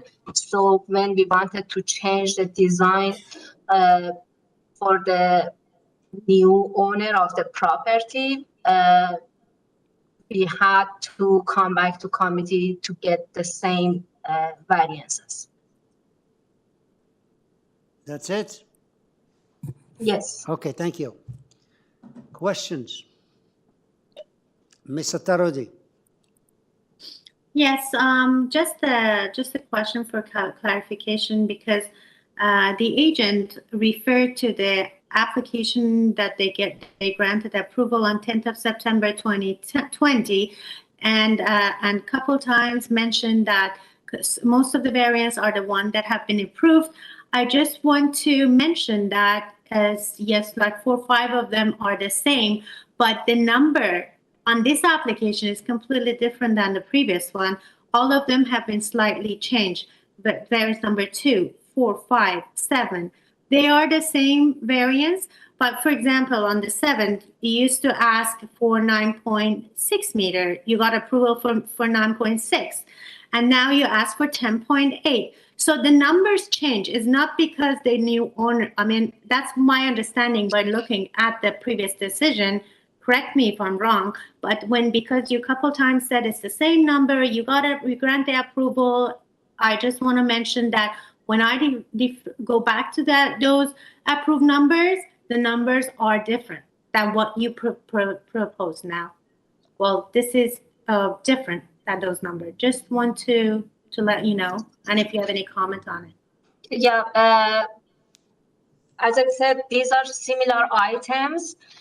For example, we had the wall height variance, we had the total height under old bylaw, we had coverage, side setback on both sides, and the items that we are asking for are similar in most of them. Even the numbers are the same. For example, for the side setbacks, for the lot coverage, they are basically the same.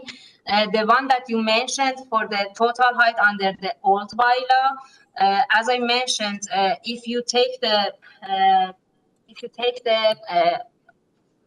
height measurement from center of the road to the middle of the roof, the proposed height is 9.73 as the dimensions on the on our elevations shows.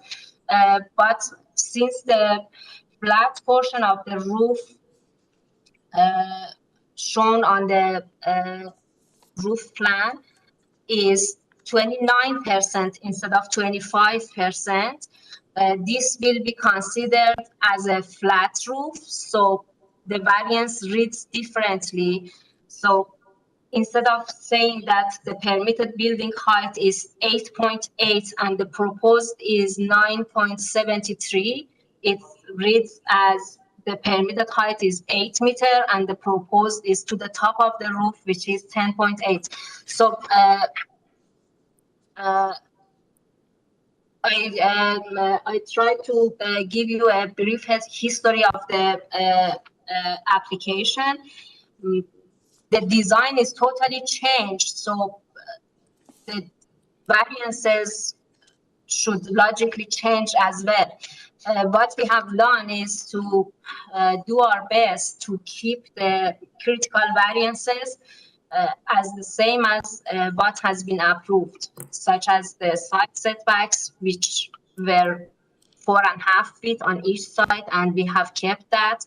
The lot coverage is the same, and the nature of the requested variances are maintained. The numbers are slightly different in some of the variances, but the application has not been is not more aggressive. I also should mention that we don't have any length variance, so in response to the neighbor, the length of the building is not encroaching more than what is allowed under the bylaw, and it's not the building is not encroaching more than allowed into the rear yard, because the building length is not a variance.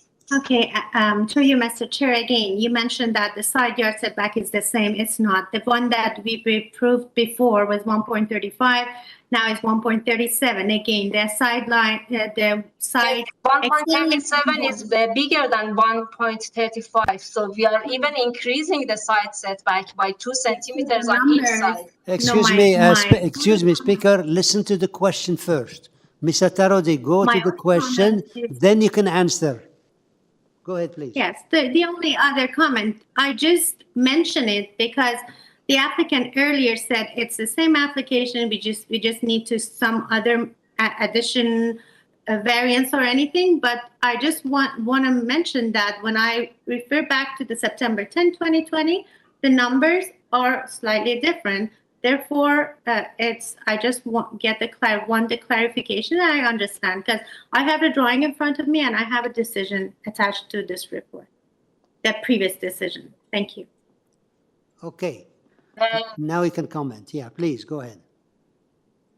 As I said, the side setbacks were approved for even a smaller number, so we are increasing the side setback. The lot coverage was 31.87, I think, and now it's 32%. So the difference here and there is very minor. That's why I'm saying the items and the nature of the application in terms of the size of the building, the setbacks, the height, everything is almost the same. My point is not the accuracy of the numbers, it's the nature of the application.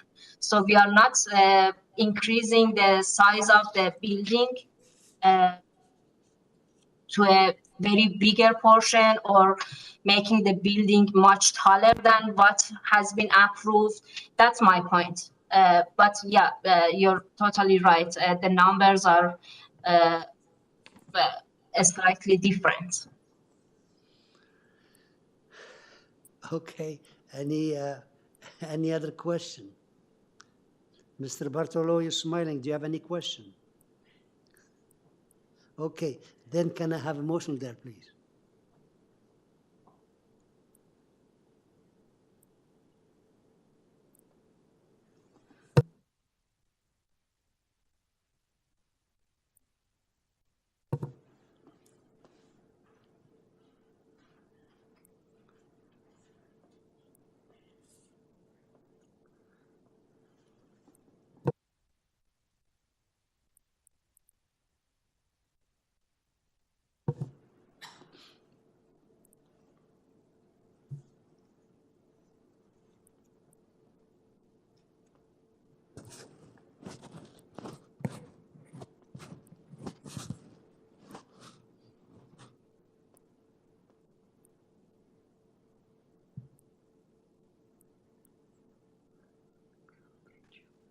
In the meantime, can I mention that the planner is supporting the case? Excuse me, could you please just hold on until we see if the members have any question or comments before we move on? I think we spent too much time on this application. Let's see what the members have. It's not easy. It's not easy thing. I know this was deferred in May 26 to correct, and what Mr. Tarodi is saying makes sense. It's still confusing. I would make a motion.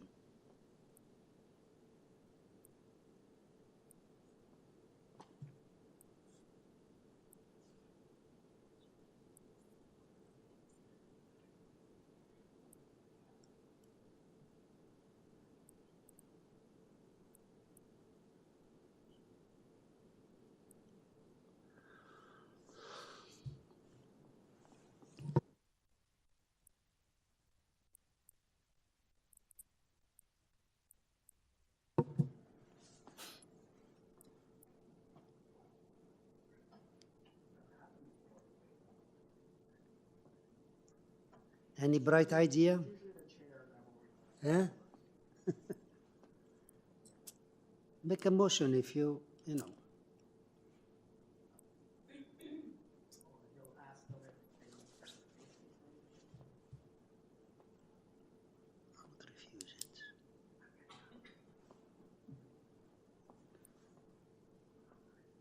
It was all confusing. Mr. Chair, can you ask the members again for a motion?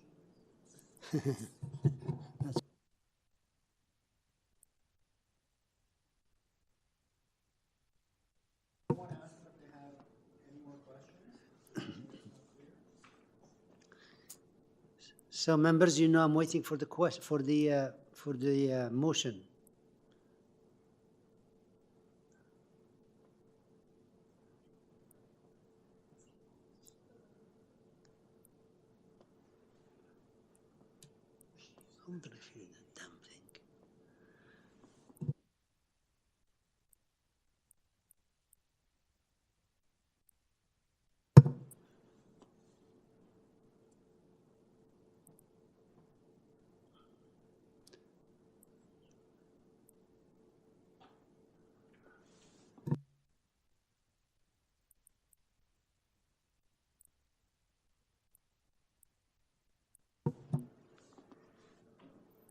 So members, we're due for lunch now.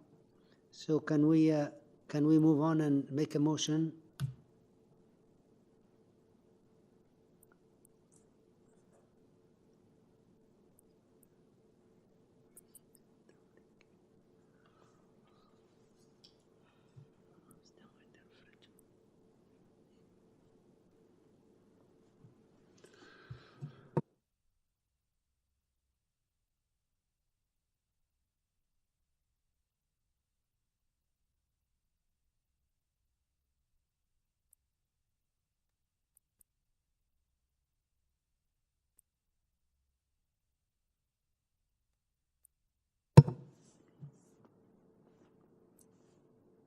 Okay, Mr. Bartolo, go ahead. All right, let's take a crack at this, Mr. Chair. It's through you. I understand some of the history and the back and forth on this, and looking at this with fresh eyes, not being involved previously. I'm going to put forward a motion to approve this application, subject to the condition noted in the staff report, which has been revised in the updated public notice, but just to ensure that we're clear, variance number 6 will be changed to 3.91 meters. And I'll make it subject to the conditions in the urban forestry memo attached as well. Okay. Do you have a second? No second? Giuseppe, can you just repeat the motion again? Sorry? Well, yeah, the motion, yeah. Well, he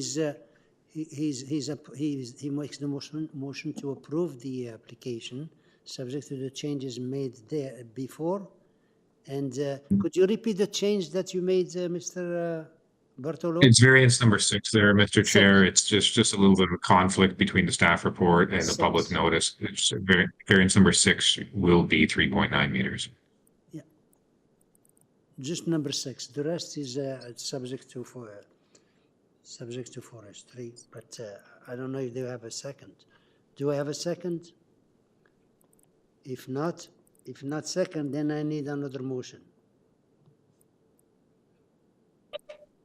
Mr. Chair, Yes. I can second Mr. Bartolo's motion if he accepts to add the staff condition that they mentioned in the staff report to tie it to the east-west elevation drawing. You're okay with that, Mr. Bartolo? It is acceptable, Mr. Chair. It's all good. And also subjected to urban forestry? Yes. Yeah. Okay. So the number 6, you got it, and change the forestry and tie it up to east-west. Okay. All right. Secondly, and all in favor? Opposed? Ms. Manning is opposing, and the application is approved. Okay, so your application is approved and subject to forestry and to number 6. Who's talking? Okay, now we're into the lunchtime. Lunch is going to become supper, huh? 3 hours. Okay, so it's quarter to 3, and we'll say 3:15. We'll be back at 3:15 after some short lunch. Okay. Mr. Chair, through you, I just want to make note that for the afternoon session, we'll be hearing item number 38. Yeah, I have it. 200 Wilmington Avenue, Yeah. A019222NY. Just so everyone on the call is aware. Well, I will tell them when they come. Oh, I'm sorry. Yeah.